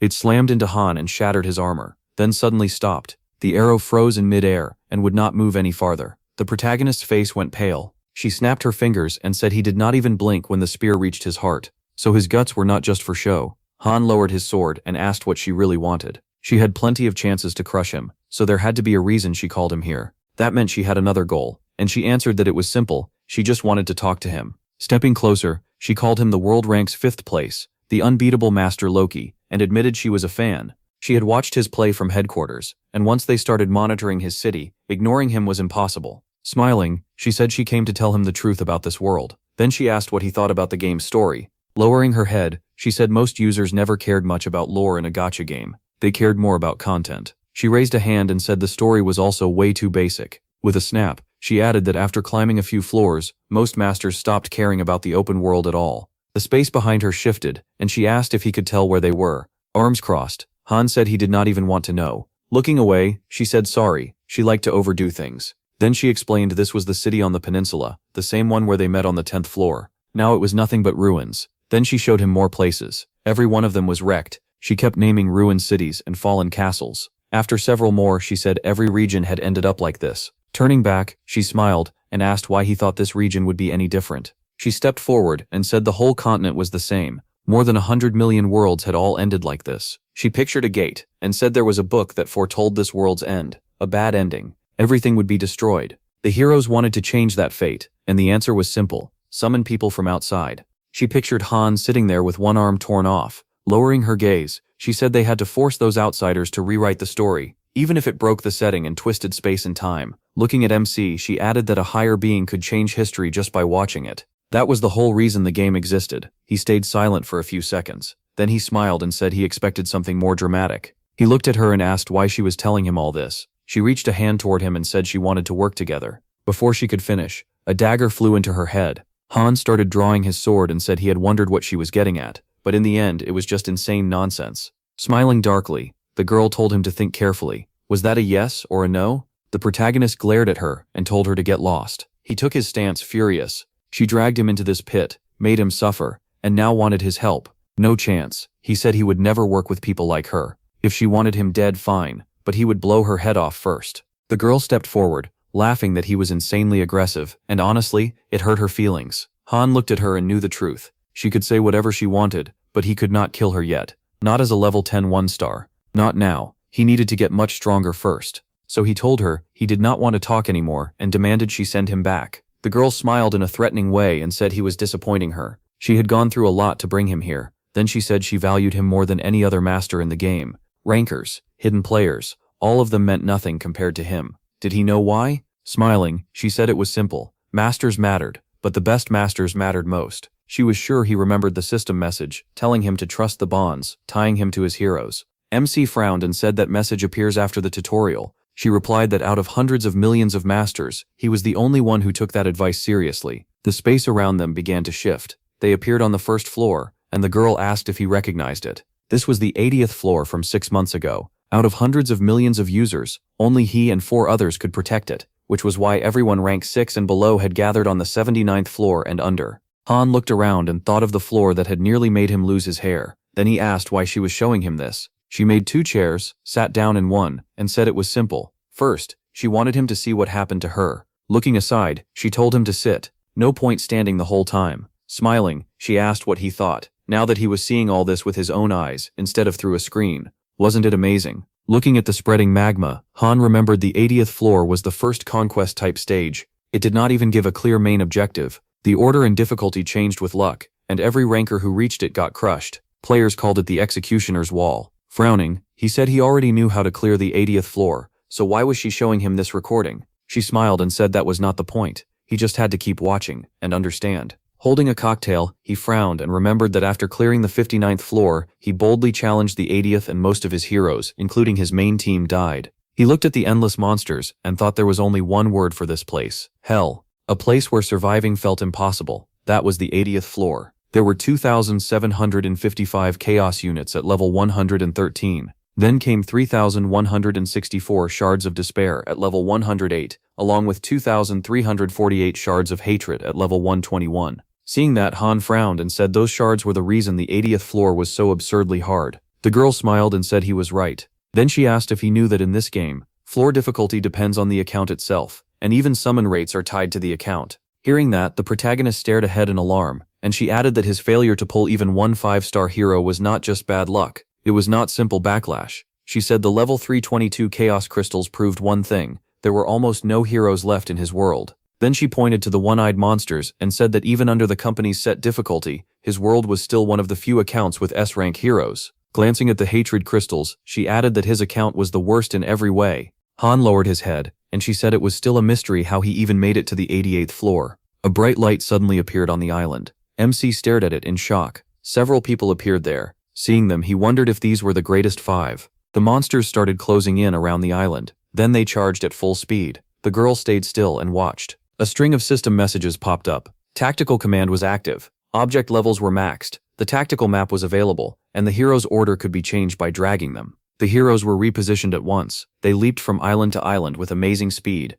Han quickly set up several defense points. She smiled and said this was the same tactic he used to clear the 10th floor. Taking support objects and pushing into enemy ground was hard, but the goal was simple: watch how they moved. Then she told him to pay close attention. Looking at the heroes, she said he should see what he meant to them. As they followed the route, she said that was why he was the one true master. Watching the path ahead, the heroes praised his orders as perfect as always. She looked forward and said she was right. Both they and Han already knew it. Then she reached out and said they had all sworn an oath. The girl with the bow grinned and called herself the king's arrow. Beside her, a man with a spear declared he was the king's spear. Another man stepped forward and said he was the king's sword. Then the girl with the book smiled and said she was the king's eyes. The knight drew her blade and added that she was the king's flame. A second later, the mission started, and the monsters moved. The knight swung her sword, and in an instant, huge numbers of enemies burned away. The girl laughed and asked if that wasn't amazing. They had truly given him their loyalty. Closing her eyes, she said these 6 stars were called the strongest on the whole server.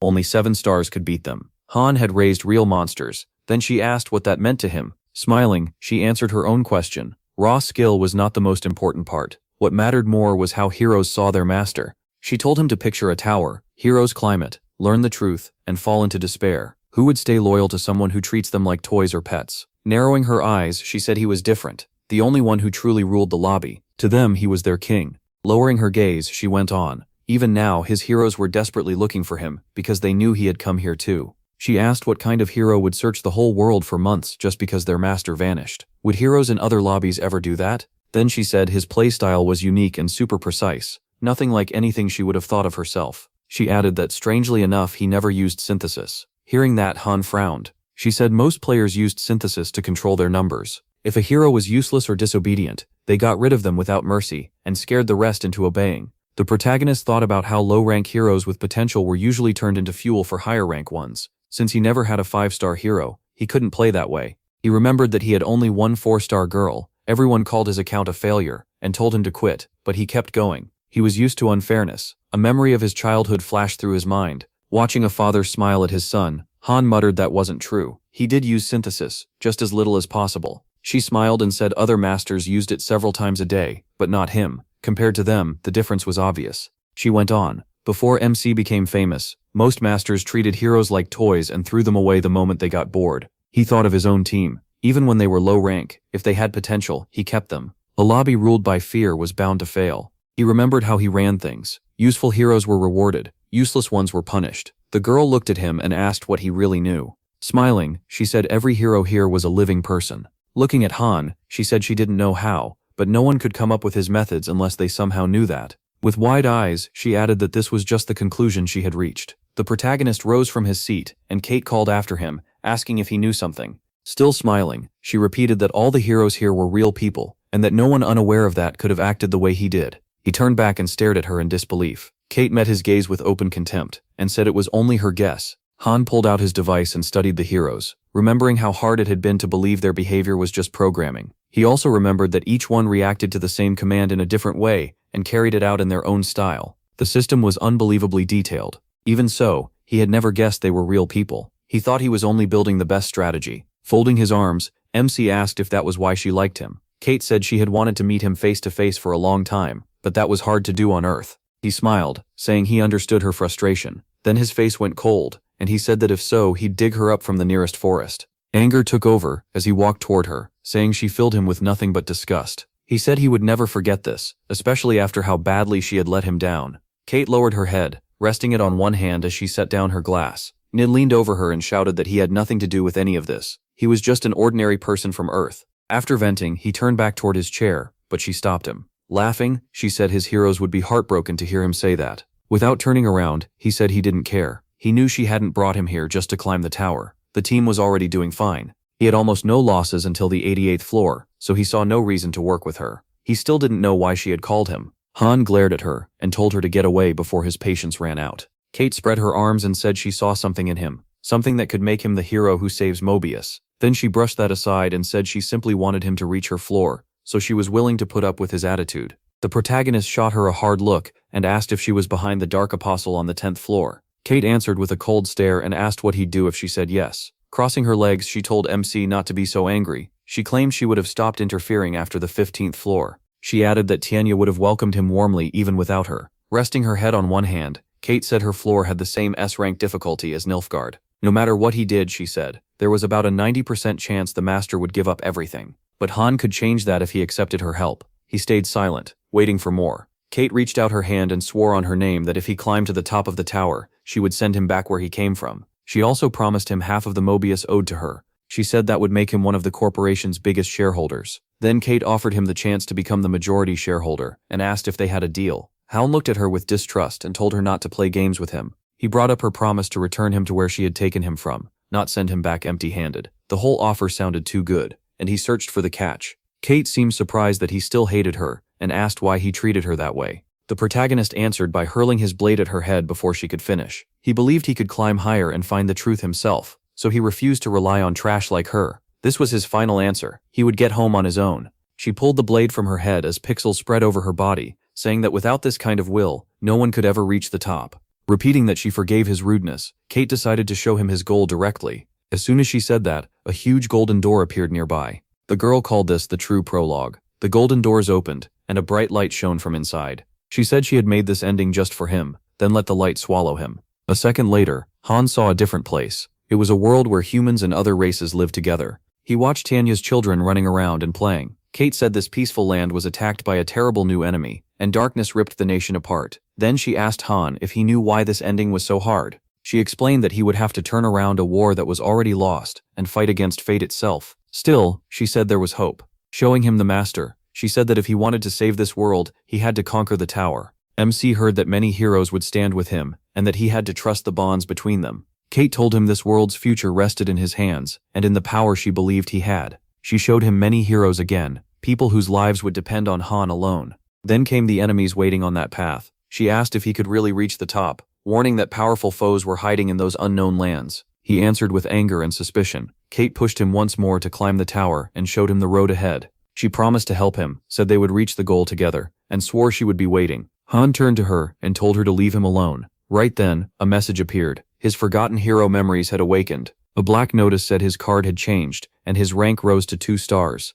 The protagonist looked at the pedestal in the middle of the pattern, relieved it was finally over. Another system message congratulated him on his new level and upgraded skills. Edward looked over, happy his traveler had come back at last. He asked what MC saw, and MC only said it was a growth stage. Edward would go through soon enough. Han asked how things went for him, and Edward said it was the usual. He knew Edward wanted to get back to his little sister. As for himself, his goal had not changed. Climb the tower and return to Earth. Tired, the protagonist went to sleep thinking nothing had really changed except his mood. He swore that whoever dragged him here would pay, even if he still did not know the name. The next morning, MC woke up to a system error notice. It apologized for the trouble caused by a major server issue. He remembered that masters on the lower floors had been dealing with disconnects, so the notice was there to explain it. Han was sure it had something to do with the Dark Apostle appearing on the 10th floor. Then he saw another message, compensation for the error, worth 50,000 gold. Iolka popped up happily to congratulate him on the promotion, but after one look she asked what was wrong. He looked miserable.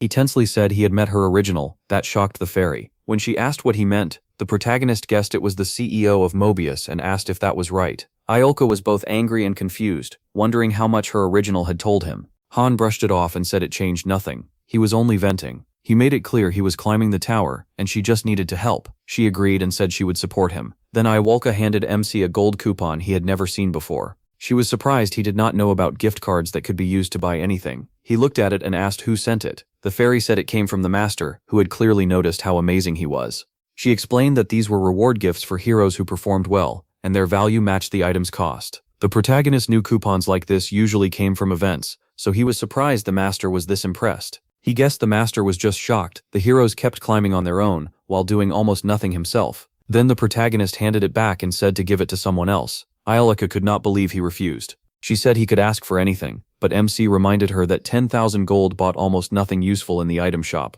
He asked if she had anything else, because he was not interested in that. The fairy told him to wait a moment. A system message appeared before Han. It said a statue had been bought with the gift card. Iolfor placed a horse statue in front of him. He read the notice saying it was a gift from a hero's admirer, then asked what it was supposed to do. Iolfor said it was simply a gift from the master. The protagonist tossed the trinket to the floor and walked off, thinking a gift should at least be useful. He figured the other heroes would be upset if only one person got rewarded, so anyone who did well should get something. Then he looked at the broken wooden horse and decided that random gifts would not make everyone happy either. If he could not use it, he did not want it. Later, lying in bed, Han thought that even he knew what kinds of gifts would make all the heroes happy. He scolded himself for thinking that way and decided those thoughts did not suit someone like him. Then he found himself standing before a huge portal and wondered why he was not even surprised. Someone called for the rift in time and space to open. MC sized up the situation and realized his low level was no longer the main issue. The real danger was the enemies on their own side.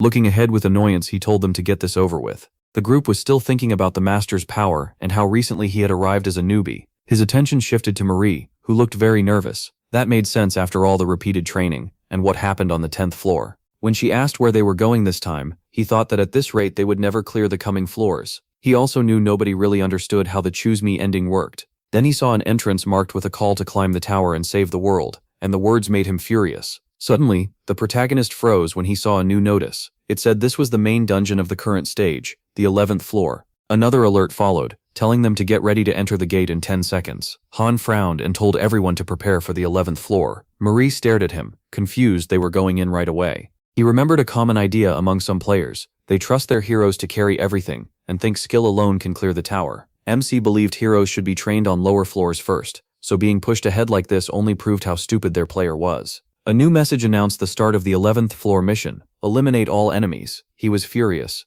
Their player clearly thought he was experienced, yet with an idiot like this as master, he could not imagine reaching the 100th floor. His card was now 2 stars, tying him with the group's strongest unit. They arrived in a graveyard at night. Skeletons started clawing their way out of the graves, weapons already in hand. These monsters were hostile and level 11, making them dangerous. Han quickly judged the field and ordered everyone into position. His allies lined up behind him, gripping their weapons and staying focused. Several skeletons rushed the heroes. Even with the danger in front of him, the protagonist stayed calm. He knew luck had put him here, and now he had to prove he deserved that chance. One skeleton after another fell to his attacks, but Han knew that if stronger enemies showed up, victory would take a long time. The defeated skeletons burst into flame. That made him remember his first fight against a 4-star enemy, and how the master had fused it with him. He also remembered that 4 of the 5 heroes he got last time had died, but even that did not make the master a total failure. Nearby, Jenna kicked a skeleton away, clearly fed up with how tough and irritating these monsters were. MC kept fighting while thinking back to the start of the game, when the master worked hard, building, training heroes, crafting items, and following MC's strategy. But after the 5th stage, everything changed, and the master started acting differently. Nate fought beside him as they held off the skeletons together. He remembered that after clearing a mission everyone was supposed to die in, the master lost his direction. Marie shut her eyes and focused, summoning a fireball in her hand. He kept thinking about the master's mistakes, pulling hero summons 5 times without meeting the needed conditions, then sending them to the 10th floor without proper upgrades. Even so, the protagonist and the others beat their enemies and stood over the burning bones, breathing hard but satisfied. To Han, the master's biggest problem was simple. He mixed up his own talent with the talent of his heroes. He started leaning fully on his heroes and forgot he had his own part to play. In that fight, Sean proved he was the top player and leveled up. A glow wrapped around him as fresh strength filled his body, and he was glad to finally move up another level. Night still hung over everything. Sean leaned on the wall, folded his arms, and called for Yulka. The fairy showed up at once, her voice sharp.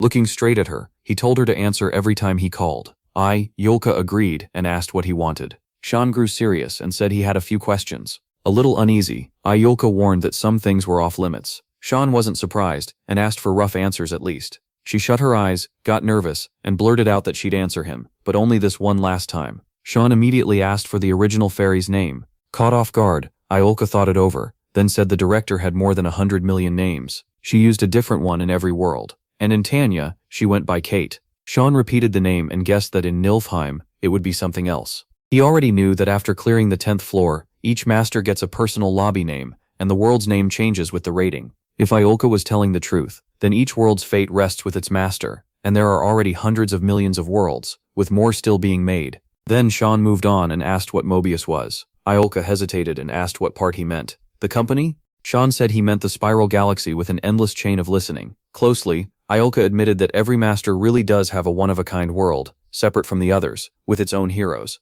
Sean stared at her and said he knew Kate, then asked who she really was. He also wanted to know if a master had to be a normal person. Yolka answered that only someone living on Earth could become a master. But Sean said that wasn't what he meant. He wanted to know if Kate had done something bad to the master. Yolka couldn't answer clearly, and that silence said enough. As soon as Sean asked, Yolka got angry. She seemed to think Kate really might have harmed the master, and asked for a minute to check. Then she vanished. Left alone, Sean lay on the bed, shut his eyes and waited. He knew there was no use digging deeper into Mobius right now. He put his hands behind his head and settled in. The fire crackled softly. Before long, Yolka came back and proudly said the master was just an ordinary user, so there was nothing to fear. Sean asked if she was certain. She said she'd confirmed it with another director, and added that this kind of interference was very dangerous and needed a lot of conditions to work. Sean dropped his head onto the pillow and said he got it. Later, during training, Ursher swung his weapon and called for the duel to start. Sean landed the first hit and thought again that all the master's failures came from bad play. Then Ursher's weapon flashed at him, but Sean slipped away. That only made him surer. His partner kept pressing him, and Sean blocked with his shield.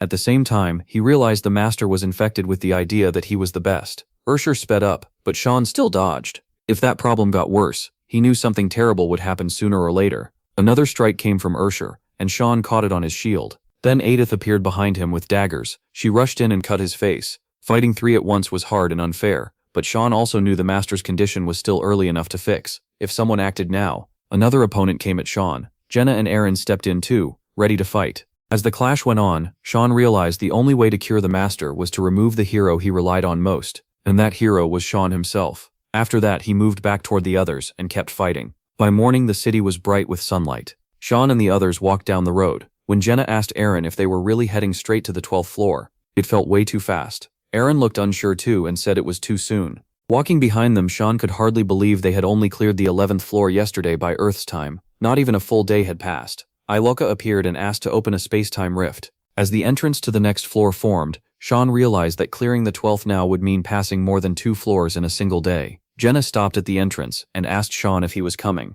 He closed his eyes and asked Yolka which floor the master had picked. Embarrassed, she said it was the 12th. Sean narrowed his eyes and said he already knew that. The others looked at him, confused. Sean knew the heroes could push back or ask the master for help. So he folded his arms and told Yolka he refused to go. Yolka stared at him, shocked. Sean met her coldly and made it clear he wasn't joking. Jenna looked stunned and asked if refusing was even allowed. She thought they had to obey no matter what. Sean told them a choice can always be refused. You just have to accept the punishment after. Dantu mutanto. Jenna said people who refused before were dragged in by force. But Sean answered that those players simply didn't know the rules. Yolka snapped at him to change his mind because it was dangerous. Sean fired back that throwing them into dungeons like this wasn't exactly safe either. She started protesting, but Sean cut her off and said he already knew what she was going to say. The gate glowed bright blue. Sean understood he could refuse the dungeon but not synthesis. If the master lost his mind, he could easily feed Sean to a more obedient hero. Even so, he firmly said he wasn't going. Edith got angry and accused him of leaving them behind to fight alone. Sean answered that was their choice. He wouldn't stop them. The others stared in shock. Aaron gripped his spear tighter and said that if Jenna stayed out, then he would refuse this round too. Jenna stretched and said she was disappointed in the main hero for not telling them sooner that this was possible. Then she refused as well, leaving Aaron staring at her in surprise. Edith didn't want to be left alone, so she refused too. A notice appeared, saying the group could not be used and that sometimes heroes can refuse to obey. The master can either accept their wishes or punish the heroes. Sean looked ahead with a grin and said they were free to try punishing him. Iolka was stunned and admitted she hadn't written that. Jenna turned to Sean and asked what they should do now. He looked away and waited a moment before answering. Then he gave a faint smile and said they should wait and see. The master's eye appeared above them, and Sean added that they should wait for the player's reaction. Everyone looked up at the huge eye in the sky. Sean figured the master had no clue his heroes could reject orders.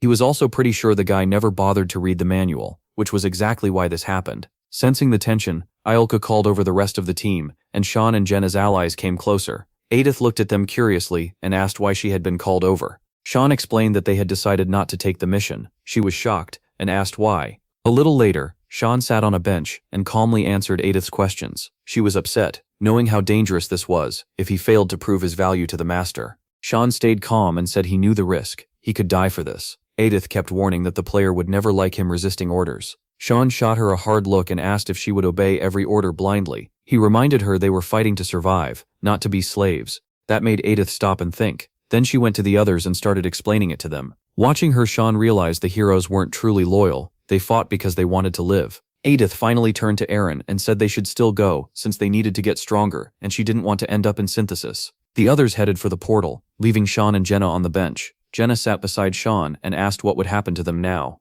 Sean answered honestly that he didn't know. It all depended on the master. He added that if he got synthesized, she should give up and save herself. Jenna looked at him proudly and said he'd outlast everyone. Aaron backed her up, and Edith added that Sean had plenty of willpower. Sean closed his eyes and smiled, proud of how much his friends had grown. A warning popped up in front of Sean. One teammate was bleeding and slowly losing HP. Then 2 more alerts appeared. Right away, he understood floor 12 was far harsher than floor 11. His teammates came back through the gate, battered and barely able to walk, leaning on each other as they made their way over. Sean glanced at Eddie's and asked how she was feeling. She stayed quiet for a moment, then finally called his name. Her expression turned hard. Looking at the others, she asked how anyone could refuse an order. Sean just smiled and said disobeying was actually pretty simple. Then a notice appeared. Eddie's had refused to join in, so the second group could no longer be used. His allies could barely stay upright, holding each other up. Izel was horrified and started to panic. Sure, things were only getting worse. Sean, though, laughed and pointed out that both main teams were down, so the master now couldn't enter the weekly or the exploration dungeon.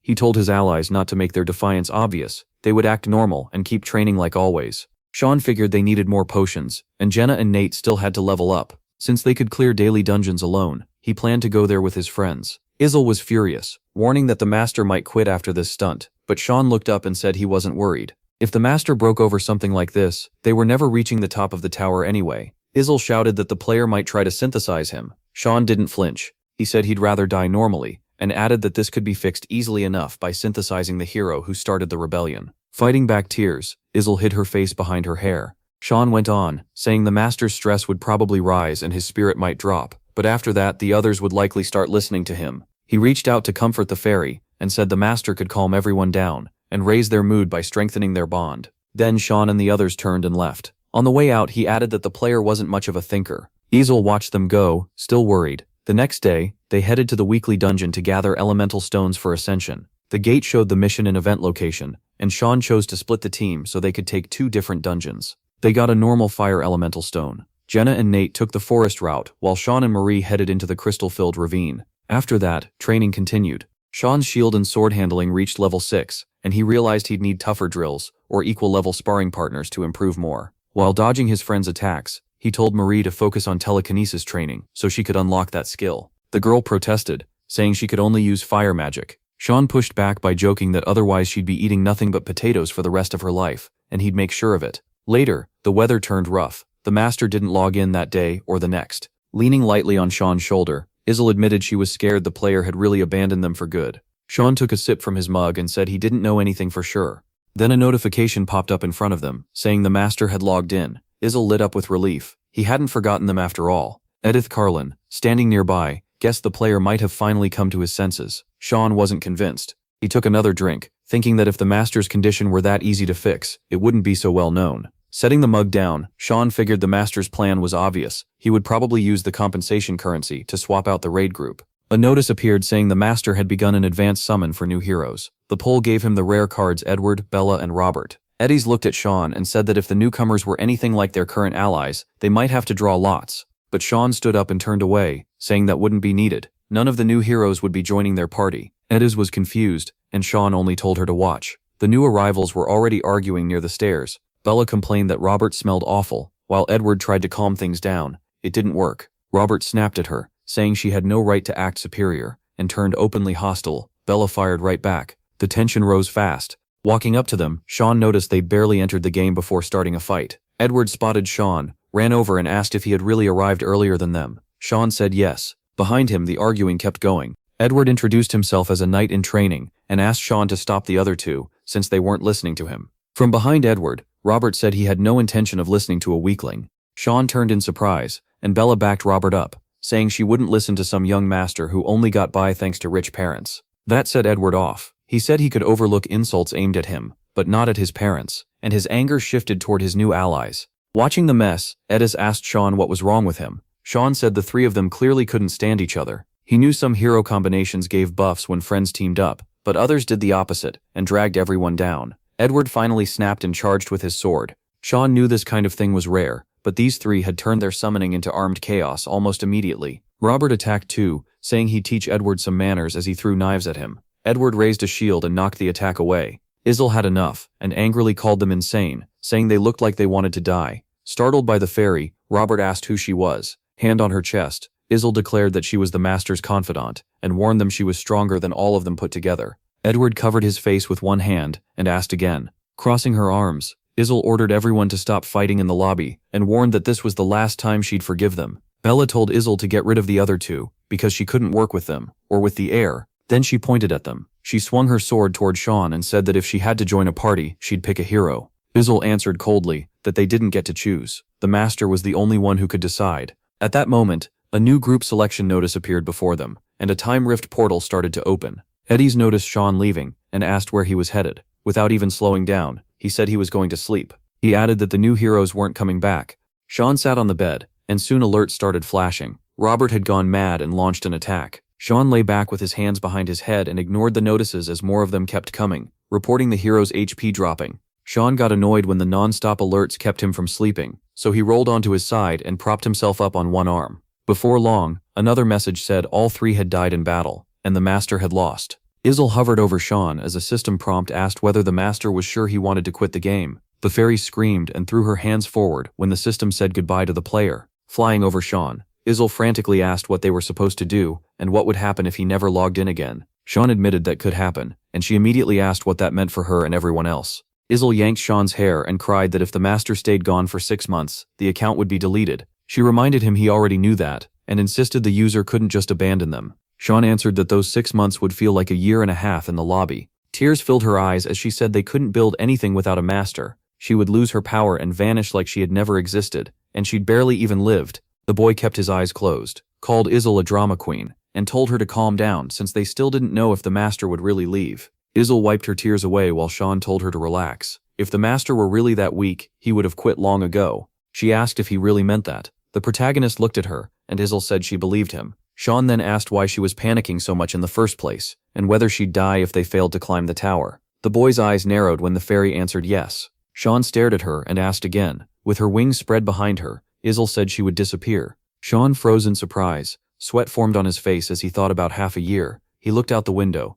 thinking about Nilfor and realizing there wasn't much time left. The next day, a system message appeared, pushing him to buy it now because Mobius was cheering for the master to succeed. A new prompt said the triple gold pack had been selected. It included 5,000 diamonds and 3 gift cards for 90,000. The next system window asked if it should go ahead and charge 90,000 from his account. A blonde man appeared in front of the main character. A system message announced an advanced summon. The master was eager to see which hero he got this time. A bright flash burst through the building with a loud bang. Nokken smiled, looked around, and joked that there were girls here. Right after that, the system confirmed he was a rare hero. The bearded man calmly said this place was interesting, but food came first. The system marked him as a rare hero too. The gray-haired man asked who was in charge, then told him to lead them to the shelter. The system also listed him as a rare hero. Sean looked at the blonde recruit and said the newcomers needed a lesson. When he asked if he wanted to handle it, the man refused. Behind Sean, Nokken mouthed off asking who they were and whether they wanted to die. Sean cut him off and told him to save it for the training ground.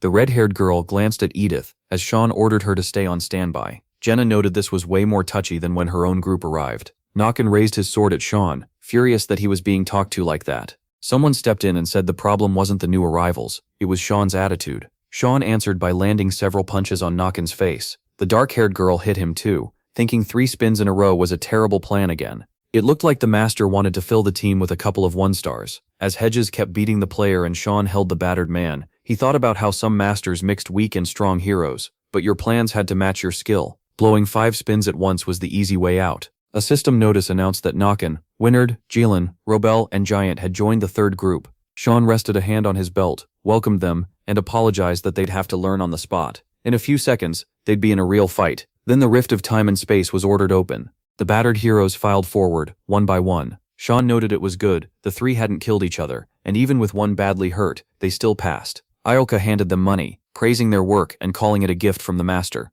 Sean figured the rookies had learned their roles pretty well. A few days passed. Walking behind Sean, Jenna asked if he thought they were in danger. He told her to explain. As the heroes sparred nearby, she said those people could take their spots. Nakin looked away. The moment he noticed Sean, sweat broke out on his face. The blonde man turned toward the others. With Jenna still behind him, Sean told her to leave them alone for a bit. Nakin stood before his teammates, as Sean thought time was moving fast. They still lacked a mage, but the lineup was solid overall. The third group kept growing without a single loss, and the master's plan seemed to be working. Arms folded, the blonde man asked if they knew why those guys weren't being sent on missions, then answered his own question. The master had abandoned them. His teammates sat at the table as he went on, saying they'd pass them soon with a few more levels. The mage was the one exception, since their group needed her. When Jelen asked if the team wasn't already full, the bearded man said 2 of them were useless trash and 1 could just be kicked out. Nakin yelled in shock when Sean remarked that it was an interesting opinion. Standing behind Sean, the blonde man asked why he was there. Sean casually said he came for water,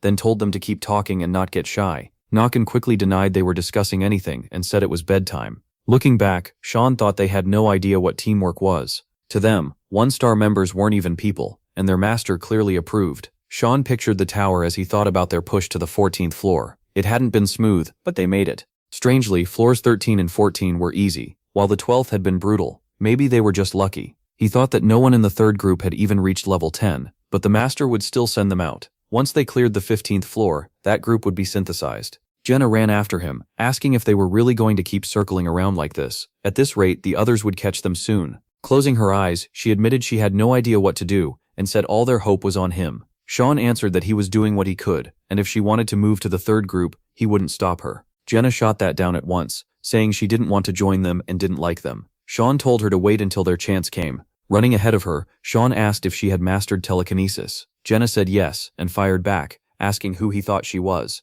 Jenna lifted one finger, and nearby objects glowed with purple energy. Sweating, she said it was easy. Sean praised her progress, amazed that she could cast without saying a command. She had to be at beginner level now. A blue barrier formed overhead, and Sean realized the master still wasn't improving at all. He thought about the crowded lobby. New building slots had opened after the 10th floor, so it was time for level 3 buildings. But the master showed no sign of doing that. While heroes fought among themselves, Sean decided all his focus had to stay on the third group. As light spilled into the room, he thought the prep for the 15 3-to-floor raid was going well. Watching Chloe near Jelen, Sean realized the new members knew the master favored them, and their real nature was starting to show. For now, it was small stuff. Ordering the girl to bring more meat, or stealing a sofa from the shared dining room. But if they cleared the 15th floor, things would get much worse. A shout spread through the settlement. The third group was ordered to gather in the square. Nakin and Jelen grinned and said it had finally happened, and this would be easy. A system message ordered the third group to equip basic health potions. Sitting beside Sean on a bench, Jenna complained that they had worked so hard,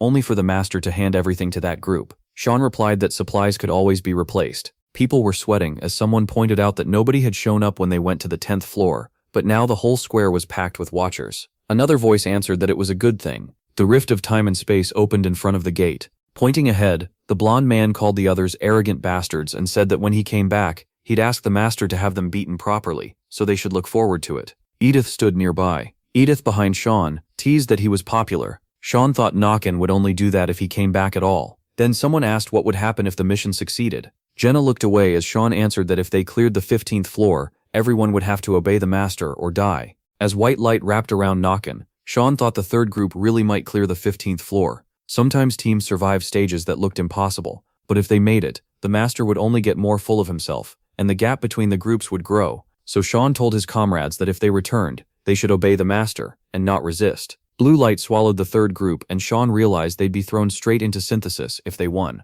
Nakin just grinned and said it was time to kill. Sean thought about the two outcomes: clear the floor or die trying. This was one long roulette spin. Then the blonde man froze in fear when he understood where he had arrived. The dark-haired man folded his arms. Jenna sat across from Nate. Worried heroes gathered near Edith. The blonde man stood with his arms crossed. Sean folded his arms and counted the time. It had been 5 minutes since they entered, and with no system alerts yet, maybe they were doing fine. Then his eyes suddenly widened. A system notice declared total failure. The group was dead. Nakin, Venard, Jelen, Robel, and Giant had returned to God's embrace, and their fighting spirit would be remembered forever. Sean wondered if everyone in the third group had really died, when another message confirmed it. The third group was destroyed, and the master had lost. Staring ahead, Sean blurted out that this had been a special mission. It had only taken 5 minutes. Jenna hurried over and asked what was happening. A system message asked whether the master wanted to exit the game. Aolka, clearly shaken, said the master had thrown his phone. Then the system said goodbye to the user.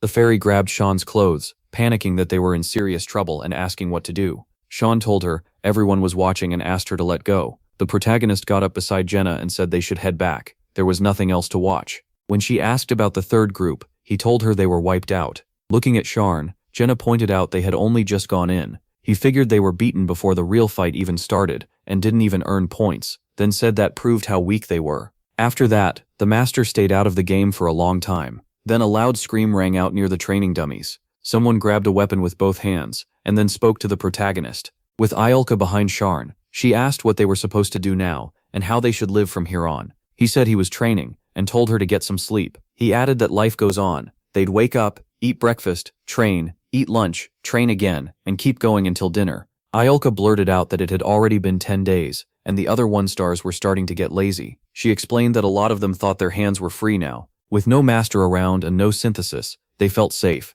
and except for a few people, nobody was even entering the weekly dungeons. Touching his chin, the protagonist said 10 days had passed in the lobby, which meant only 3 days had gone by in real time. Just then, system messages popped up saying the download was complete, and it was time to act, followed by a welcome back into the game. Aolka nearly cried from happiness and turned to the master while Sharn asked if he had really come back. A bright flash appeared over him. The protagonist cracked one eye open as another system message said a screenshot had been taken, and the image was saved to the gallery. Then a message asked if the master wanted to leave the game, and the system immediately said goodbye. Aolka glared at him and snapped, asking if he really came back after all those days just to do that. Still worried, she asked if he was really quitting again, but Sharn pointed out that the master hadn't shown up for nothing. He took a screenshot. The protagonist looked aside and asked how Sharn knew that, then guessed it was probably meant as a keepsake. Standing next to him, Aolka was asked to remind him what her hobby was, and she said she liked searching for things online. He lit up and asked if that meant she could use the internet. She said yes. The fairy folded her arms. The protagonist's eyes brightened as he said he needed her help with something.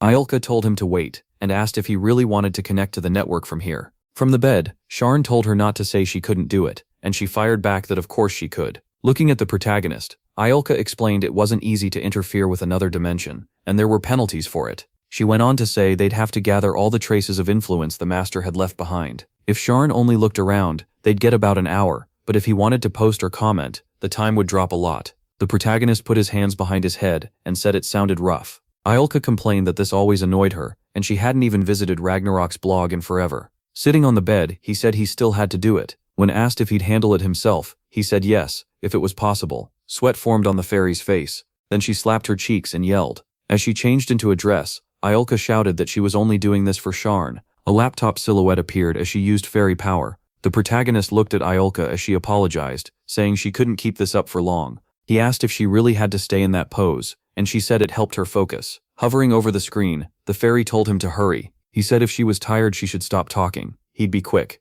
In front of him was a computer screen, and he thought about how long it had been since he last visited it. The page was packed with game info, and Sharon chose to check the help board for requests. A grin spread across his face. Seeing the post with the screenshot and the master's name, the protagonist realized his guess had been right. Sharn stared at the player cards, wondering if that portrait was really his, if he had truly entered the game, and who could have drawn it, then figured it had to be AI. There were tons of comments, and he realized plenty of people were judging the master. Aolka raised her hands as Sharn decided he didn't have much time left. She was already at her limit. He placed his hands on the keyboard, thinking that if he could send the master all his game data from the cloud, he might be able to change things. A cursor blinked on the screen. Soon, Replies started piling up under his message. Iolka threw her head back and screamed, and Sharn realized he should have posted it anonymously. The fairy collapsed onto his bed while he praised her, and said everything was set. She asked if it really worked, and he said that depended on how the master responded. Looking worn out, Iolka said it sounded like Sharn had sent him something, then asked what it was. He answered that it was his gameplay records and related stuff.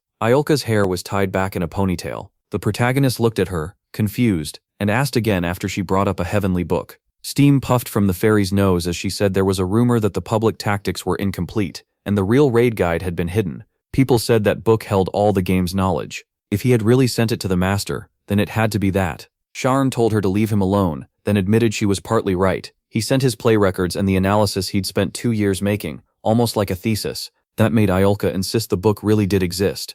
Sharn said he couldn't claim it covered everything about the game, but it did include everything he had managed to record himself. He thought the pile of notes was huge, and he had never meant for strangers to read it. Still, he decided that if the master read it and could understand it, things would get very interesting. The protagonist gave a mysterious grin. He wondered what the master would do next. Lose interest and never log in again, or come back and try once more. Then a system message appeared saying the download was complete, and that he needed to touch it, followed by another welcome from the system. A dagger spun through the air. With his hand set in front of him, the guy thought that he was finally back. A fairy appeared in front of him and spoke to him. Holding a horse statue, she explained it was a gift from the master. A system notice confirmed that the battle comrade statue had been bought for 5,000 gold and given to the protagonist. The boy held out his hand and asked for it, then wondered if the master would break it again like last time. Holding the statue, Sharn said that before sending the document, he had changed the ending a little. Looking pleased, he explained that he wrote the master should give the battle comrade to the hero he liked. A few times. Then a system message said the boy was happy to receive the statue,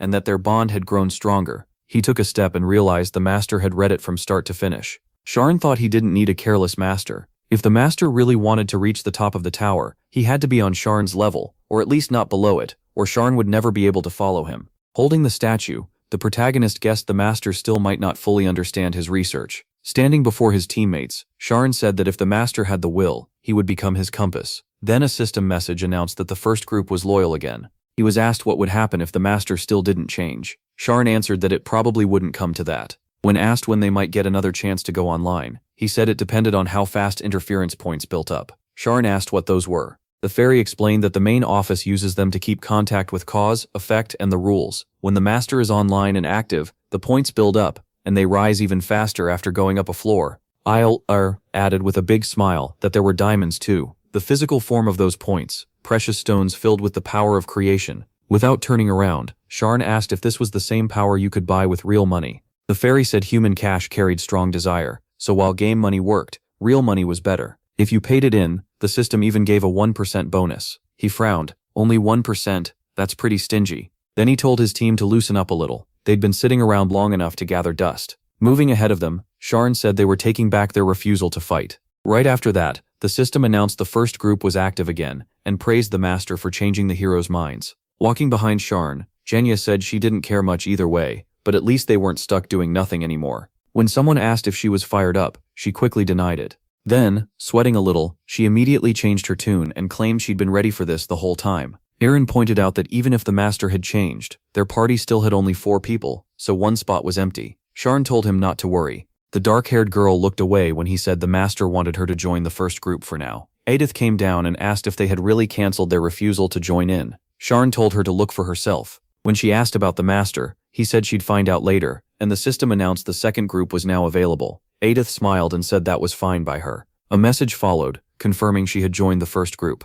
As the rift opened, Edith warned Sharn that she couldn't stay with them long. He said that was fine. Once they cleared the 15th floor, she could go back to leading the second group. The system announced they were entering the main dungeon's 8th floor, and told them to prepare. The gate would open in 10 seconds. A bright flash swallowed them. The system identified the area as the 8th floor. Mission type conquest. Goal: wipe out every enemy. Aaron said it out loud in surprise, and Sharn answered that this was the time to show what their training had done. A beast braced itself to attack. Goblin riders charged in, yelling as they rushed the group. Jenna raised a hand and ordered them to spin. The goblins cried out in shock. They were hurled into the air, screaming. A wave of mud rolled out in front of them. Jenna drew her bow. Her arrows tore through the monsters, while Marie followed up, hands raised as she used Ignite. A huge burst of fire exploded into the enemy line. Shielding his face, Sharn realized she could now cast in 10 seconds what used to take 40. He called this their final phase. He finished the rest with a few clean strikes. As blood sprayed, Edith asked why he had called her here in the first place. The floor was cleared. The system said Aaron and Marie leveled up, and the team earned 5,000 gold plus leather. Sharn looked away, thinking that Jenna had become such a solid archer that he could finally trust her to cover his back. Jenna asked Edith if she was bored, but Edith said it was actually fun to watch. Sharn figured she still hadn't fully settled into the group yet, though she was smart enough to find her place soon. Marie, eyes shut, groaned and asked if they were done for the day, because she was tired of casting. Even as the system praised her as the best player, Sharn could tell her control over magic had improved a lot compared to before. He pulled her along anyway and said they weren't done yet. Marie complained that she was exhausted, but Sharn told her this next part wouldn't be hard work. She shot back that she didn't believe him since he tricked her every time. They arrived at a place set up for research. Then the system informed the master that one hero was suited for studying and suggested starting research, since it helped the lobby run better. Marie guessed they had entered some kind of magic room. With her hands on her hips, she demanded to know why he brought her there. Sharn reminded her he'd said she wouldn't need to do anything physical. Then he told her she'd be doing research instead. The system explained they could study hero reactions, building expansion, and dungeon depth. It also said sending heroes to the lab would earn research points. Then asked if he wanted to assign Marie, since she was recommended for it. A fairy popped up beside Marie, making her scream. Marie nervously told Iolka not to appear like that again because she scared her. Iolka snapped back that she wasn't showing up by choice, so Marie should deal with it. Iolka pointed to the setup and said all Marie had to do was solve the problem and place the answer in the container. Marie asked why she had to bother when she already studied this at the Magic Academy. Iolka shot back that it was the master's order, so she should obey, unless she wanted to be kicked out. Sharn opened the book in front of him. Marie rested her face in her hand. The system reported they had gained 1 research unit. Current speed was 10 units per hour, and it would cost 10 diamonds every hour. Blue fire lit up inside the cauldron. Watching her, Sharn thought 10 an hour was terrible, but not surprising. Her research ability was basically 0. The system then set her schedule to 3 hours a day, and warned that too much research time could upset the researcher, since heroes had lives outside this place too. Marie gaped when Iolka told her she'd be working 3 hours every day. She cried that her brain would melt, and the system marked her as dissatisfied. Frowning hard, Marie argued that this wasn't easy at all. She said she was already dying trying to solve it, and felt like a slave. Sharn had to admit she had a point. Her schedule was packed.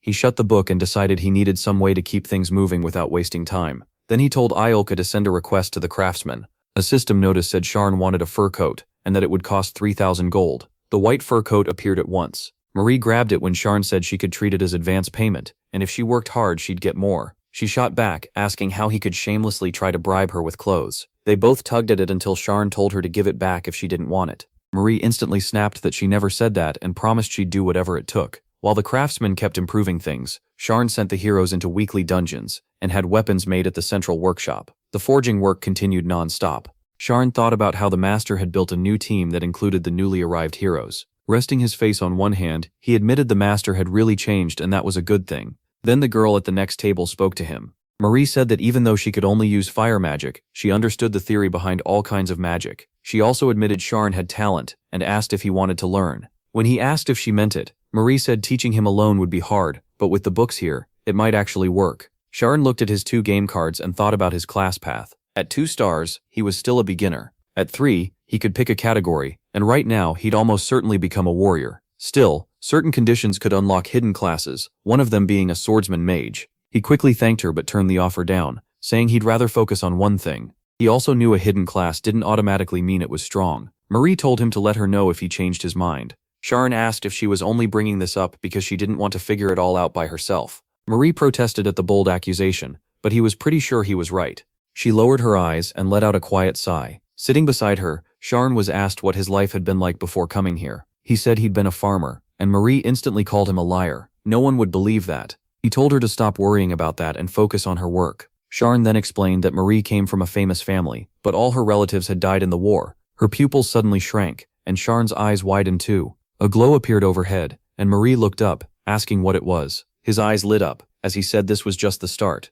A system message popped up. Hero reaction research had reached level 1. Right after that, the system announced that the goddess had blessed the lobby. Marie stared at the glowing speck in shock. Sharn showed 3 cards and explained there were only 3 research choices. The master had spent 30 points on hero reaction research. Marie dropped down by the table and said she felt sick, asking what was happening. Sharn told her to try opening the stats window. The window appeared in front of Marie, and she let out a scream. He told her that was exactly it. Her skills were all listed there as numbers. Sharn remembered why this mattered. The third group had died because they never understood the mission, and none of the heroes could see system messages or clear conditions. Hero reaction research fixed that. While Marie nervously checked the window, Sharn asked if she could see her strength, intelligence, HP, agility, and skills. She said one of them was mid-level magic, telekinesis. Sharn said those were her abilities, then told her to come with him. They needed to tell the others. As he moved on, someone suddenly screamed about a ghost. A blonde hero panicked, yelling that a weird glowing ghost ball was chasing him. Sharn grabbed him from behind and told him to stop being dumb. It wasn't a ghost. The blonde still asked what it was. The spark drifted toward his chest.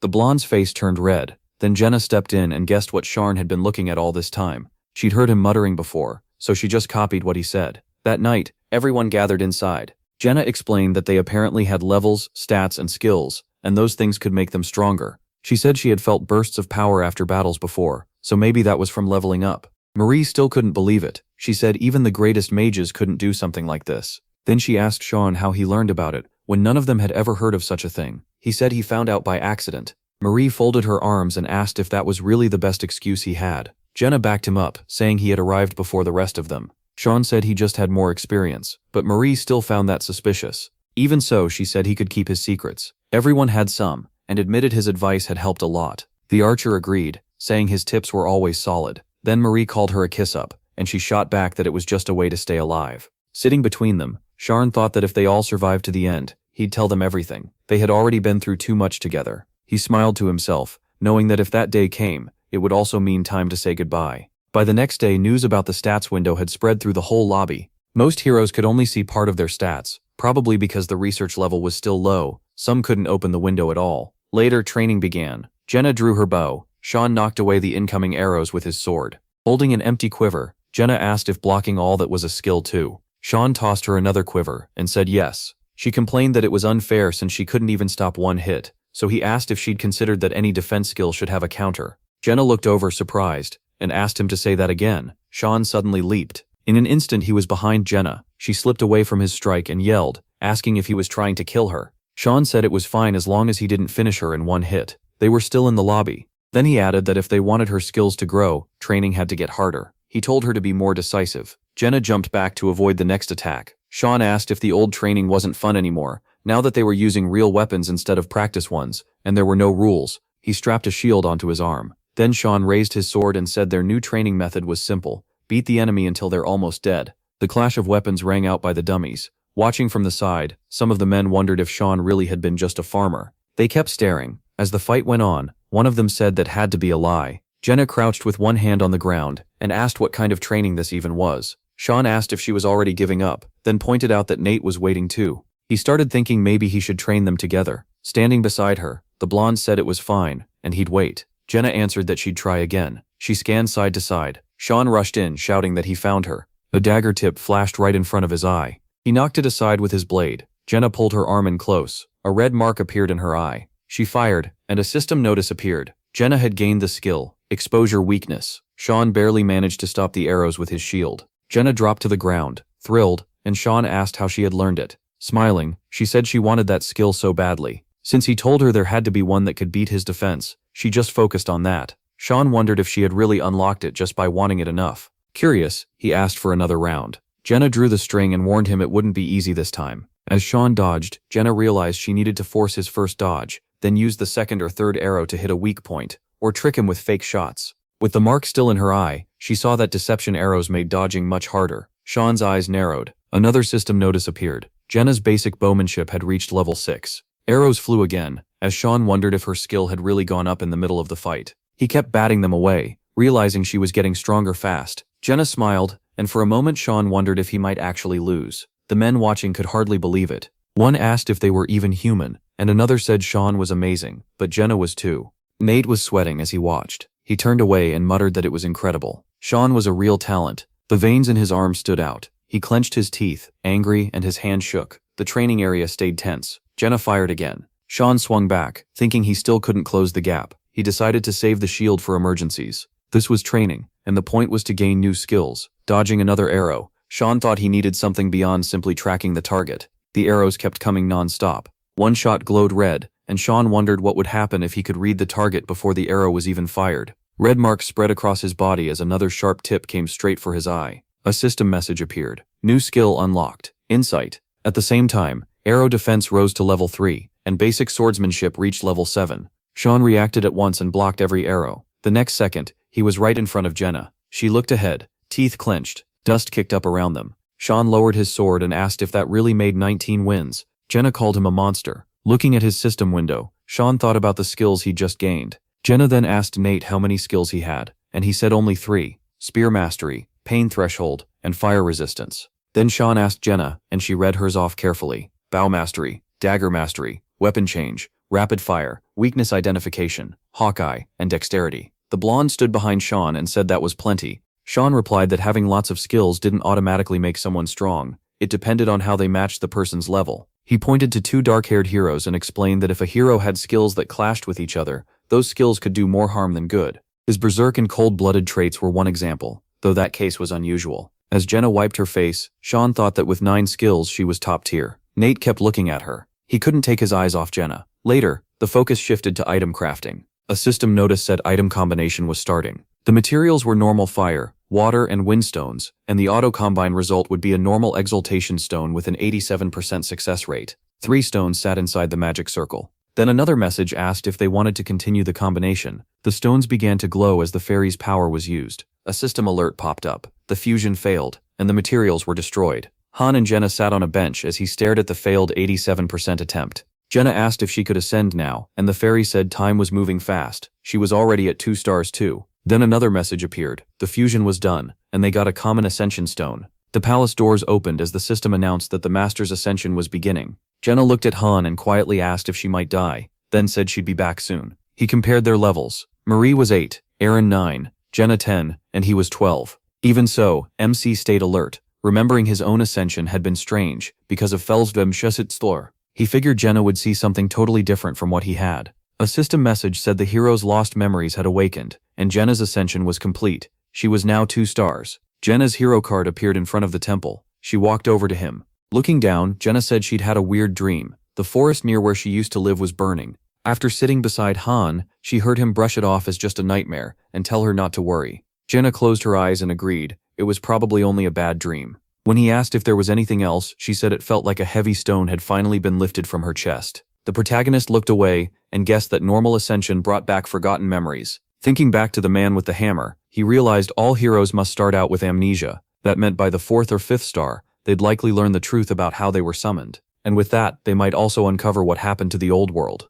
A little later, Aaron cleared his ascension too, and his hero card appeared. Han had no clue what kind of dream Aaron saw, but it clearly fired him up even more. Standing beside MC, Aaron asked if he still wasn't leaving yet. MC said he still had things to do. Aaron pointed out that he was already training harder than anyone and should ease up, but he was told this kind of overdoing it was normal for him. Sweat ran down his face. Then a system notice appeared. Berserk mode had activated. Han slammed the dummy with a flurry of hits. Aaron glanced away, then lowered his head and started to leave. Facing the dummy alone, the protagonist thought about how weak he still was. He'd gotten stronger, but he still couldn't focus his power where he wanted. Berserk made him stronger, sure, but it also weakened his skills and messed with his control. He thought about skill synergy too. If 2 skills could truly work together, they should merge into one, just like sword and shield basics. Edith came by late at night and pointed out he was still training. Han asked what brought her there so late. She said she wanted to ask something before they headed to the 12th floor. Was it true his team hadn't been fighters at first, that Jenna was a forester, Aaron a hunter, and MC a farmer?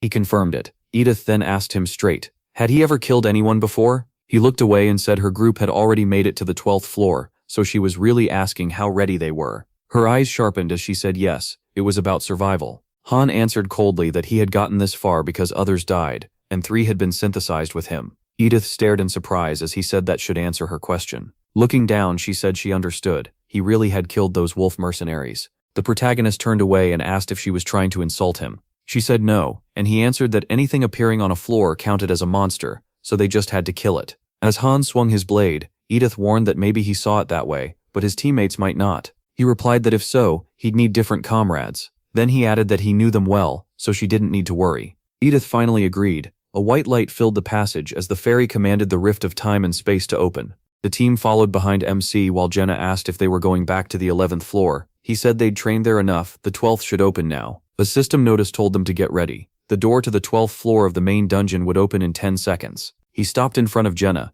and told everyone to just do their part, no matter what happened. She said she understood. He told her that if she knew that, then she needed to do even better. A bright flash burst out. Blue light wrapped around the group as a system message appeared. Mission type suppression. Objective: eliminate all enemies. Jenna looked around and asked where the enemies were, if this was a suppression mission. Then she turned, froze mid-motion, and her eyes tightened. Han's eyes widened and he shouted for everyone to stop. Soldiers with spears were already in front of them, ordering them to drop their weapons and identify themselves. A notification labeled them as level 11 human soldiers. Sweat formed on Jenna's face as she asked what this meant. The soldiers halted in front of the group. Edith looked away, annoyed. Jenna stared off in shock. The squad facing them wasn't monsters, it was human soldiers. Han narrowed his gaze. The others looked tense. Aaron blurted out that these weren't monsters, they were people. From behind the protagonist, Aaron asked if they really wanted to fight. The protagonist said that wasn't the point, they should at least try talking first. Marie backed him up, saying they might learn something about this place that way, and they couldn't just attack.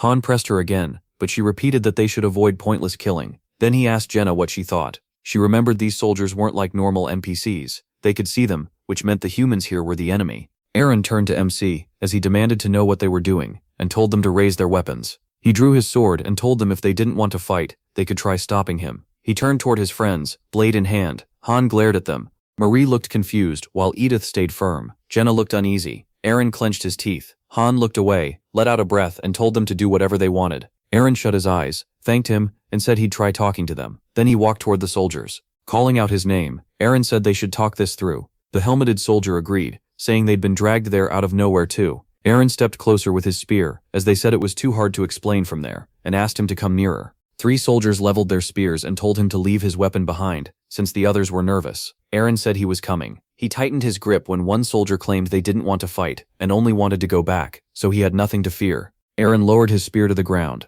Han grabbed his shoulder and asked if he was stupid enough to obey that, then called for the soldiers to approach unarmed too. The helmeted man shouted back that there was a problem with that. The protagonist snapped, asking why his side had to disarm while theirs didn't, and called it nonsense. More soldiers came forward. They set down their spears and said 3 of them would come. The helmeted soldier held out a hand and said they had disarmed themselves, so now the others should do the same. Han dropped his sword and asked if that was enough. The armored soldier stepped forward and said yes, now they could talk. Aaron watched carefully as they asked whether MC's group knew anything. One soldier said he kept hearing a voice and had no way to stop it. Another, a bearded warrior, added that the voice was speaking to him right now. Han smirked and asked what it was saying. As the man started to answer, black veins spread across his face. The armored soldier drew back his arm, then swung his blade and shouted an order to kill them. Another soldier reached under his cloak, while a second brought up a crossbow. As the sword spun, Sean remembered what he learned as a master. Heroes who refuse to fight just die. He drove his sword through the warrior's neck. Zhang Bao froze in shock. Sean hurled his dagger at the next soldier. The man's head snapped back. Sean swung again, already knowing there was no middle ground here. He split the soldier in 2, deciding it didn't matter who or what these enemies were. Another warrior raised his crossbow. A dagger slammed into his head first. Edith thrust her hand forward. Soldiers dropped all around them. Sweat ran down Nate's face when someone called out to him. Sean looked at him and asked the real question. Did he still think words would fix this, or was it kill or be killed? Sean stayed calm and sure of himself. Nate could only stare. Then Nate tightened both hands on his spear and said he'd fight. Eddie looked caught off guard, asked what she'd do. Jenna grabbed an arrow and said if they hesitated, the enemy would wipe them out. A mark flashed in her eye as she said she was fine and ready. Her arrows tore into the soldiers. Marie raised her hands and said she was starting a spell.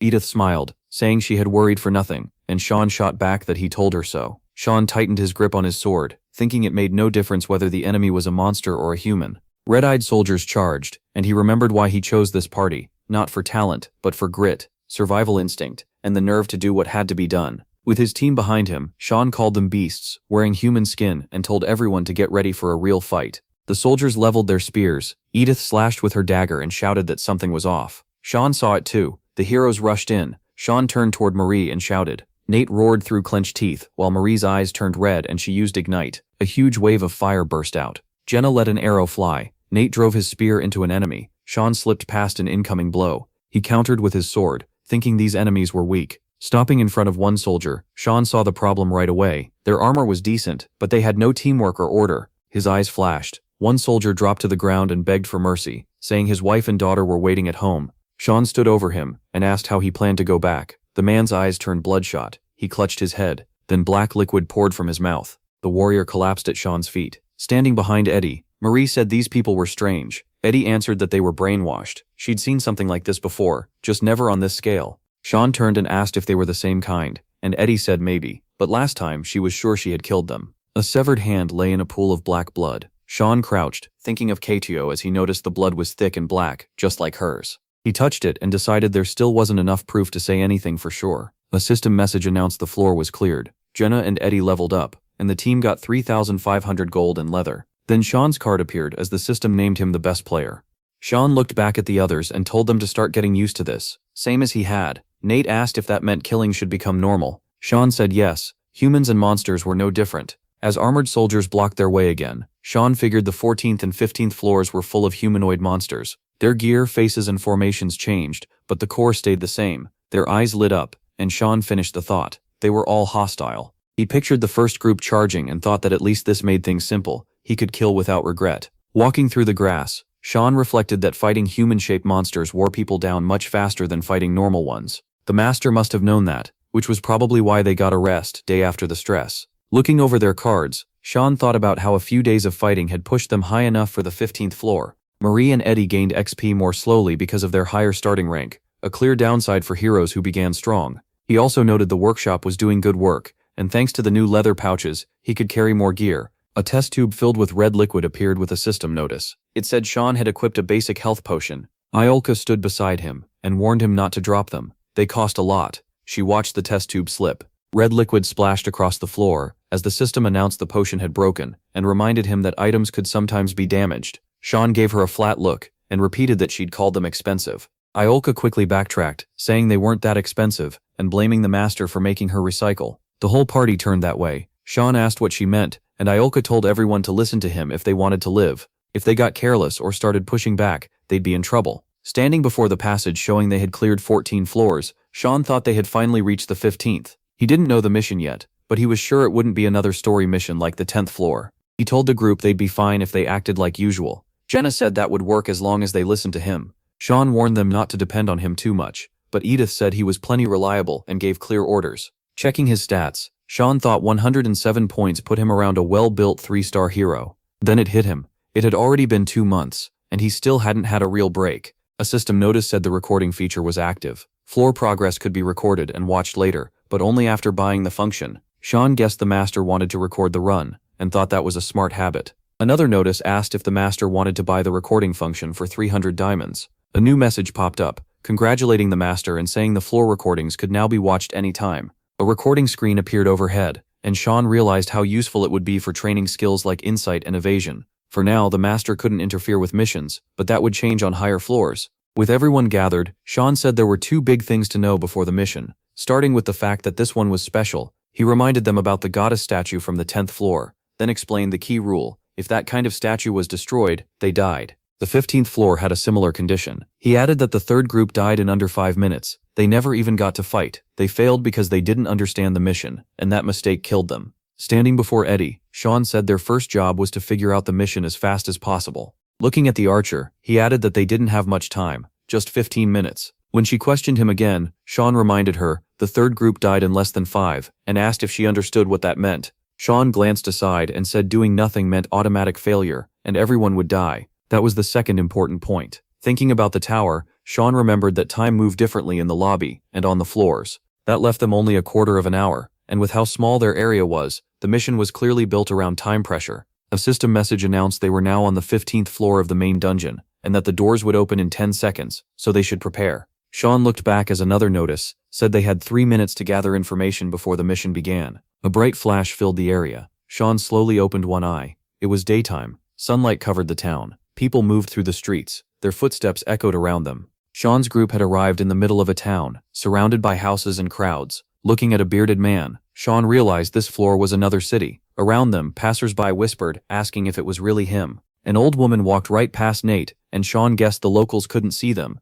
They were probably NPCs. People were everywhere, and unlike the 10th floor, this place felt peaceful. Then Sean checked the mission window. It was a defense mission, and their job was to protect a specific person. Sweat ran down Sean's face. His whole group was there too. Standing in the middle of the crowd, Han wondered how they were supposed to find one person in all this. He quickly figured out what likely happened to the third group. They saw the packed streets, panicked, failed to understand the mission, and assumed the townspeople were the enemy. He saw only two ways they could have died. Either they got attacked after harming civilians, or the person they had to protect was killed. So if they wanted to avoid the third group's fate, they had to find the target no matter what. He told the team their job was protection, but first they had to locate the target before that person died. Jenna asked how they were supposed to search when there were no monsters around, just people. Han asked if anyone knew this place, and Aaron said yes, he'd been here before as a merchant. Aaron explained this city sat in a delta, and all its crossroads made it a major trade hub. The protagonist realized this wasn't Tanya, then asked if there were any important landmarks.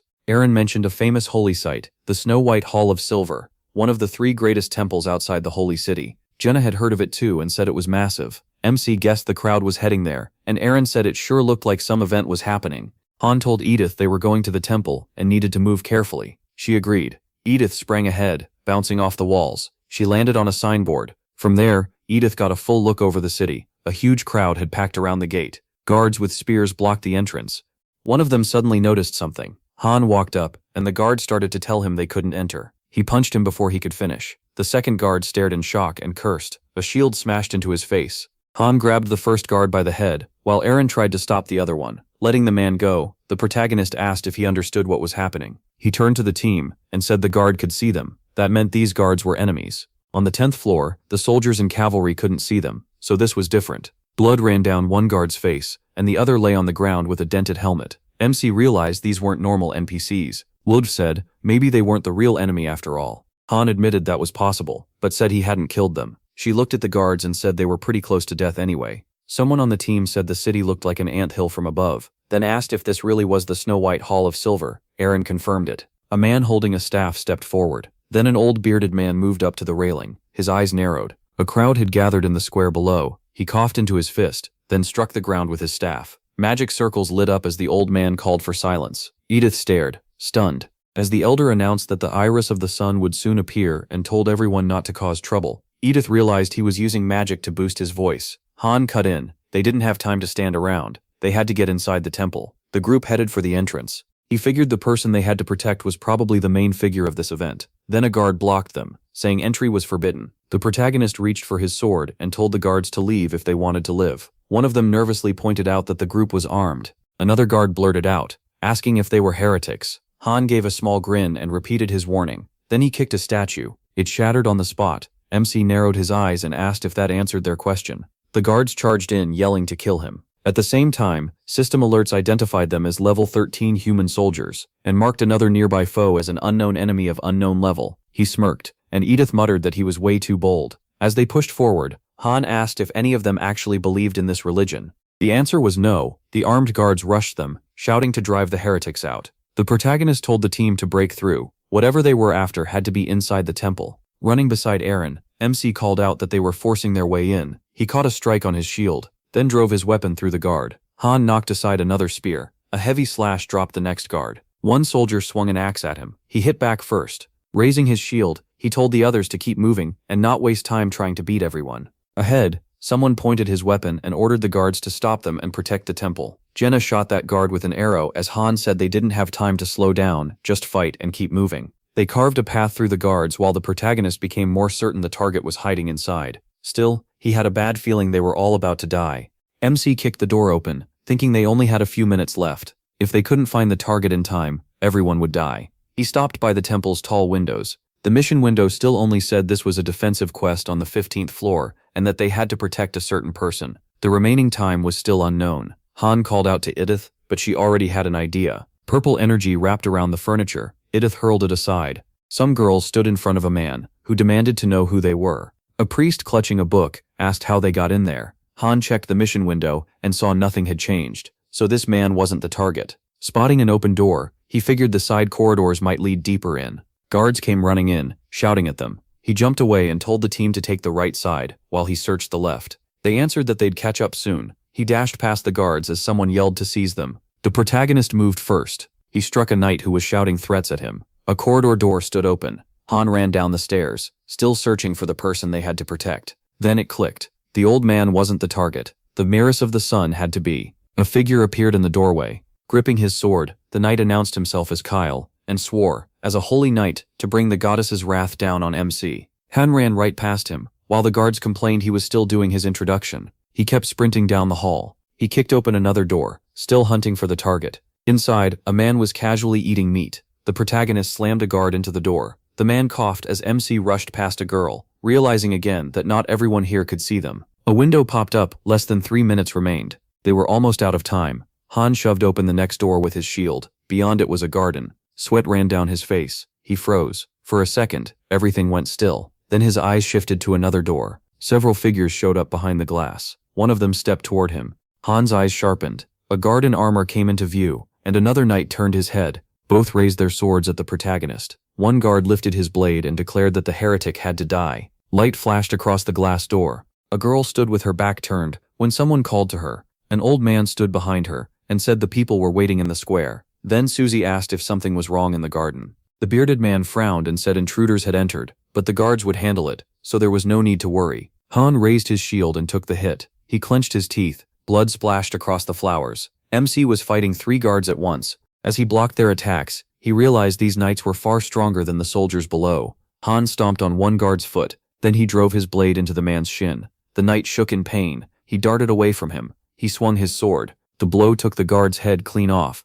Han gritted his teeth and blocked another strike. He spun and hurled his shield into a knight's face. Then the protagonist rushed in. His blade went straight into the enemy's head. Another knight charged right after him. He barely knocked aside Han's attack. Then the guard unleashed a string of attacks. MC blocked them all through clenched teeth. He feinted with one sword in front of the knight. His eyes flashed. Han brought both swords forward. The knight barely managed to stop the strike. His blade cracked. He pulled one arm back behind him. Still straining, he swung again with the second sword. The knight's head flew off. Before the gathered crowd, the girl said she was thankful for the chance they had given her and would never forget it. The gray-haired elder replied that the goddess would be pleased as well. Han eased the door open a little. The old man spun around at once. Wounded but still standing, Sharn stepped forward. Then someone yelled that an invader had broken in. The bearded elder gripped his staff and demanded to know how Sharn got past the guards. Without waiting, the old man swung the staff. The attack made the protagonist freeze for a second in shock. The gray-haired man shouted for Sharn to die. Susie turned at the noise. The old man aimed his staff at her, and Sharn realized she, not him, was the target. He jumped forward at once. The gray-haired man started to turn, and Sharn took his head off in one clean swing. He stared at the body for a beat, the staff still clutched in its hand. Then a red beam blasted out from the balcony. The crowd scattered in panic. Shield and sword ready, Sharn realized the elder had never meant to strike the heretic. The girl spun around in fear, and the protagonist understood right away. She was the one they had to protect. Sharn stepped in front of Susie. When she asked who he was, he told her she didn't need to know. She kept pressing, asking if he had come to kill her, but he ignored it. The blonde suddenly screamed. Sharn threw up his shield and knocked the attack away from her. Broken arrow pieces clattered onto the floor. Staring at him, the girl asked what was happening, and he told her not to get up. Assassins had taken position on the roof across from them. A pair of enemies rushed straight at Sharn. One hooded attacker flicked a kunai at them. Susie watched the blades coming closer. The protagonist covered her before they could hit. One look told him the kunai was poisoned. Then another attacker lunged at Susie, confirming she was their real target. But the assassin was smashed away, arms flying up from the hit. A girl with a bow was standing on the roof. Sharn charged the nearest enemy. He ran him through with his blade. The other assassin thrust out a hand toward the protagonist. A shuriken shot from his sleeve. Sharn caught it on his shield. Then he finished the assassin with one fast strike. Edith landed behind the protagonist, cursing the wall for being so high. She said climbing it was rough, but they had already dealt with 2 more enemies. Then she looked at Susie and asked who the girl was, saying she seemed familiar. The blonde demanded to know who they were, and snapped that commoners couldn't just storm into a place like this. An arrow zipped past Susie as she told them to leave the way they came. Sharn leaned toward her and asked if she was serious. If they left, she'd die. The blonde, shaken, kept asking what was going on. As an assassin reached for another arrow, he gave her a hard choice. Come with them and live, or stay and die here. With a small smirk, he asked what her answer was. Sweat formed on the girl's face. She shut her eyes and agreed. A system message popped up. Mission complete, and a special NPC had joined the party. The team stood on the balcony, bodies all around them. A new message appeared with the next goal. Their new task was to escape the city with Susie. Sharn clenched his teeth. An escape mission, of course it wouldn't be easy. He grabbed a crossbow and told Edith to get ready to go down. Taking aim, the protagonist said he'd hold the enemies back. The others rushed onto the balcony, warning that time was up, and soldiers were gathering below. Sharn smirked and told them to remember her face. They had to protect this girl. She shot back that she wasn't a child, and he added that she hated being called one. Marie pointed at the blonde, and Jenna said it was crazy to meet her like this. The girl immediately asked who they were and how they knew her. While loading the crossbow, Sharn said who she was, didn't matter right now. Edith tied off a knot and said they'd use the rope to climb down and make a safe path out.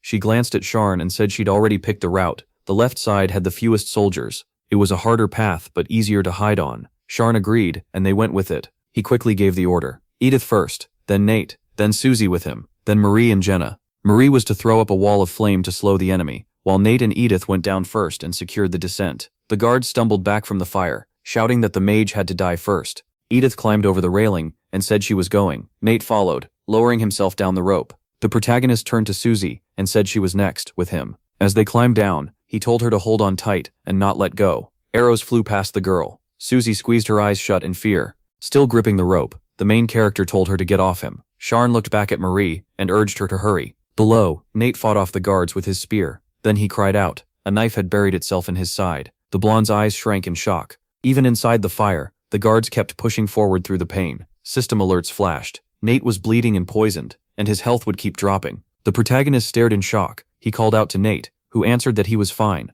The blonde was hit by the flames. Her hand clamped tight on the rope, and she muttered that she'd probably lose a layer of skin for this. One thought flashed through his mind. The target was protected, and the team was still alive. Now they just had to get away from the battlefield to finish the mission. Sharn yelled at her to run left if she didn't want to die. A knight shouted for the others to chase them down and capture the witch and the bandits. The girl, stunned, asked about the witch again. The hero guessed they meant her, but she insisted that couldn't be true. A knight suddenly jumped out from the corner, yelling that they would go no farther. The protagonist answered with a sharp strike. In the middle of the square, voices rose from all sides, screaming for them to be killed. Edith called to the hero and told him to get over there. He asked about the route, and Edith said she knew the way. They could reach the outskirts if they went this direction. Marie raised her hand, energy wrapped around her arm, and someone screamed. The whole area shook. The light spread across the street as the girl turned to the hero and suggested they rest there for a bit. Susie dropped to the ground, asking how any of this was possible. The hero said they'd stop for 5 minutes, then keep retreating.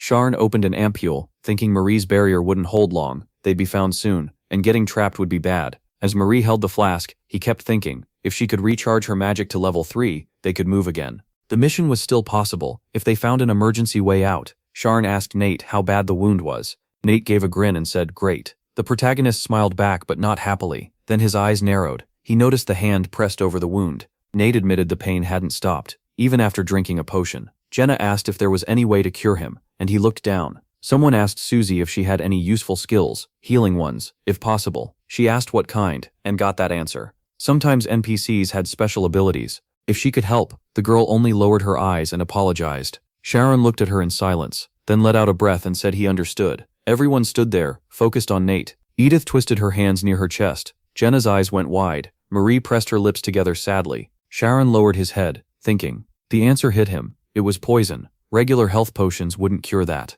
Nate could probably move for 10 more minutes at best, and they had no antidote or healer. Shaking, Nate reminded them he'd said before that if he slowed them down, he wanted them to leave him. He said that time had come. He got to his feet and said he'd stay behind to buy time while the rest escaped. Sharon covered his mouth with one hand. Jenna, scared, said she wanted them all to leave together. Nate told her that wasn't possible, but she refused to accept that. A memory flashed through the hero's mind. Jenna was smiling as she drew her bowstring. The guy's body trembled. Fear showed in his clenched teeth. Nate shut his eyes and said he was just too weak. Sharon turned to Marie and asked what she thought. She looked away and said the choice was his, but if they wanted the most efficient option they should leave him. Sharon stared at the ground. Their target couldn't defend herself, and carrying Nate was impossible. Protecting one helpless person was already hard. Protecting two was worse. The hero closed his eyes, then suddenly opened the flask and drank it. A second later he placed the flask in Nate's hands. Nott stared at it, and Sharon told him to drink. He looked up and said potions wouldn't help. The protagonist answered that it wouldn't heal him, but it could stop him from getting worse. Then he turned to the others and told them to unpack their supplies.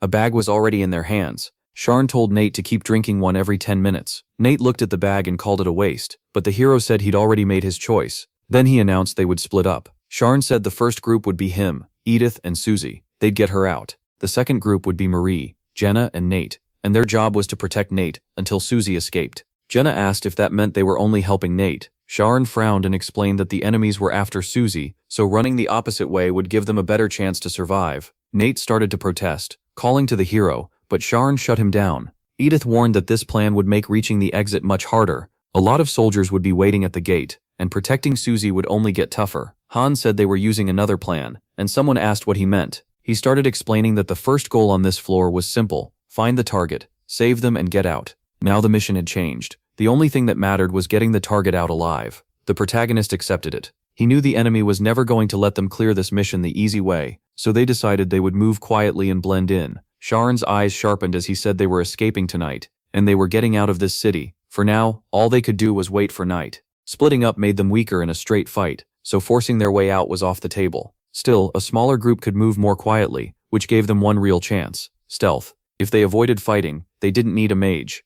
Marie's fire magic would only draw attention, while Jenna and Nate could handle danger in more flexible ways. Sharon told them to head for the edge of the city. Search teams would flood this area all night, so their job was simple: take Nate and run. Nate lowered his head and apologized, but Han shut that down. This wasn't kindness, and he shouldn't fool himself. Then MC turned to the girls and warned them that if they could no longer protect Nate, they had to leave him behind right away. Their lives came first. Break time was over. He said his group would go right, and the others would head left. The girls left with Nate. As they moved, Han asked about possible hideouts. Edith said there were a few. The park paths twisted around a lot, and they could also slip into buildings. The protagonist asked again, and Edith said she had already checked earlier. As she walked, Edith thought this floor was clearly different from the fifth one, and that wasn't a bad thing. A man with a blank stare sat on the ground nearby. Edith turned her gaze away, like she didn't care. Susie glanced back. The man reached toward her and asked if she was a lost child. She flinched with a scared hiccup. He went on, asking if she had run away from home and offering to escort her. Then Edith kicked him away hard. A scream rang out.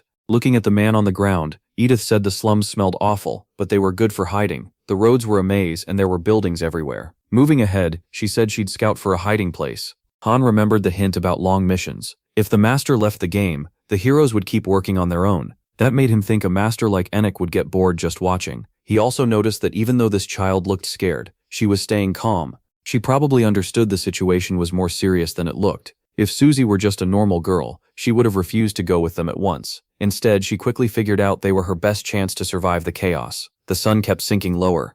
Edith came back and said she'd found a great spot with a back door they could use if things went bad. She told them to stay there until dark, adding that she'd set a trap at the entrance, so they needed to be careful. Susie let out a breath and asked if they really had to wait. Edith said she'd be back soon, and Han asked if she was heading out again. With a smirk, she said she had her own job to do. MC alone was enough to guard Susie, and she'd go find them a way out. After she left, he sat down and thought maybe Jenna would have been better in his place. There wasn't much he could do in a situation like this. He quietly looked away, then he suddenly heard Susie's name. Han turned toward her. She repeated herself and said Susie was her name, and that she was second in line for the Empire's throne. The protagonist questioned her, and she answered that she could tell he didn't care. Then Susie asked where he came from. Han closed his eyes and told her it was none of her business. She pointed out that she had revealed who she was, so he could at least answer in return. MC said even if he did, she wouldn't understand. She asked if it was really that serious. Did he come from some place she had never heard of? He said maybe, and she repeated the thought to herself.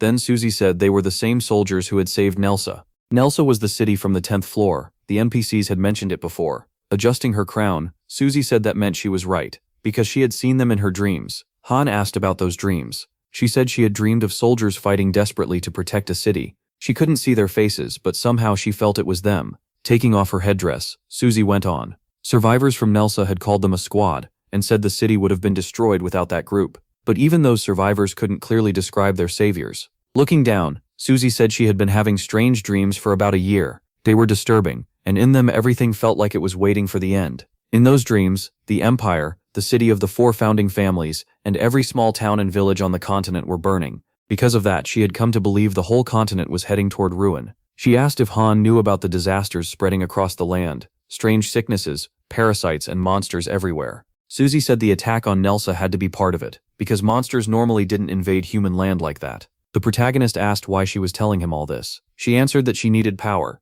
and MC repeated the word back to her. Susie said she needed the power to save the world. Her eyes lit up with resolve. Han realized she wanted his help. She admitted it. He asked why him of all people wasn't she supposed to have endless power with knights lining up for her. Susie dropped her head and said she was only a puppet. She had the title of princess and nothing else. Biting her lip, she said no one listened to her. No one obeyed her. The protagonist leaned back and said she still had money enough to hire plenty of mercenaries. Susie quickly said she would hire him, pay whatever he wanted. Maybe she was a puppet, but she still had money. Han kept his eyes closed and refused. She should find someone else. There were plenty of capable people for money to buy. Gripping her crown, Susie said no one believed her when she spoke about the dreams. They brushed them off as childish fairy tales. But MC was different. Smiling faintly, she said he hadn't laughed at her, and that was why she wanted to hire him. He frowned, feeling bothered. If what he'd heard about the game was true, then this floor was showing Kate's past. In those memories, Kate had said he needed to force the story to change, even if it broke the setting and mixed up time and space.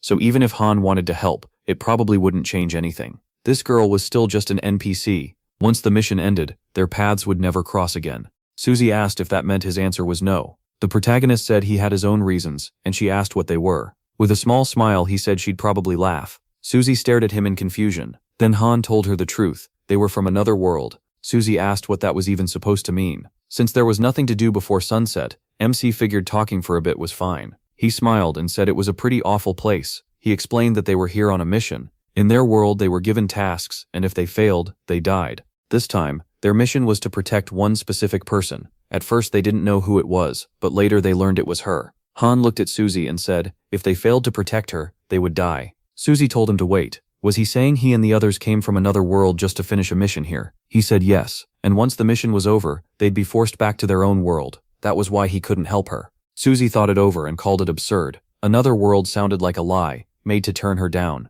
The protagonist told her she could believe whatever she wanted. He didn't care, but Susie smiled and said it was fine. She believed him. They really were warriors from another world. Han looked straight at her. Susie said she wouldn't doubt his story, because he hadn't doubted hers. He understood she had reasons for what she said. She added that she wouldn't try to change his mind. He had his job, and she had hers. MC asked what hers was. Frowning, Susie said it should be obvious. She had to stop her dreams from becoming real. He studied her in silence. Then he asked if she was the one who had called people to the hall. Susie asked if he meant the Hall of White Silver, then said yes. She was planning to give a speech there. Han asked why, and she said she needed more influence. Right now she was nothing compared to her brother. The protagonist thought about that word, influence. Without their help, this girl would already be dead. If the Choose Me missions had any meaning, maybe it was that Susie was an NPC worth saving. Han stared ahead without saying a word. Then he got up to leave and finally told her his name was MC. Susie's eyes widened. She softly repeated his name, then she smiled and said him again. Susie thanked him, saying she wouldn't even be alive without him. The protagonist answered that this wasn't over yet, and she said she understood. He asked if she had any idea why someone was trying to kill her. Susie said no. Han handed her something, making her blink in surprise. He said she stood out too much, like a walking signboard. Susie asked what he meant. Holding the clothes, she asked if he wanted her to wear them, and what would happen to her current outfit. MC said they'd toss it outside in the trash, then asked if she had a problem with that. Susie said no, that was what she had expected anyway. She asked to be left alone for a bit. Sean looked caught off guard, then he frowned and turned away. As he thought over her words, he heard her crying. She was still a princess, even if it was only in name. At around 15, Susie was clearly struggling to accept everything happening to her. After changing, she said the cloth felt strange. Sean took her old clothes and joked that fleas probably loved them. Susie shouted, furious. He tossed them in the trash and said he was kidding, but Susie snapped that it was a horrible joke. Sean sat in a chair and told her they would leave in 2 or 3 hours, so she should sleep.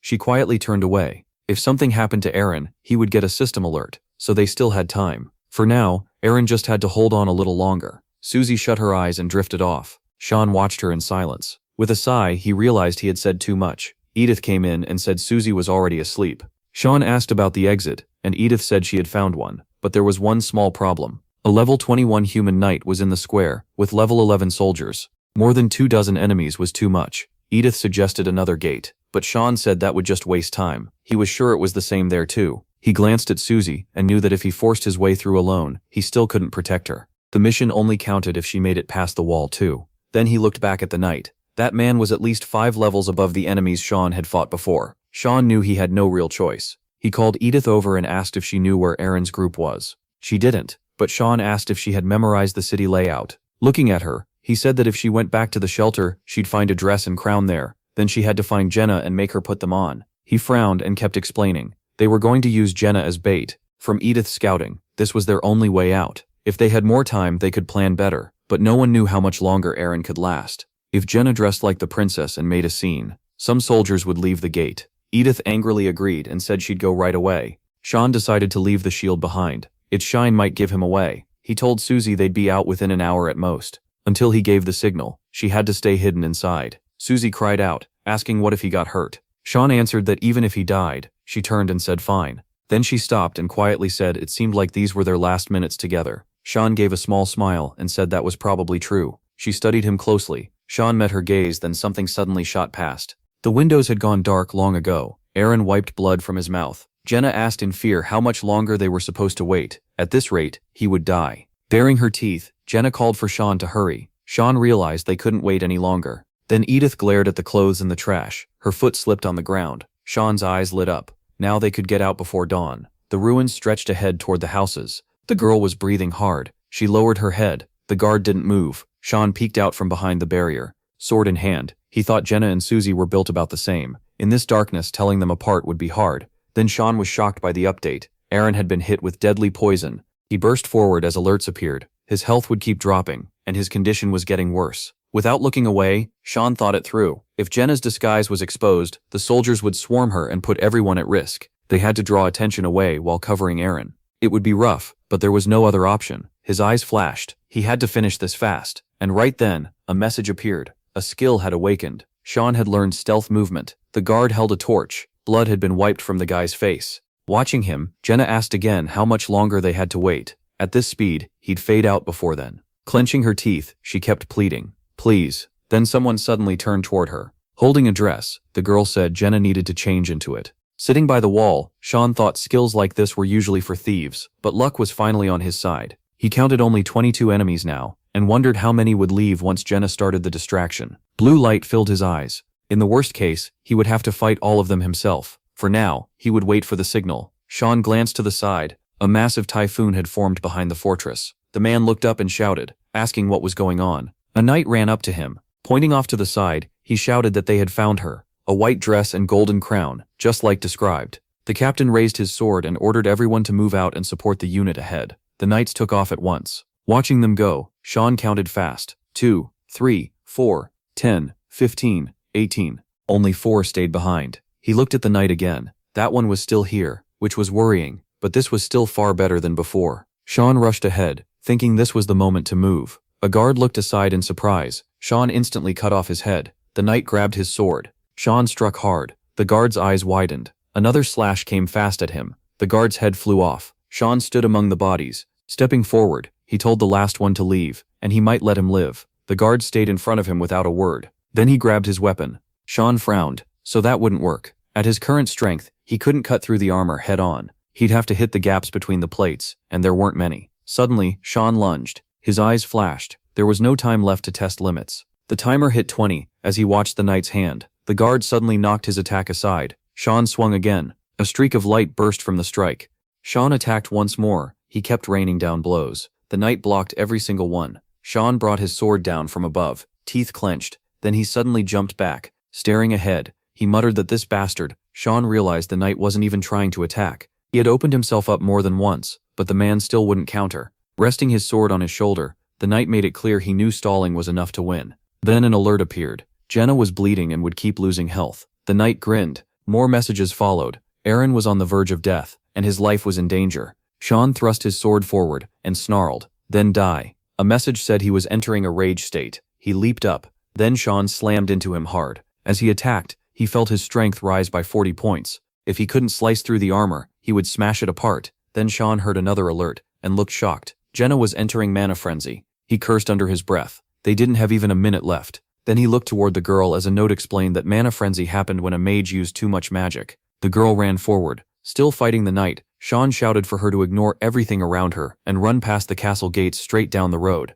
After kicking his enemy back, Sean yelled for her to keep moving. The guard pushed forward again. He charged toward the girl. The knight swung sharply, but Sean caught the blow. Then someone jumped down from the roof. Sean looked over in shock. A cloaked man threw a weapon. It flew straight toward the girl. Sean took the hit for her. The girl screamed. A message appeared. Sean was poisoned, and his health would keep dropping for a while. Sean yelled at her not to stop. Just run. At the same time, alerts warned that the group was near death and in danger. The blade stayed buried in his body. Sean gritted his teeth as another message appeared. He was bleeding, and would slowly lose more health. The knight swung again. Sean blocked it. He glared at his enemy. The guard planted his foot hard. Then he slammed Sean to the ground. Sean let out a rough gasp of pain. On the ground, he thought that without the breastplate, his ribs would have been crushed to dust. Still grinning, he figured he had dealt just as much damage back. The knight grabbed his head, and Sean mocked him, asking what hurt. Then Sean clenched his teeth at a new alert. Edith had been poisoned too, and her health would keep dropping. He had no time for this.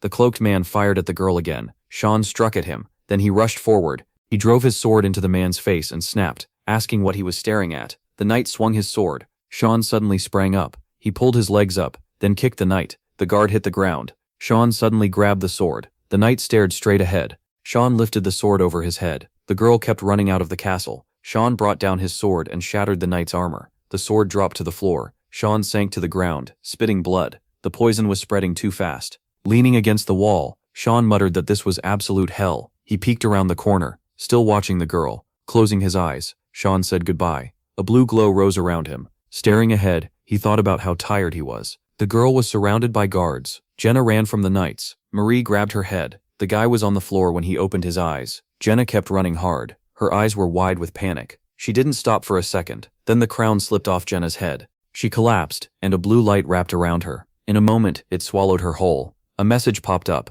The target escaped the city. Best player Sean. Floor clear. Jenna, Nate, Marie, and Eddie leveled up. Reward, 100,000 gold and iron ore. Light flashed around the group. Jenna snapped that she really thought she was going to die, and this was all because he made her wear that weird outfit. Han just asked what was so bad about it. Still on the floor, she said that wasn't the point. Every soldier there had been trying to kill her. He answered that nobody died. A notice said the recording was finished, saved to their gallery, and could be shared online with other players. He said they did great. Everyone survived, and they cleared the floor. A window asked if he wanted to leave the game, and he picked yes. The girl grinned when he said she'd worked especially hard, and that things would have been way harder without her. She brushed it off, saying she only did what she had to. As she left, she added that on that happy note, she was heading back to her group. She'd never planned to stay long anyway, and figured the master would call someone else in. Watching her go, Han thought the whole plan, especially using bait, would have failed without Eddie's map knowledge and data gathering. To him, she was the real best player this time.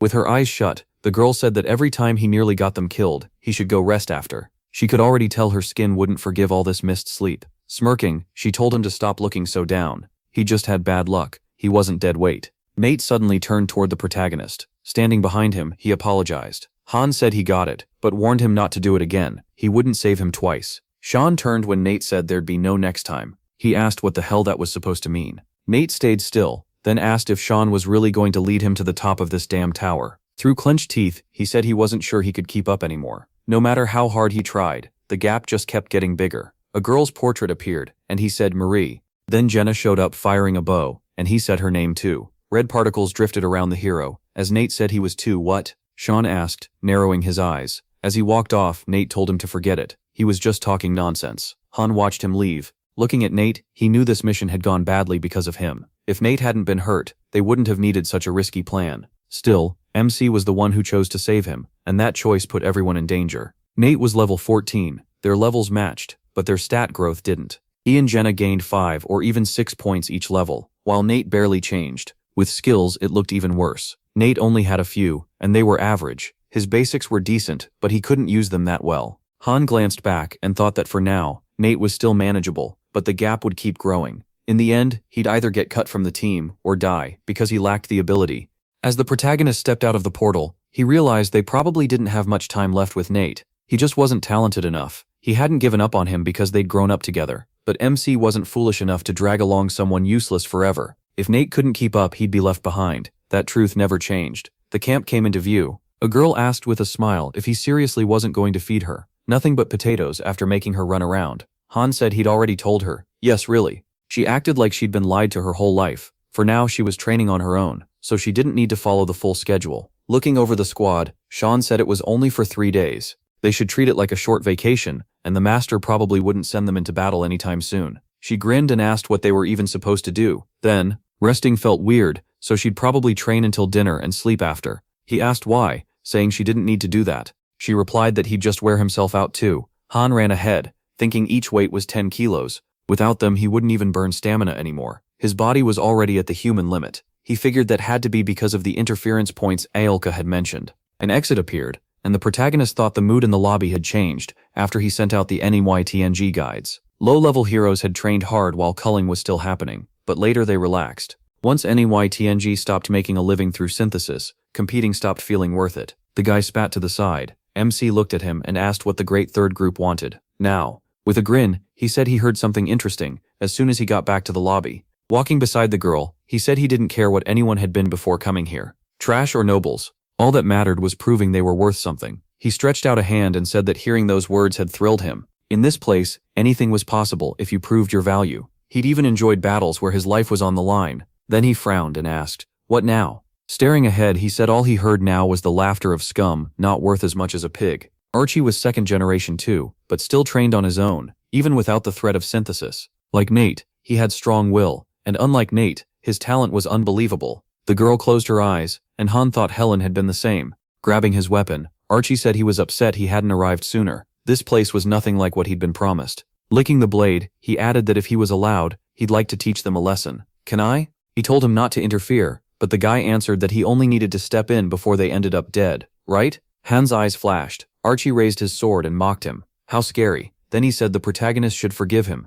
Looking straight ahead, he went on and asked if everything MC had said before was a lie, about proving your own worth. By the fountain, people sat listening as he said none of that seemed to matter here. There was supposed to be a great system called synthesis to throw out trash on time, but it looked like the master barely used it. He gritted his teeth and told them to do their jobs. They'd understand soon enough. Turning away, the guy said fine. He'd wait and watch. Han stared at them. He didn't look away. A large building stood ahead as the protagonist thought about the rule he'd made when he created Niflare. Never use synthesis carelessly. After he shared his methods, many masters followed that rule too. But in the end, they all failed. Fear was the strongest motivator. Without synthesis hanging over them, heroes stopped listening, got lazy, caused trouble, and told the master to go to hell. That was exactly why they had so few active heroes, and so many useless ones. As Han walked on, he learned they had just returned from the daily dungeon. Fred, a carpenter, asked what had happened. MC asked why he was heading to the warehouse alone, and Fred said no one else was working. They'd gathered a few branches, then just fooled around in the forest.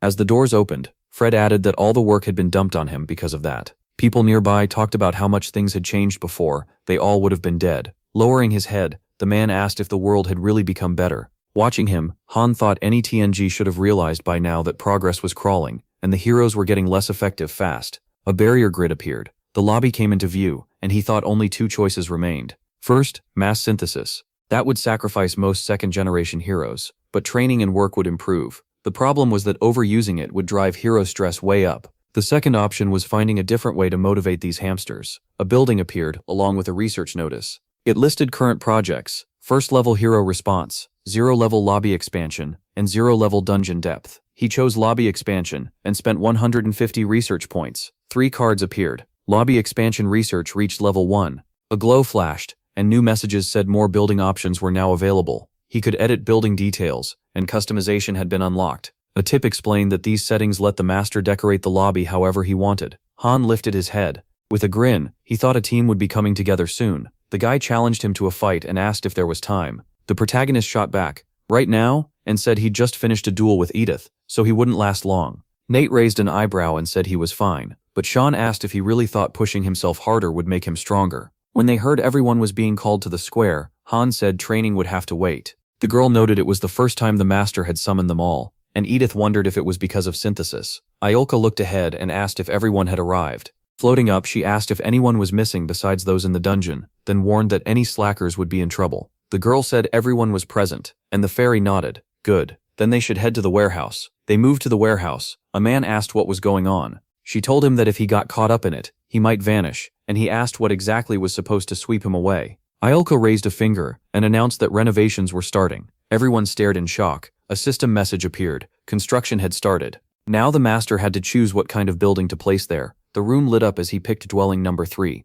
then chose to expand it. Training center number 3 began upgrading. The girl pointed out they'd done this before. There were more people now, so it was time to make the place bigger. Another message said the dwellings had reached level 3, raising the number of heroes they could house. Someone asked what renovation even meant. She admitted she wasn't sure. Sometimes the master added new lobby buildings. Then she said it would be nice if he made a bathhouse with hot water. Right after that, a notice appeared. Bathhouse selected. Construction would continue. The guy glanced over and wondered what would show up this time. A message announced an expanded recreation area. Then the cafeteria upgrade started too, and one hero just shrugged. Who knew what else was coming? The lobby flashed with light. The area had advanced to level 3, and someone said they expected changes, but not this much. Nate looked over and asked again. The hero's eyes lit up. He said they'd find out soon enough. Smiling, the girl told them to relax. The master was only building new things for them. She reminded them of the miserable huts they started with. When someone asked what she meant, she said the master was upgrading their homes. One guy raised his brows and said that was great because his bed sucked. Another asked if the menu would really get better too. Ayolka glanced aside and said the remodeling was done, they could come out now. The boys looked around in shock and said she was right. Everything had changed. Another message followed. The lobby had evolved to level 2. They noticed new 2-story buildings, and someone asked where the stairs led. This was their new home now, and it felt way bigger. A notice explained that the number of floors had increased, giving the master new rooms to use, with building placement updated through outside map data. New buildings appeared across the city. A bathhouse was finished, raising hero satisfaction. A rest area was added to help with fatigue, and the cafeteria reached level 2, which meant better food. The girl jumped up at the mention of the bathhouse, and Edith said, "Wow." Nate suggested they go check everything out. They entered one of the residential buildings. Inside, there was furniture. Then a guy looked around and asked about the sofas from the lobby. There were no decorations, no carpets, and even the fireplaces were gone. Someone noticed there were no beds either, and asked if they were supposed to sleep on the floor now. Jenna put a hand to her face and asked what was going on. This couldn't be right. Han just grinned. He said it could, then pointed out the stairs. Since they had a second floor now, they should go check upstairs. The girl let out a happy shout. The room upstairs was totally different, and someone said everyone would want to stay there. The next question was how the rooms would be assigned. There was at least a bed in this room, so no one would have to sleep on the floor here. Someone warned that if one person started whining, the rest would follow. So who was supposed to stay on the first floor? Another suggested moving beds into the rooms of the people who needed them, but then asked how they were supposed to divide the space. At the bathroom, someone said he wanted to live on the second floor because he needed a bath every day. Another person mocked him, asking if he didn't wash already. As the arguing spread, the girl asked what the master actually wanted. Floating above them, Ayolka snapped and asked what nonsense they were talking about. A man repeated that room assignments were important. The fairy said the general meeting would be held on the second floor common area, and the master would assign everyone himself. Everyone gathered there as the detailed object settings began. Opening her book, the fairy said there were only 35 spots, and the master's orders were clear. The second residence, dining hall level 2, the bathhouse at level 1, and the rest area at level 1, and the dining hall at level 2, managed by Chloe, with meat, potatoes and fruit available. A message confirmed the setup was finished, and the changes had been saved. Now they just had to wait. Ayolka shut the book and said she would now announce who would live where. Han stood with his team as it was announced that they had been given the second floor and could choose their rooms. A man looked at them and said he knew Mr. Sharn would end up on the second floor. The guy smiled when he heard the second group got the same deal. There were plenty of rooms so they could pick any they wanted. The girl grinned when she heard her group was on the second floor too. Then Ayolka stretched out her hand and said everyone else would stay on the first floor. The crowd erupted. They didn't understand and flat out refused. Archie grinned and asked what kind of meeting this was, since they'd missed everything. He was told to stop talking and listen. The master had already assigned the rooms. The girl looked at Han and asked what was happening, saying things kept getting weirder. He answered that it was the opposite. They were finally going back to normal. The list showed there would be 13 people on each floor. A guy asked if that meant the third group was also stuck on the first floor.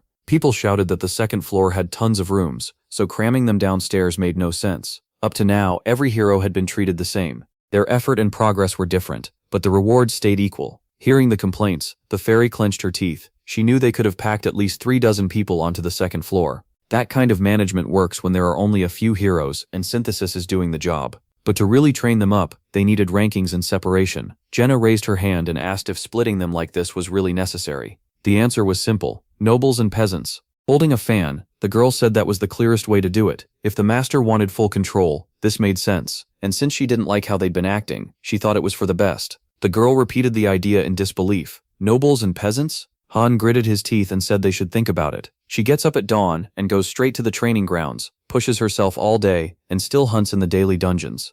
Jenna smiled when he added that more than half the meat they all eat comes from her hunts, and she also does her part on missions. The others pushed back at once, and one girl demanded to know what that was supposed to mean for them. Looking him in the eye, the girl said they did nothing. She was just a hard-working fool. Edith clenched her teeth and asked what was wrong with him. Instead of synthesis, he had brought in ranks. People kept yelling about the room assignments, saying they were right sleeping without beds would ruin their backs. At the start of the game, building customization was only used to make the lobby look a little nicer. That changed once the masters realized the heroes were basically human. What any TNG created was the AZ model he added early in Niflare. Even with its flaws, it was the simplest way to cut down on synthesis. Ayolka clenched her fist and said they'd pushed her too far. Then she slammed the ground. Through gritted teeth she screamed, asking who they thought they were. A month ago, they all would have. Did they even understand how lucky they were? A guy tried to object, but she snapped back, asking, "What? You want to test the power of my nuclear strikes?" The crowd froze, and the fairy barked that the complaining was over. They needed to move on.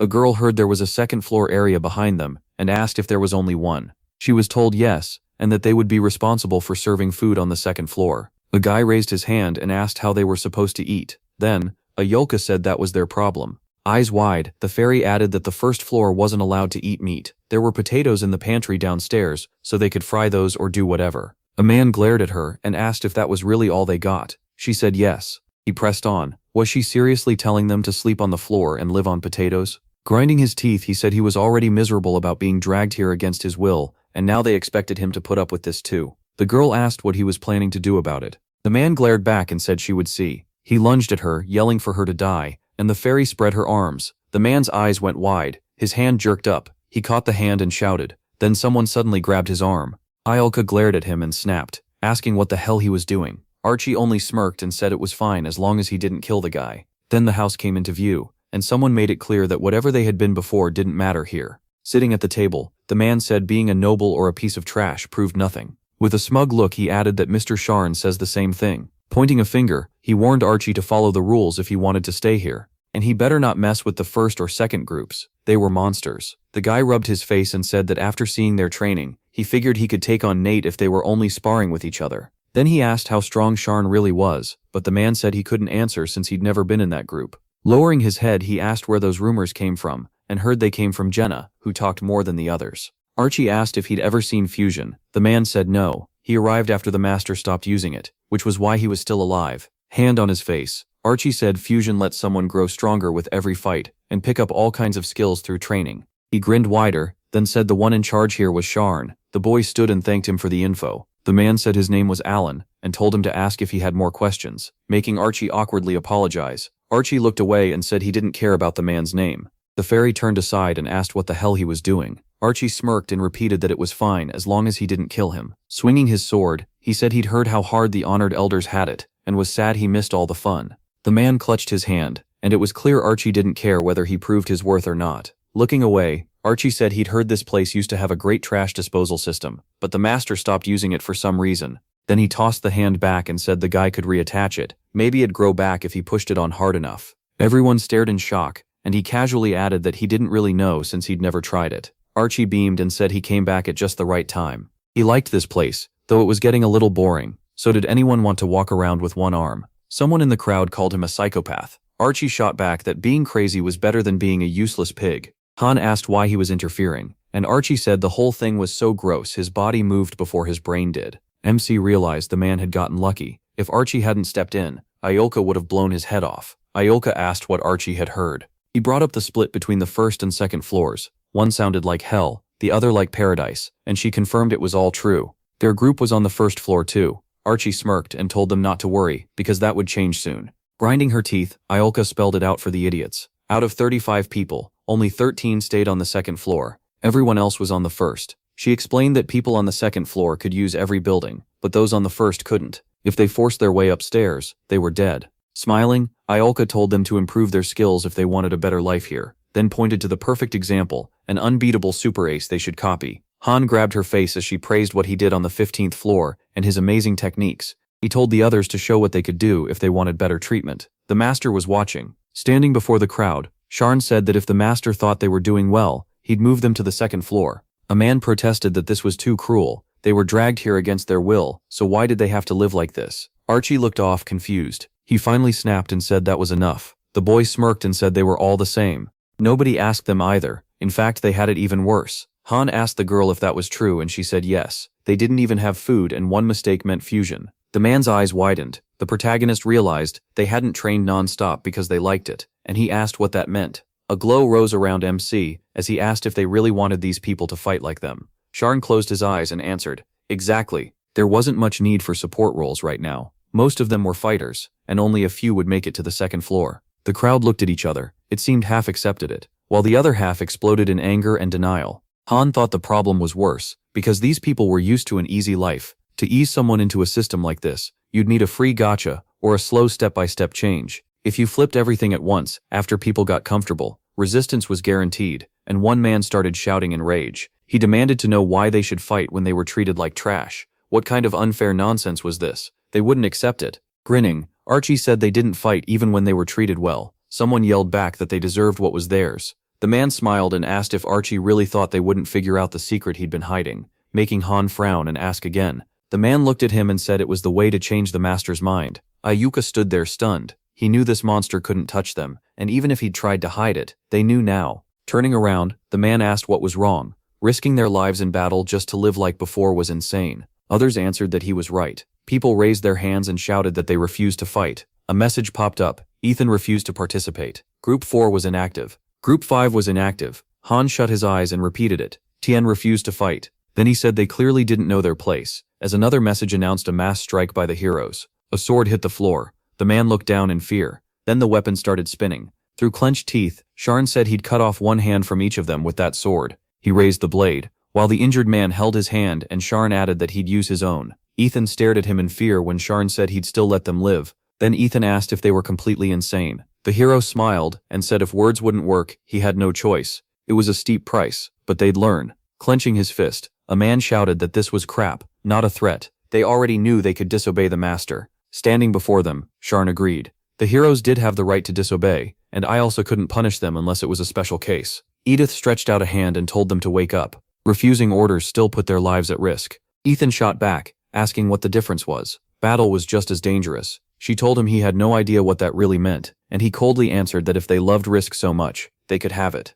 Ethan raised his hand and said no one should order him around. Then Iolka called out names. A door opened and they were told to get through it fast. Archie looked over in surprise, and the man's eyes widened too. The guy asked what synthesis was, and Iolka answered that it was the one thing. Then, holding her arm out, she told them to get moving and stop wasting time. The man asked what, and the guy repeated, synthesis. He heard that it was his first time seeing it, so why were they frozen? If they didn't move now, she'd kick them in. He laughed and said it was funny. They knew their rights, but this was the first they'd heard of synthesis. She insisted she'd told them before, they just hadn't cared. The crowd watched in fear as someone explained that synthesis hadn't been used in a long time, so most people had never lived through it. The entrance to the building stood open. People were already collapsed on the floor, and a man muttered that it was impossible. A notice appeared saying synthesis was ready to begin. Archie looked over and said, "Oh, it's Alan. Nice to see him again, and thanks for last time, since he'd taught him a lot." Touching his face, Archie reminded him that he said questions were welcome. With a big smile, he apologized and said that now Alan probably wouldn't be able to answer anything.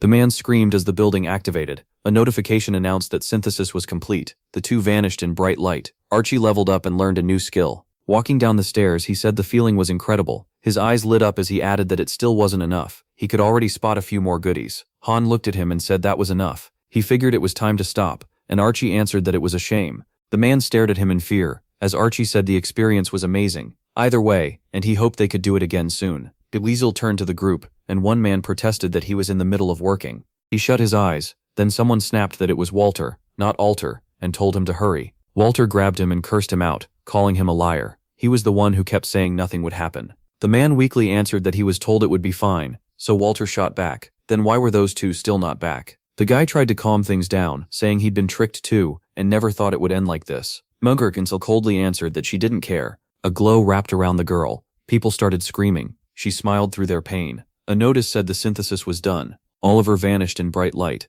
Then Walter disappeared too, and the girl's card showed up. Yellow particles drifted around Helen. The man shouted that he took it all back, but a message announced Group 4 was ready. Azel began calling names. Someone begged them to spare him, saying it was all his fault, and they should kill him instead. Jenner just said there was nothing they could do. The man's eyes went wide. He yelled that he already took back what he said, so why wouldn't she stop? Hand over his face, the protagonist realized there was no turning back. This whole show was meant for the others. As more names were called, the fairy flew around the guy, while he shouted that he wouldn't go. Even so, the protagonist thought this was still better than making synthesis their main plan. Without fear, these people would never move. Still, the guy dropped to the floor and begged him to do something. When the hero asked what, he said he'd heard he could speak to the master, so he should tell him to stop this madness. Then he froze in shock when he was told to cut off his hand first. Only then would they talk.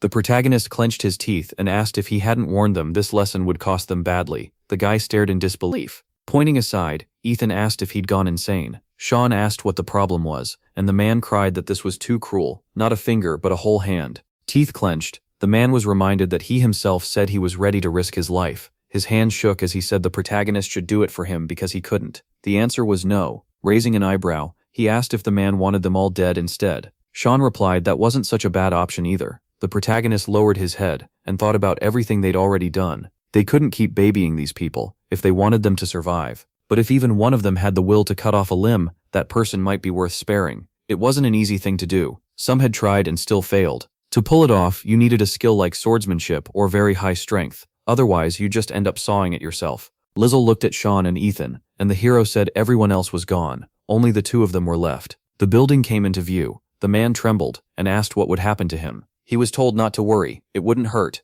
Looking down, Ethan said they were only in. Then a notice appeared. Synthesis complete. Ethan vanished in bright light, and Sean's stats went up. The protagonist just said it was nothing special. Then he stopped and said only 25 heroes were left. Suddenly, someone shouted that they weren't people but monsters. Archie asked what was said, and Sean told him to leave it alone. Grinding his teeth, the guy said one more lesson was still needed. Not everyone knew their place. The hero asked why he was so angry, and told him to stop. With a smile, the guy said he was too soft. He would have wiped them out and been done with it. Looking away, he added that they were leaving now and would meet again on the second floor. A purple glow appeared. Messages popped up. The master had started summoning 10. He wished he could see what kind of hero would come this time. Just an ordinary NETNG master. The lobby looked different now. From here on, where a summon appeared depended on rank. Heroes from the free gacha would come to the first floor, and paid summons would appear on the second. Soon the thinning would start. Some would die, and only a few would make it to the second floor. The protagonist warned them not to get comfortable just because they'd made it here. They could be dropped down at any time. The girl said she really wouldn't like that. The squad watched the heroes and heard that if there was a second floor now, a third would come later too. Growth wouldn't stop, and ranks would keep splitting. On the second day, they were back in the lobby. Then the living room came into view. The girl grinned and said he was finally awake. Looking at the hero, she added that breakfast was weirdly good today. He replied that of course it was. There were fewer mouths to feed now. Looking at the food, Jenna wondered how Amanda and Chloe cooked for 36 hungry people every day. Sean guessed they had leveled up their cooking, joking that the first floor was probably peeling potatoes together by now. The protagonist looked away. Looking out the window, he thought it was easier to see the buildings from up here. The second floor was visible from anywhere too, which should push the heroes to work harder. The guy glanced aside and said it was morning already. The protagonist walked over and asked if he'd slept at all. The guy said 3 hours, then added that this was insane. The biggest change was a separate hall just for training and duels. Those halls could be locked from inside, so he could train his berserker skills in peace. The duel hall also lowered regeneration, a special effect of the building. That meant fights there felt more like real ones, and if someone got badly hurt, they just had to be carried outside fast. The protagonist thought that now the buildings were upgraded, the groups would change too. The big question was who would fill the empty spots in the first and second groups. As the guy swung his sword, the protagonist thought of Archie and then Helen. Archie was still a barbarian, fearless, gifted, and lucky. The skill he got yesterday was very rare, with only a 1% drop rate. It was a passive that turned status effects like anger into strength. Paired with a skill that causes those effects, it could become incredibly strong. Helen wasn't as naturally gifted, but she was calm and collected.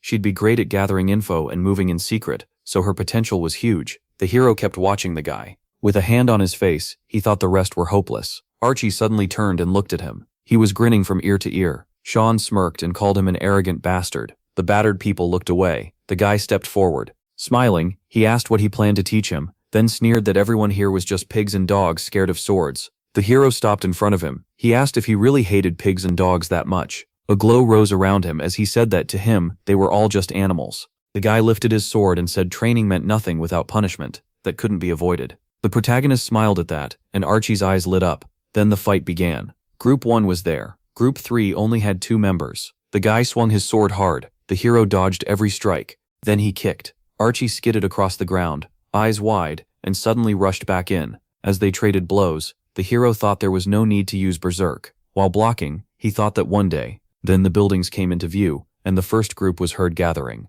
Izel looked at the girl and complained that these climbs were hard at her age. The girl asked what was going on. Were they being sent to the dungeon? Standing behind her, the protagonist said probably not, since they were still missing one member. She asked why they were here then, adding that she wasn't even sure they could enter the weekly dungeon. Marie looked surprised when she heard the master had ordered them to go on research, and asked again. Looking ahead, Sean thought, research? There were always 3 choices, the main dungeon, the weekly dungeon, and the research dungeon. The hero looked up and thought the research dungeon unlocked after clearing the 10th floor. yet they were only going now. Izel said she had already opened the time-space rift, so they should head to the first floor. Pointing at the entrance, the girl said there was a gate here too, and asked why they couldn't use it. The protagonist looked at the gate and said they couldn't. Holding his weapon, the guy asked if this research was really that important. Walking ahead, the protagonist answered, "Not really." As they went downstairs, he added that it would keep them fed for about 2 or 3 days. He said there would be more in the lobby. The girl asked what they'd be doing there that long, and he told her she'd see. She sounded surprised there was really something even he didn't know. Messages appeared saying he should give the heroes support to make the research much easier.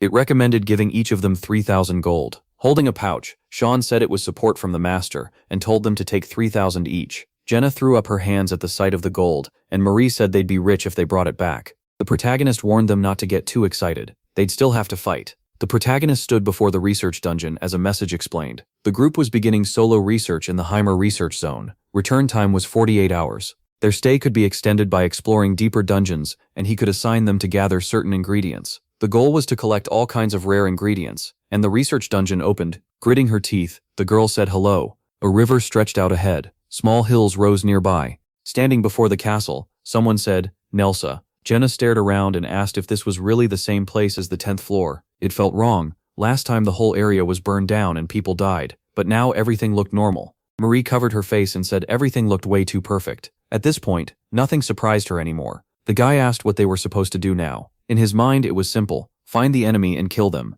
Han frowned and said that wasn't needed yet. For now, they should just look around. Unlike the main dungeon or the weekly one, a research dungeon has no fixed goal. Sometimes the heroes leave empty-handed, and sometimes they find something amazing. He wondered if the NPCs in this place could actually see them this time. A guard held out his hand and demanded permission to enter. Han gave him a coin instead, and asked if that would do. The guard said he wasn't asking for an entry fee. Sean grinned and said they were heading for the northern gate. The guard let them pass, but warned them not to cause trouble. Jenna clenched her teeth and called them idiots. The protagonist shot back that money mattered more to people like that than their own mother. Before the 10th floor was cleared, Nelsa had already fallen apart. The enemy reached the inner castle, yet there were barely any signs of a fight. A notice said Group 1 was exploring Heimer, with 47 hours and 48 minutes left. When the girl asked if they were just supposed to wander around, and Nate asked what kind of information mattered, MC told them to do whatever seemed right. Jenna asked again, still stunned. They couldn't believe it. Had they heard him right? He was telling them to gather information and spend time however they wanted. The girls were even more confused when they heard the master had given them money too. They could eat something good, get some air, and relax. Jenna asked if he was serious, and Marie checked if she really could do whatever she wanted. When he confirmed it, their eyes lit up. They were free to enjoy themselves, and he'd handle the rest. Looking away, the girl said she was leaving town and no one should stop her. She planned to go very, very far. Sean told her fine, but she still had to watch her own condition. Until they cleared the 20th floor, there were no real breaks. Grinning, she asked if she really could go, saying she wanted to see the ocean. He said sure. As soon as the 2 days were up, he'd teleport them straight back to the lobby. As one guy started walking off, saying Sean had suggested it first, Jenna said she'd go with him. Han shut that down right away. Hearing his raid plan wouldn't work, he looked away and figured they'd have to call someone else. He frowned, thinking it was odd how many mercenaries were around. The protagonist turned his head. His eyes landed on the notice board. After reading it, Sean realized the notice was about that girl. The charges were ridiculous: heresy, summoning a demon, insulting the imperial family, murder, arson, robbery, violence. It sounded like they had dumped every crime they could think of onto her. Sean smirked as he read that her imperial status had been stripped because of a terrible crime, even though royal blood still ran in her veins. Then someone asked if he was hunting that witch too. The man said it was pointless. The best hunters had already searched for her and found nothing, so a bounty hunter like him should know better than to hope for results. Sean bared his teeth and asked why he was calling her a witch. The reply came fast. Supposedly, she tore out babies' hearts for sacrifices and used forbidden dark magic. The guy threw up his hands at the mention of dark magic. Then he explained that she had summoned 4 forbidden creatures, though he admitted he didn't really know what that meant. Han kept looking at the board and said he wanted to hear more. The man brushed him off, saying he was busy. MC slipped him a coin and told him to keep talking. That changed everything. The man said he suddenly had plenty of time. He explained that her name was Susie. After losing her title, she was no longer a princess, just Susie, even though she had once been the heir to the throne. Sitting across from the man, Sean asked what he thought about all this. The man said those notices started showing up about a year ago, and added that yes, that was when the decree came out. Pointing to the notice, Sean asked what exactly he was seeing. Han folded his arms and thought back. A year ago, it hadn't even been a week since they met Susie on the 15th floor. He had seen that seal before. The same mark was on the armor of the people he killed. Putting it together, he realized they made all this up after Susie escaped the city. That meant she had survived, and was still somewhere nearby. Still at the table, the protagonist asked if this city had been attacked by monsters. The man said a goblin group had invaded a few years ago, but the order handled it quickly. Then he leaned in and shared a rumor. People said a witch had caused the invasion, because monsters normally didn't gather in numbers like that. MC thought they were seriously framing her. As food was brought over, Sean asked what else had happened. He heard about an epidemic, monsters going wild, colder weather, and most of all the dungeons. Han immediately asked about that again. The man said it started a couple of years ago. He went on to explain that several places like ancient ruins suddenly appeared across the continent, and people started calling them dungeons. They were strange places. Normal people couldn't pass the barrier and enter them at all. Han asked what that meant, so some unusual people could. The man grinned and said yes. Sean frowned as he listened to another rumor. Deep inside a dungeon was a strange stone that could grant special power. He immediately thought it was probably exactly what he was thinking of. That had to be the Stone of Advent, the source of the hero's third skill, imprinting. Chuck looked surprised, and said there should be one here too. To him it was simple. Still seated, Han brought up the mercenary groups moving around the area. Chuck smirked and said talk like this wasn't worth the gold. The protagonist had paid unless he could prove it. If the protagonist wanted more, he should let Chuck guide him and show he earned the money. Nearby, a man missing an arm lay on a stretcher. Chuck glanced at him and admitted that was exactly why he hadn't wanted to go. Sean said the dungeon had to be inside the city. Looking toward the temple, he guessed it had appeared in the center right after the invasion. The entrance was fenced off, and Chuck pointed out that a structure like that couldn't be ignored. There had to be a reason guards were posted there. Even so, MC thought the entrance itself looked ordinary. A few adventurers were talking to the guard while Chuck explained that dungeons could hold treasure, gems, and strong gear. With so many people waiting outside, Han understood it was basically a resource mine, one that could also get you killed. The guard handed an adventurer a square tablet. Chuck explained that the order fully controlled the dungeon, made money by selling passes, and even took a cut of whatever came out, which was why he called them scammers. Figuring he had earned his gold, Chuck started to leave. He told Sean that if he had more questions later, he could come find him. He asked how he was supposed to do that. Chuck answered while walking off that it wasn't his problem, though next time he'd throw in some bonuses. Han was left by himself. He studied the people heading for the dungeon. Judging by all the gear they carried, they were clearly planning to stay inside for days. Sean frowned and decided to check the dungeon later. The others had gone to rest, and he had nothing else to do. He noticed the mercenaries watching the area carefully, but almost no one was getting in. Those who could pass the barrier were different from the ones who couldn't, and the protagonist realized only a small number had the ability. After watching the entrance for about half an hour, MC guessed fewer than 1 in 10 could enter. He also noticed that if the party leader could pass through, the rest of the group could follow. Sean crossed his arms, sure that nothing would stop him. Time passed. Han kept his eyes on the entrance. Chuck came back, shocked Sean was still there. He was out of breath, while Sean was more surprised that Chuck had returned at all. Chuck explained he had taken the coin to be checked, and it turned out to be far more valuable than he thought. An ancient coin or something close to it. He narrowed his eyes and asked if Chuck was trying to scam him. He made it clear he wouldn't be giving him anything else, and Chuck protested that he wasn't asking for more money. Walking beside him, Chuck offered those extra services again, and promised this time it would be free. The protagonist said he didn't need them. Chuck just smiled wider. Remembering Han's interest in the witch, he offered to explain who had really ordered the smear campaign. But Sean cut him off and said he already knew, so there was no need. Chuck looked crushed and complained that getting information like that had taken real effort. MC glanced up at the rooftops as Chuck changed topics and offered a city tour instead. He said he even used to work as a guide and knew a couple of places with great food. Sean said again that he didn't need anything and asked why Chuck kept pushing. Then he flinched when Chuck suddenly yelled that Sean reminded him of someone younger. Sean stopped and asked who he meant. The younger one? Chuck balled up his fists and said Sean was from the east. He explained that one of the people he knew was small and looked a lot like him. Sean frowned. Chuck added that the kid had the same black hair and eyes, and admitted that was why he started talking to Sean in the first place. Lowering his voice, Chuck said Sean was the first person he'd seen from that region. He tried to say the other person's name, but Sean didn't want to hear it. He turned away from Chuck and told him to keep quiet. Sean's expression hardened, but Chuck said it was just a normal name. Ignoring that, Sean looked ahead and told him to just take him to the armorer. At the shop, Sean headed straight inside to check the gear. Weapons, shields, and swords were stacked all around. Jenna smiled at Sean and asked who he had brought with him. She showed him a new bow, and Sean looked surprised. Jenna reminded him he'd been telling her forever to get a longbow. She thought this one was enchanted, and it only cost 2 coins. The system called it a flashy D-rank bow that looked nice, gave extra stamina, and wasn't very useful. Sean said it straight. It was junk. He pointed out the stones nearby and said that money should go towards something better. Jenna walked over and stared at one of the gems in shock. It was an elemental stone. Sean knew their master would be happy if they brought those back, since heroes needed them to ascend. Still holding the bow, Jenna asked what she should do with it. Sharon told her to drop the trash. There were more important things here. His eyes landed on a spiral-marked stone, and he figured that regenerative stone was actually worth the price. It could store scenes from past fights like a recording.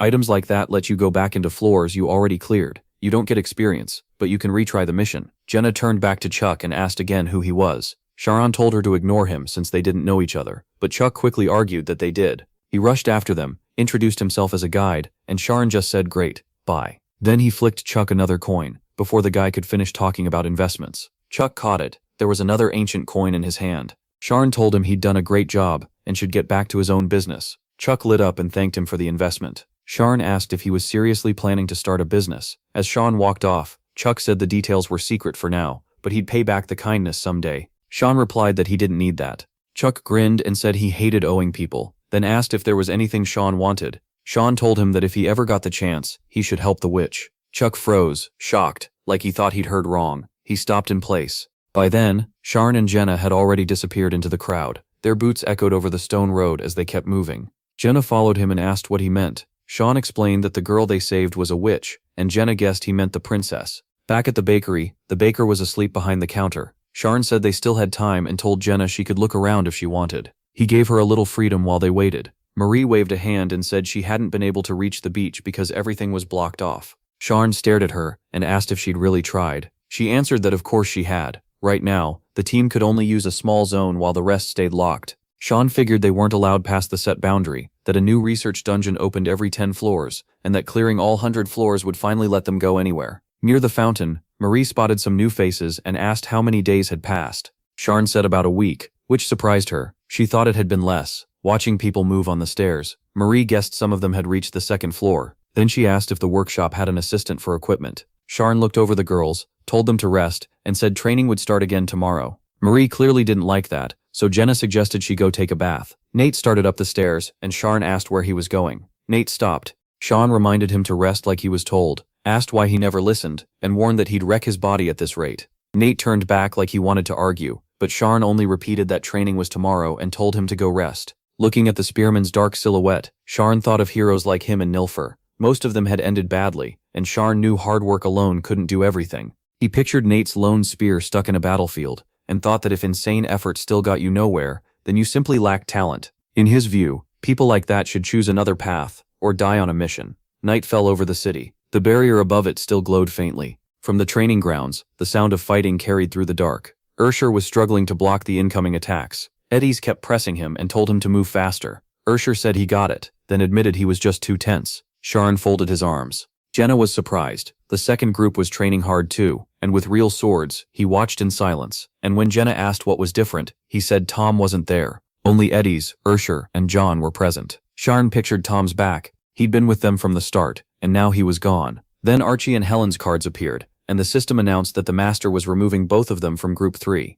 The nearby building had expanded, and the system followed with more notices: hero relocation, a floor-based housing plan, and updated rights. After selecting Archie, it began moving him. It also listed the current buildings: Cafeteria Level 2, Bathhouse Level 1, Rest Area Level 1. Sharon turned and saw the new arrivals. With his hands in his pockets, Archie said the place looked amazing and was way better than the first floor. Sharon sheathed his sword and said it was time to fill the group. Jenna asked if she should bring the lottery picks, but he told her to wait. Studying Helen and Archie, he guessed the master wanted just one truly strong group. Arms crossed, Sharon welcomed the two of them to the 2nd floor. Then he thought of Tom and figured the guy had been sent back down to the 1st floor. That made his mood sink even more. Tom simply couldn't kill. Eddie stiffened and clenched her teeth. Sharon realized the second team was short on people now, and since those three couldn't go anywhere yet, they were making training harsher. He wished the master would send more experienced heroes. Eddie's pressed a hand to her forehead, but Sharon doubted the master would do that, and kept thinking about his own team. Archie gave a sly grin and asked why Sharon looked ready to kill them when he'd only come to say hi.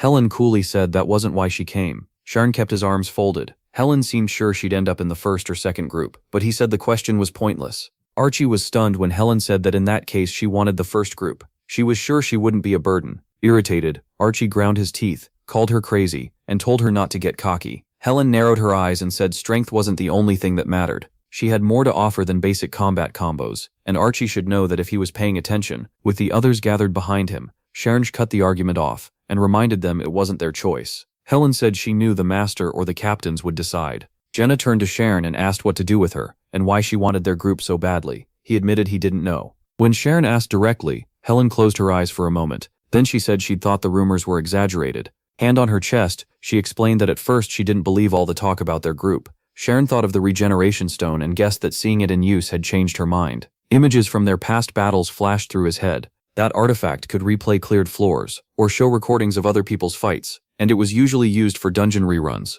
So Sharon figured Nihaku had shown Archie and Helen those battle records. Frowning, he asked Helen how much she had seen. She met his eyes and said she'd seen all of it. Now she believed the rumors had actually made their group sound weaker than it was. With Jenna and Nate standing behind Sharon, Helen said it was only natural to want the strongest group if you wanted to survive, and that was why she wanted the first group. From the side, Eddie's asked, "What about the second?" Helen answered that she still preferred the first. Ursher got upset and insisted they were just as good. Then he lost confidence and awkwardly added that he really meant it. Ursher bristled at how rude the newcomers were, but Archie didn't see the issue. New or old didn't matter here, only the strongest survived. To him it was pathetic that Ursher had been here longer and still didn't get that. Sharon gave him a long look. Archie also wanted the first group and claimed he'd be more useful than Helen. Helen waved a hand and said the lottery Hans group used was pure luck, so they needed a better way to decide. Edith lowered her head and pushed Sharon to choose, but he clearly didn't want to. With a sigh, Helen said she didn't need people who didn't want her there.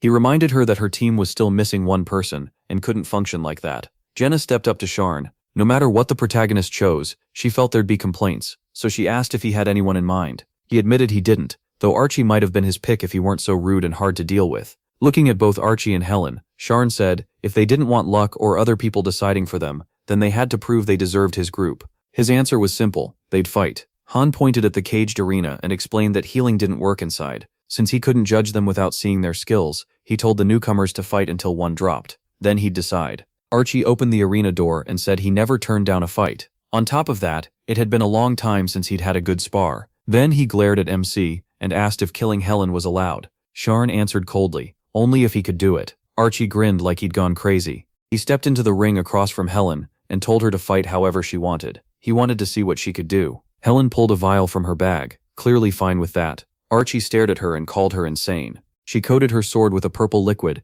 and reminded him he'd said anything goes. It was a paralysis poison, and poison had always been the core of her fighting style. Raising the blade, Helen said she'd tested it on monsters hundreds of times, but this was the first time she'd use it on a person. Archie drew his sword and said she'd never get the chance. Then he used the system to issue a duel challenge. The system confirmed both fighters accepted. Jenna watched them and said the tension was so bad it felt like someone might die today. Sharon thought that was very possible. The system asked whether to begin the approved duel. Han tilted his head a little and gave the signal to start. Archie moved first, leaping in at once. Helen answered with a flurry of thrusts. Smiling in a creepy way, Archie dodged every one. Then he rushed her, forcing Helen onto defense. Sharon and Jenna watched closely as the two newcomers circled and exchanged blows. Ursher was stunned. Archie hadn't fought him like this at all. Edith guessed he'd been hiding his real strength. Standing beside Sharon, Jenna and Nate listened as he told them to watch carefully. They had a lot to learn from this fight. Archie attacked with that same smile. Han realized both fighters had level 4 weapon skills like Ursher,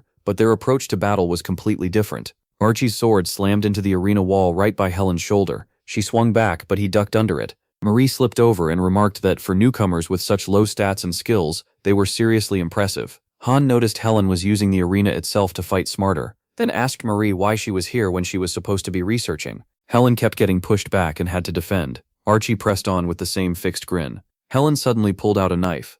She flipped it once in her hand. Archie sensed the danger right away. Helen threw the knife, and he barely dodged. Even so, it cut his cheek. The system warned that Archie was bleeding and would keep losing health. Helen added that the poison had also hit him, leaving part of his body numb. She smiled, sure she had it won. A second later, Archie drove his sword into her stomach. Helen failed to stop the strike from the hilt. Her whole body tightened, and cold sweat broke out. She was thrown hard into the arena fence. Wiping blood from his cheek, Archie blamed her for why his body wasn't moving right, then declared himself the winner. He turned to him and said the duel was over, asking if anyone objected. He only said it had been a good fight. Archie faced him and asked what came next. The protagonist said he'd made his choice. He frowned. Helen gave a weak smile when MC announced she would join the first group. Archie exploded, unable to understand why. Nate looked confused too, but Jenna smiled and said Helen had done well. Ursher looked even more lost, while Edith seemed to be thinking it through. Helen figured only Edith, John, and Jenna understood. Helen had acted like she was ahead on purpose, so Archie would relax. He found that pretty amusing. The moment she cut his cheek with the poison dagger, he understood the earlier double dagger style was just bait for one clean hit. Archie kept charging because he trusted his skill, and when he struck Helen with the hilt, everyone else was too caught up in the fight to notice the real plan behind her moves. Archie's face darkened. He couldn't believe it, and told the protagonist to say it again. Han frowned and said he could repeat it all day. Helen was joining the first group. The winner clenched his teeth and demanded a reason. MC thought of their team setup. A swordsman, a spearman, a mage, and an archer. Every one of them was built for straight combat. As Helen wiped blood from her lips, he said they needed someone like her. Someone who could answer situations their current lineup couldn't. Looking at Archie through the fence, the protagonist admitted he'd thought Archie was strong enough to make this a hard choice, but he was wrong. Archie argued that without dirty tricks, he'd have beaten Helen in under 5 minutes. Arms crossed, Han said Archie was talented, but the truth was simple, the group just didn't need him. Then MC gave him a sharp smile and offered a deal. Fight him, and if Archie lasted 1 minute, he'd take him. Archie was stunned. He looked completely sure of himself. Then Archie smiled back. He glanced at Nate and asked about the group's other member. Marie came over as Han explained that a swordsman and a spearman filled different jobs. This wasn't just about who was stronger, it was about formation. Archie grinned and admitted that made sense. Nate was left speechless when Archie said he wasn't even doing his job as a spearman well enough. Still standing in the hall after his match, Archie said he'd been watching the first group's fights with real interest. After studying the injured Nate, he said the spearman didn't fit. He asked if the group really needed that role so badly they'd ignore his flaws, then flat out said Nate was holding them back. Jenna rushed to Nate's side and snapped at Archie to quit the nonsense. Their spearman was doing great. She was left stunned when Archie told her that with her talent, she should know comfort can sometimes make things worse. Hugaon's face hardened, and he ordered everyone to be quiet. Archie answered with a sly smile. The protagonist closed his eyes and said a spearman might not be absolutely needed. If a gifted swordsman joined them, he wouldn't mind changing the formation. Jenna looked upset. After leaving the arena and healing up, Archie was asked if he really believed he could help more than Nate, even if he was a better swordsman than Nate was a spearman. Archie said he wouldn't have brought it up if he didn't mean it. Then he pointed his sword at Nate and told him to accept a duel. Jenna and the others watched in silence while Helen glanced at the one stirring everything up. Hugaon's expression turned cold as he asked Archie if he'd really keep his word. Walking up to him, MC reminded Archie that Nate had been here far longer. Still, if Archie was challenging him with that much confidence,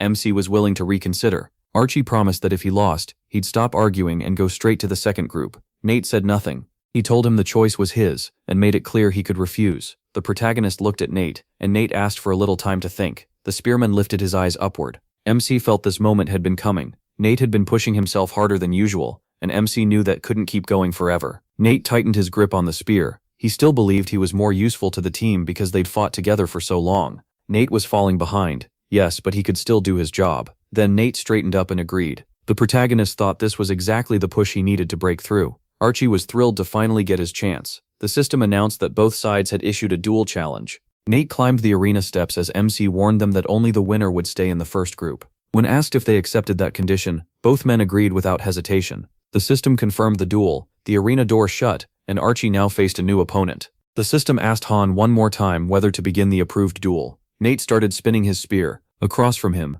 Archie rolled his sword in one hand. Both stared ahead with full confidence. The duel began. Jenna tensed up. She hadn't thought Nate would really accept, even after he said he could refuse. He replied that the decision had always been Nate's. Archie came out attacking hard. Jenna understood that, but she was scared to think about what would happen if Nate lost, because Archie was seriously strong. Nate struck into Archie's guard. The protagonist believed the spearman could still win if he handled this the right way, just like in training. They were pretty evenly matched. Both had level 4 weapon skills, but Archie also had a few passive skills Nate lacked. Archie rushed in, but Sean knew Nate still had one edge. Nate blocked the strike, then he slammed the spear shaft into Archie's chin. His real edge was experience. Archie grinned and admitted Nate was fast. Nate reset his stance. Ursher Roderick got fired up and hoped Nate would put the newcomer in his place. Nate fought with calm confidence. Sean didn't care who Archie had been before this. What mattered was that he had no real experience fighting monsters. Nate kept driving Archie back. Archie had only just arrived, while Nate had survived hundreds of fights, including bosses, and had faced spearmen like Nate and John before. Against seasoned heroes, a spearman's movements could become terrifying. Nate fired off a chain of thrusts. Archie slipped to the side. Even so, the spear smashed into his back. Nate stayed on the attack. He brought the spear down on Archie from above. Ursher Roderick enjoyed that a little too much, yelling that Archie would end up washing dishes in their group. Spears had been used forever in war and hunting, and for good reason. Their reach made them great in battle, but in one-on-one fights, they were usually seen as weak. An average swordsman would normally beat an average spearman. A spear had longer reach, but not by much, usually about a meter. That could help, but once someone with a shorter weapon got in close, a spearman often couldn't react fast enough. There were plenty of weapons a spear struggled against. Daggers could slip past them, and they couldn't match the distance of bows. But Nate was beating Archie anyway, because they weren't normal fighters. They were heroes pushing past human limits. He hammered Archie again from above. Regular logic didn't really fit here. Ursher Roderick gave Archie a thumbs down, showed his anger, and again threatened to make him the team's dishwasher. Nate kept swinging without giving Archie room to breathe, then stabbed in, swung again, and forced real fear into him. Nate swept the spear like a scythe, but Archie jumped up and flipped backward to escape. Sean watched closely. Even if Archie had been gifted before coming here, becoming a hero had changed the rules for him. Nate lined up another attack. He had sparred with Sean hundreds of times, so Sean knew he was used to fighting people stronger than normal humans, and even monsters. Nate stabbed forward, and Sean could tell the two were using totally different styles. Jenna looked worried. Nate was doing well, but something about it felt off to her. Marie said that if this kept up, Nate would win easily. Archie smiled and slid along the spear shaft toward Nate. Jenna told Marie to watch carefully. That grin only grew more confident. Jenna noticed Nate's clean hits were becoming less frequent, and Marie saw it too. Edith crossed her arms and noted that they had figured it out too. After landing, Archie called the fight boring. Nate stiffened but kept attacking. Sean admitted the strikes were accurate, yet too simple, and that made them easy to read. Archie had sharp eyes. Seeing how fast he had already learned to read Helen's attacks, Sean realized his ability to observe was unusually high. Archie moved in close. Sean thought he'd probably gain a skill like Spiritual Eye sooner or later.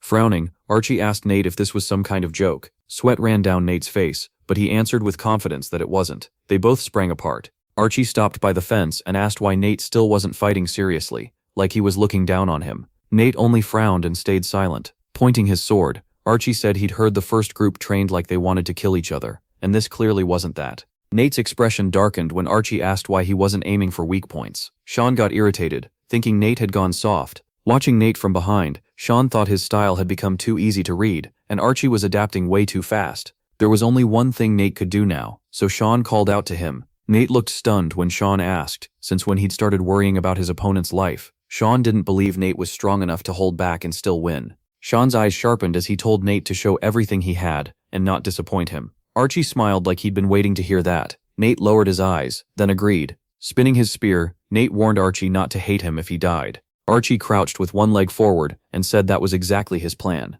Now both were getting ready for the final exchange. Nate tightened his grip on the spear, then he charged Archie. Archie rushed in too. The spear tip flashed right past Archie's nose. Nate started swinging wildly. Archie clenched his teeth and barely blocked the next hit. Nate lunged again. Archie was wide open. Nate tried to stab him, but Archie dodged. Nate instantly followed with a burst of fast thrusts. Still smiling, Archie weaved through them. Nate pulled the spear back behind him. Then he swung with full force. Archie barely managed to drop low. The spear tore through the arena fence. The clash echoed through the whole city. Jenna watched in nervous silence. Even Ursher Roderick couldn't hide his shock. The arena roared like it was full of explosions. Marie looked away, and John shut his eyes. Then came the loudest strike of all. After that, everything went quiet. Blood spread across the arena floor. Badly hurt, Archie admitted the blood loss was making him feel a little sick. Nate had dropped to his knees, and Archie declared himself the winner. Ursher Roderick was stunned. Nate had the upper hand, so this made no sense to him. He glared at Archie and accused him of using some trick, but Archie said he had no idea what he meant. Ursher Roderick leaned in and called him a liar, but John stopped him. The system announced that Archie had won the duel. Marie was shaken since she had expected Nate to win. Jenna was tense too. Nate had fought well, but one strike decided everything. Sean's dark expression showed he agreed. Sean watched Archie's back. It was hard to explain, but the swordsman seemed to have more than just good instincts. Right from the start, Archie had picked up the pattern in Nate's attacks. As the fight went on, he defended better, closed the gap more easily, and kept adjusting. He even dropped low and waited for the one moment that could turn the fight, no matter how many attacks Nate threw at him. Archie looked almost crazy, like he knew he needed only one opening to win. To get that perfect counter, he endured Nate's attacks over and over. Then, like a crazed wolf, Archie exploded forward and took his chance. With a predator's stare still on Nate, Sean concluded that Archie observed coldly, analyzed everything, and waited with unnatural patience for the winning move. Walking past Nate, Archie said it was a shame this would have been a lot more fun if Nate had gone all out from the start. Nate held his injured shoulder and agreed. Helen crossed her arms, unhappy with the result because Nate clearly hadn't been ready. Sean's face darkened, but he chose to keep his word since no one objected. Archie left the arena, and Sean announced that he would join the first group.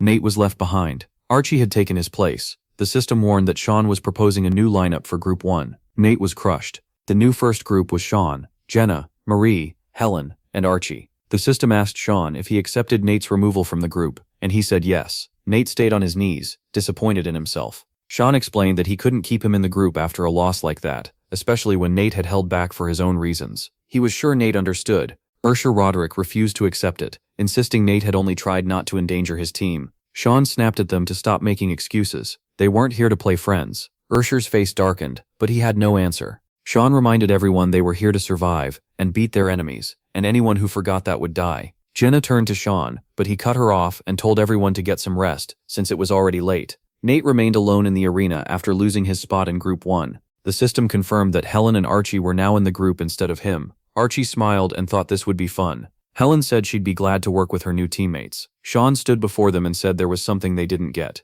Being in Group 1 wouldn't make life easier. It would be much harder because their work was far more dangerous than the second groups. Still wearing that sharp grin, Archie said he knew that was exactly why he came. He wanted to grow stronger. Roderick and the girls started to head out. Sean walked over to the arena and told Nate that sitting there forever wouldn't change anything. Nate admitted he didn't want to leave. Sean headed up the stairs. Nate said there was no excuse, he'd just gotten weaker. Sean then asked why he didn't go for Archie's weak spots. Nate got up and Sean pointed out that he had the edge early on. So why did he let Archie recover? Nate answered that they weren't supposed to kill their own teammates. Sean stared at his back and asked, since when Nate started thinking like that? He said he didn't raise him to be this soft. Nate lowered his head and said part of him still hoped for something better. He also admitted he never thought he was that talented. In the middle of the fight, Nate had lost himself to the heat of battle. At that moment he truly believed he could beat Archie. He was even sure of it, but he feared that later Archie would return as an even fiercer, crazier wolf. His face darkened because he felt he had no right to kill someone who burned brighter than he did. Nate felt swallowed by darkness. Looking at Helen and Archie, he thought all his effort meant nothing. No matter how long he trained or how hard he worked, none of it could fix a lack of talent. Sean asked if that was why he held back. Nate said he couldn't hurt his master because, to him, those two mattered more. The fog in his mind still wouldn't clear. He couldn't see in himself what Sean and Jenna saw, and it felt like he'd been standing still the whole time. Sean tilted his head, realizing Nate was close to falling apart. Nate's eyes went wide when Sean brought up an instructor role. Looking toward the training grounds, Sean explained that the first floor needed people to train new recruits. He said Nate would fit that job well, and Tom too. Instructors just watched rookie fights and trained them somewhere safe. Sean added that people usually fought hard for spots like that, but he was willing to recommend Nate and Tom. Nate looked down, quietly thinking about teaching others instead. Sean asked why he was hesitating. He already knew Nate's real goal wasn't to grow stronger like Archie. It was to get back to his family. Nate looked into Sean's eyes like he wanted to argue, but the words caught in his throat. He walked past Sean, apologized, and said he would become an instructor. Sean called that stupid. Nate turned back, and Sean told him not to choose something he didn't really want. He said he once knew another spearman with as little talent as Nate, yet that man still reached second-rank spearmanship. Sean glanced at him and asked if he wanted to get stronger. Nate looked shaken, and Sean looked away, already expecting a no. Instead, Nate dropped to his knees and cried out that he didn't. Tears started falling as he admitted the truth. He did want to be stronger. He never wanted to think such pathetic thoughts again, but he didn't know if someone like him even could. Nate stopped crying when Sean told him there was a way. He wiped his face, and Sean told him to wait. Behind the arena was a gate, and Sean said they should wait until it opened. As they got closer, a drawing on it came into view. The protagonist turned toward the arena exit and promised to take Nate to Niflheim when the time came. Nate asked where that was. Sean smiled and said it was a very good place. The area grew quiet. Jenna reached out to the newcomers, introduced herself, and tried to break the ice. Helen and Archie looked away. Sean could tell things were still awkward, so he decided to explain what the new members needed to know. He told them their group fought in fire. He was sure Archie and Helen already knew that from using the regeneration stone, and warned them they'd have to get used to it. Helen asked if he meant building fire resistance. Sean said they needed to learn that skill fast, and asked if they knew how. Archie answered that you just grab the flame. Sean smiled when the swordsman called the method stupid. It still worked. Archie crossed his arms and said he'd master it in 4 days, then joked that Helen would probably complain. She shot back that if that was the case she'd do it in 3. Sean then turned to Jenna and said she would take Nate's spot. She asked how that would work with a bow. Sean explained that he and Archie both fought up close, so Archie couldn't overextend and had to stay where backup could reach him. If he wanted to fight alone instead of with the team, then he didn't belong with them. Archie just smiled and said he'd remember that. Sean's eye flickered.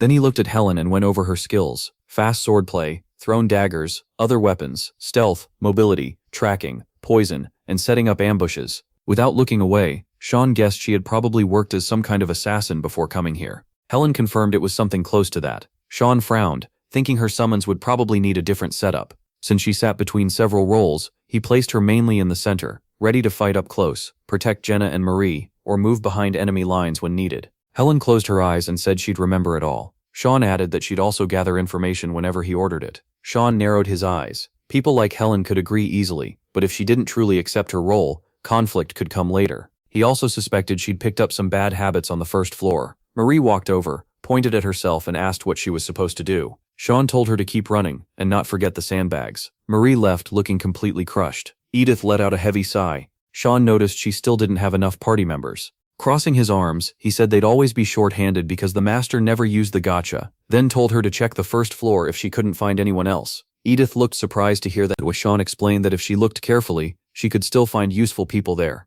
He added that Tom had chosen to work as an instructor on the first floor. Sean told Edith to have him watch only the truly determined ones, since that was her best option until new summons arrived. The blue-haired girl kept practicing on a dummy, while Sean noted that the free gachas were coming in as planned. More than 20 people were already waiting on the first floor, so he hoped at least one of them had talent. Edith touched her chin and decided to follow his advice. Sean warned her to stay quiet even if she found someone promising, or the others would start treating that person differently. As people moved toward the girl training, Edith asked if he meant bullying. 3 guys with ugly smiles approached her, and Sean said yes. This place was full of people who picked on anyone doing well without help. Inside the closed arena, Sean crossed his arms and said it was time for everyone to learn each other's strengths and weak points. He faced Helen and Archie, saying there would be no rules and that they could use real weapons. Archie stepped forward and said he liked the sound of that. Sean asked if he was really planning to handle it alone, then called Helen over too. If they wanted to test him, they might as well go all out. Archie smiled and asked if that was really allowed, warning him this wouldn't be a normal spar.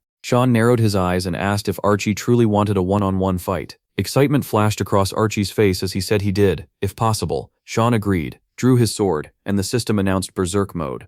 According to Chloe, a few days earlier, some heroes from the first floor had gone after Archie. There were 3 of them, members kicked out of the 3rd group after Archie lost that duel. Soon they were all on the ground, some missing arms, others legs. None of them had even touched him. That same group still wandered around harassing anyone they disliked, including people aiming for the 2nd floor. Those candidates could usually handle them, so it wasn't a huge issue. But even then, nobody there was ready to move up yet. Archie rushed Sean first. He swung his sword, then suddenly jolted. Sean figured his opponent needed to learn something. He sent Archie's sword flying with a single strike. The blade spun away and stabbed into the ground. Sean made sure Archie saw the gap between them. After beating weak fighters on the first floor, the swordsman had started getting too full of himself, and Sean wanted to remind him that stronger people still existed. Archie kept smiling, but it wasn't as sure as before. He admitted Sean was really strong. Helen called him arrogant, and said the result was obvious. Archie pulled his sword free, said he was glad he'd joined the first group, and added that he'd need Helen's help to fight Sean for real. The girl agreed. She coated her blade with poison, and when Sean asked if she was really going to use it, Helen reminded him that this was what he wanted. She and Archie took their stances, and Archie thought even Sean would struggle against both of them at once. Sean slipped back into berserk mode, clearly unconvinced. The floor went still. Even the arena fell silent. Archie and Helen were out of breath after losing. He still believed the 2 of them could beat MC, but MC shut that down. Numbers alone do not make a team, and they still had no teamwork. Jenna was stunned when he said the pair could not even beat her alone. Right now, he figured they were only strong enough to deal with Nate or Ursher. When the protagonist called, Jenna walked over and admitted she was a little nervous. He told her not to be. She was stronger than both of them. Jenna stepped up in front of the 2 newcomers. MC ordered Archie and Helen to stop thinking about one-on-one fights and work together until they could finally beat her. Archie hated how little he thought of them, and insisted he would not lose to Jenna. He just told him he would find out soon enough. Archie glanced at Helen, and complained that teaming up with her would only slow him down. She felt exactly the same about him. Looking down at them from the railing, the protagonist told them to prove it, instead of talking. If they beat Jenna, he would spar with them as much as they wanted. Archie made him promise, then smugly told Helen to stay out of his way. Archie stepped up in front of Jenna, and said he would handle it. Jenna got into position. She fired first. Archie cut the arrow out of the air, but he missed the real danger. A rain of arrows came down from above. He jumped back and barely got through it. While Archie dealt with the barrage, Jenna lined up a special shot. It looked like the arrow was headed straight for his neck, but he barely escaped, and it sank into the wall right beside him. Han stared at him and repeated that Jenna was stronger. Archie forced a smile and said he had been like a frog stuck in a well. MC reminded him he was supposed to be fighting with Helen, not alone. Arrows covered the arena floor. He gave them 2 days to beat Jenna. He knew Archie had seen the records. The first group had survived against enemies far above them many times before. What Han could not understand was why these newbies kept trying to fight solo when they did not even know the basics of teamwork. Helen frowned and said it was her turn. The protagonist closed his eyes and called them stubborn. Before long, the arena went silent again. Helen was breathing hard. Arrows covered the walls. She was trapped on all sides. With clear disappointment, Han noted that neither Helen nor Archie lasted even a minute. Both of them were badly beaten. Archie finally admitted they really did need to beat Jenna together. Even if he did not like Helen, he would try. Helen agreed. This was not going to be easy. The two rushed in together. Han watched from the same spot. Without changing his expression, he called them pathetic. Helen knocked away one wave of arrows, but another was already coming. Then Jenna suddenly appeared right in front of her and slashed with a dagger. After that, she ran along the wall and aimed again. She kept moving and drew another shot. This time, Archie was in her sights. Her arrows tore into him again. Han looked at the wounded swordsman, baffled. Archie was doing even worse with help than he had alone. Archie cursed in frustration, but still wanted another try. MC told him swearing would not fix anything, and warned that if this kept up, he would send him to the much easier second group.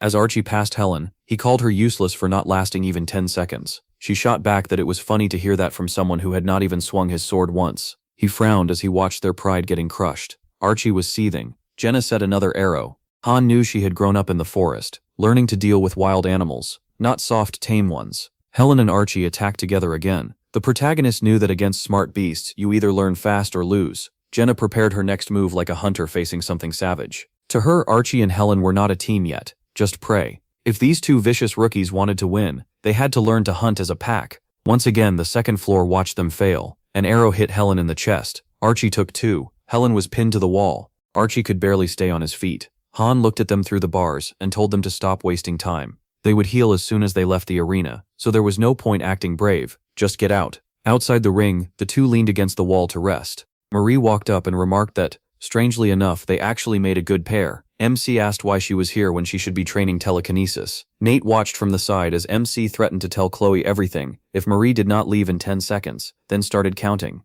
She protested, but left anyway. Archie tested his muscles and wanted to go again, while Jenna was not sure that was a good idea. He gathered the arrows and quivers, then ended training for the day, and told them to try again tomorrow. Helen thought they still had lots of time. Jenna squeezed her flask in frustration. The protagonist reminded them that she had already spent over a dozen matches on them and missed her own training because of it. He told the newbies not to waste other people's time, and warned that if Archie and Helen could not beat Jenna by tomorrow, he would start looking for different teammates. Archie was stunned, but the protagonist made it clear he was serious. Carrying the arrows away, MC added that they would get one more spar tomorrow. If they lost again, he meant every word. Both of them fell into despair. Han just hoped they would not let him down. Jenna looked back at the two and asked him if he really planned to send them away. He answered with a question of his own. Had he ever lied? When she dared to remember a recent time that he had, the protagonist smacked her on the head with a quiver. He kept walking and said that if someone could not work with a team, even great talent meant nothing. Jenna could not imagine who would replace those two if they were kicked out and guessed MC wanted Nate back,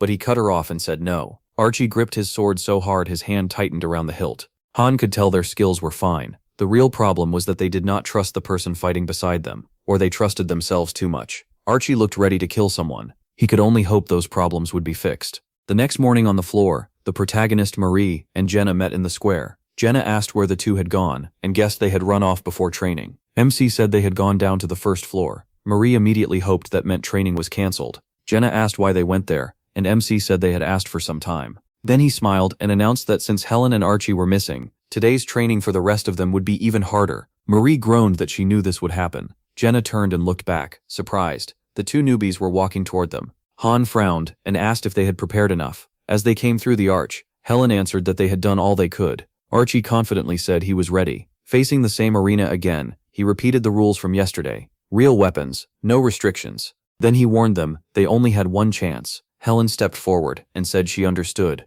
Archie looked at Jenna, then agreed to cooperate. He clearly did not like it, but he knew he had no choice. Jenna raised her bow and suddenly blurted out in surprise. She did not get what they were doing. Helen and Archie stayed completely still. Jenna panicked, not understanding why they were not rushing her, and fired a volley. The attack was aimed at Helen. Archie stepped in and knocked the arrows away from her. At once, Helen threw her dagger. Jenna jumped aside and shot again. Archie grinned and said he could finally see it all now. Jenna was shocked. He was pushing through her arrows, but this time he was not charging in blindly. The system announced that Archie had awakened the skill anti-projectile defense. Then the two newcomers rushed Jenna together. She fired again and noticed they were still some distance away. Archie, Helen, and the arrows closed in on each other. Archie moved in front and knocked away the shots coming straight at them, while Helen cut down the arrows falling from above. Then they split to opposite sides. Jenna was hit with a two-sided attack from right and left at the exact same moment. She leaped up, and both blades slammed into the ground below. Right then, Helen's dagger flew toward her.